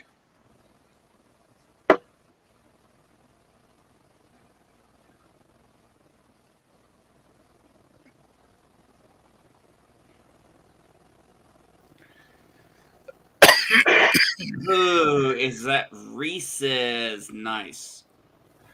Give you a idea of how big it is.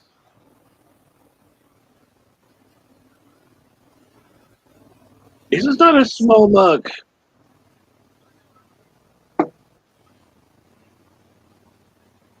At all.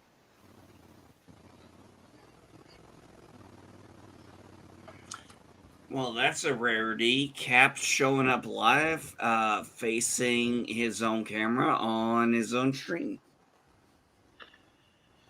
Good to see you, Cap. I don't like being on very often, but I will when necessary.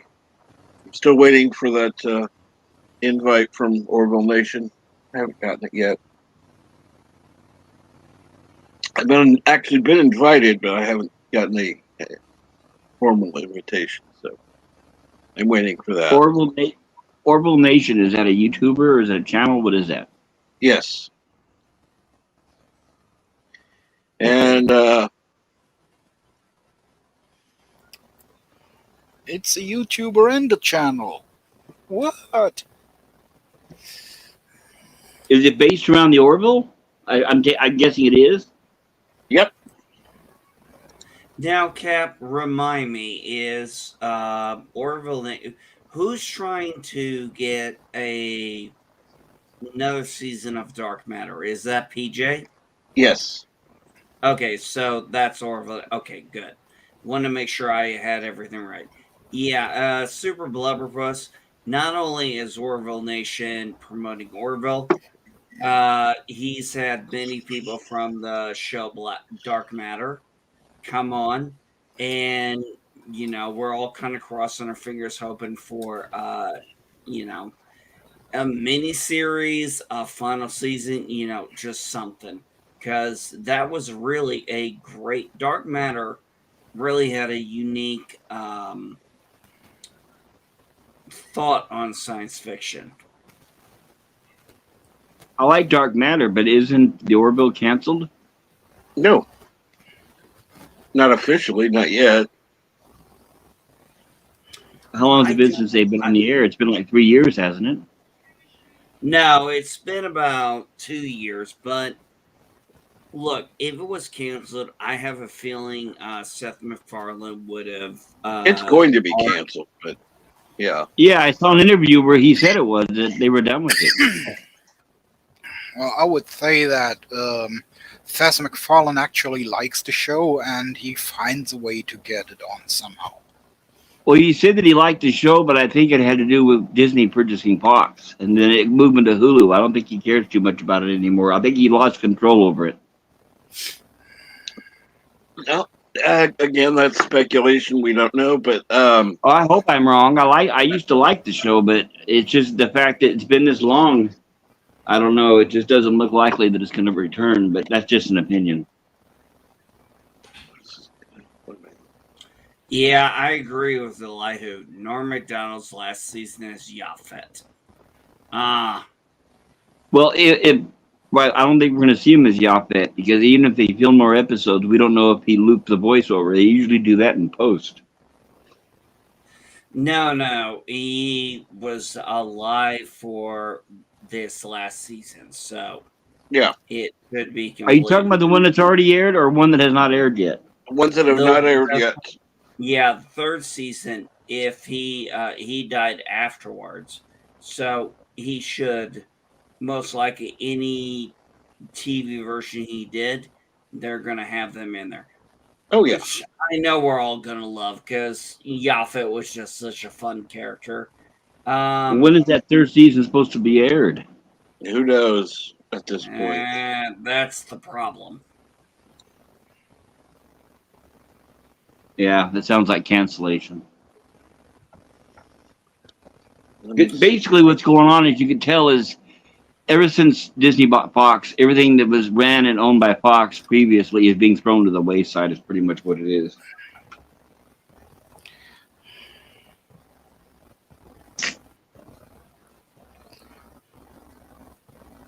It's too bad. We'll never see Aliens franchise again, or Planet of the Apes, or any of those. I guess those are all dead.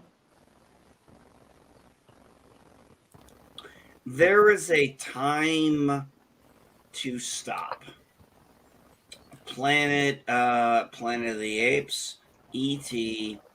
Oh shit! What was that Liam? Now I'm trying to think. There is a point where you don't need a sequel. where just the one movie is all you need. You're not going to catch lightning in the bottle always twice. I mean, I read the actual book of Planet of the Apes. It reminds me of the book I Am Legend by Richard Matheson. It was an excellent story that has never really been told like the book says. If they were to take Planet of the Apes, the actual book, make that into a movie, I think it would be very successful, and you would find that it's different than the movie. All the well, let me put it better this way: the sequels are just written by writers who are just continuing the plot over and over and over and over. They've forgotten about the original source material years ago, decades ago, in fact. If they would go back to that, I think they can make a very successful movie. That's one thing they have not explored. You got to remember in the original book, when Taylor and his name wasn't Taylor, but when the astronauts landed back on Earth in the future, the apes were using modern technology at the point. They were driving vehicles and they were flying helicopters and things like that. We've still yet to see that.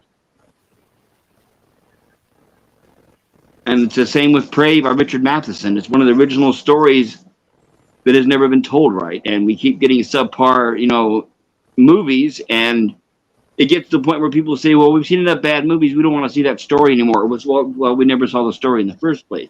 It's really too bad. It's just buried under a bunch of bad, scripts.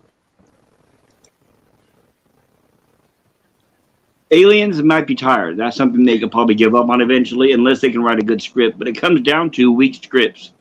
If you have weak scripts, nobody's going to want any sequels for anything.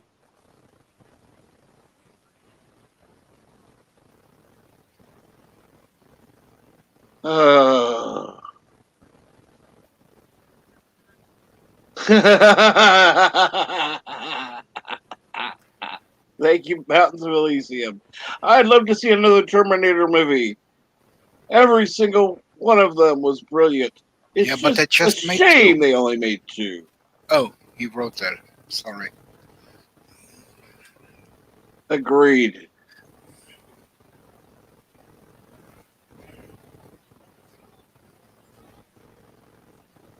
Have you guys heard the reviews of the new Halloween? No. Well, that's what reminded me of what we're talking about. They're saying that pretty much it's a badly written sequel. Oh, I'm not surprised. I mean, it's nowhere near original, so,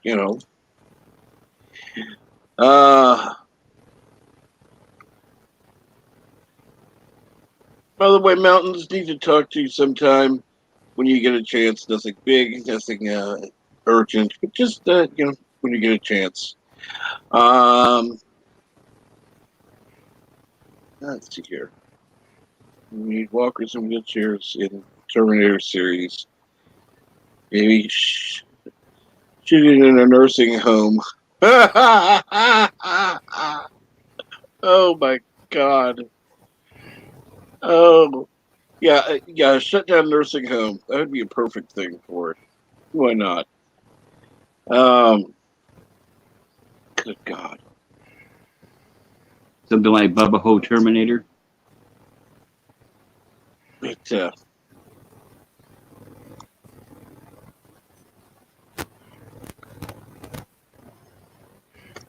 let's see here. The first Halloween movie was fun to watch. Not a spy thriller level plot, but fun to watch.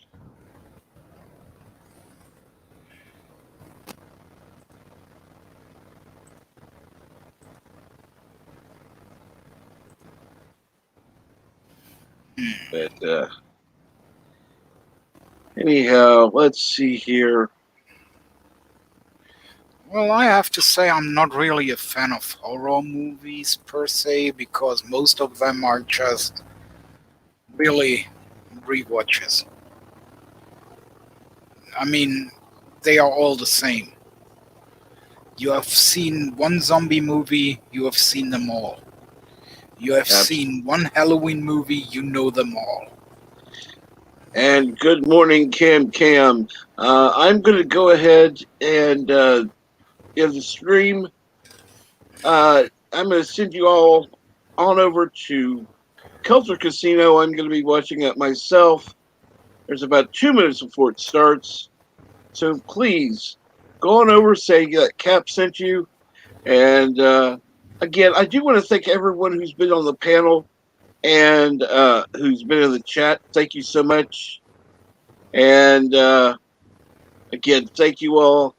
You have a great day. And then Cam, if you'd like to come on backstage, go ahead. That way we can talk some a little bit. But again, thank you, everyone.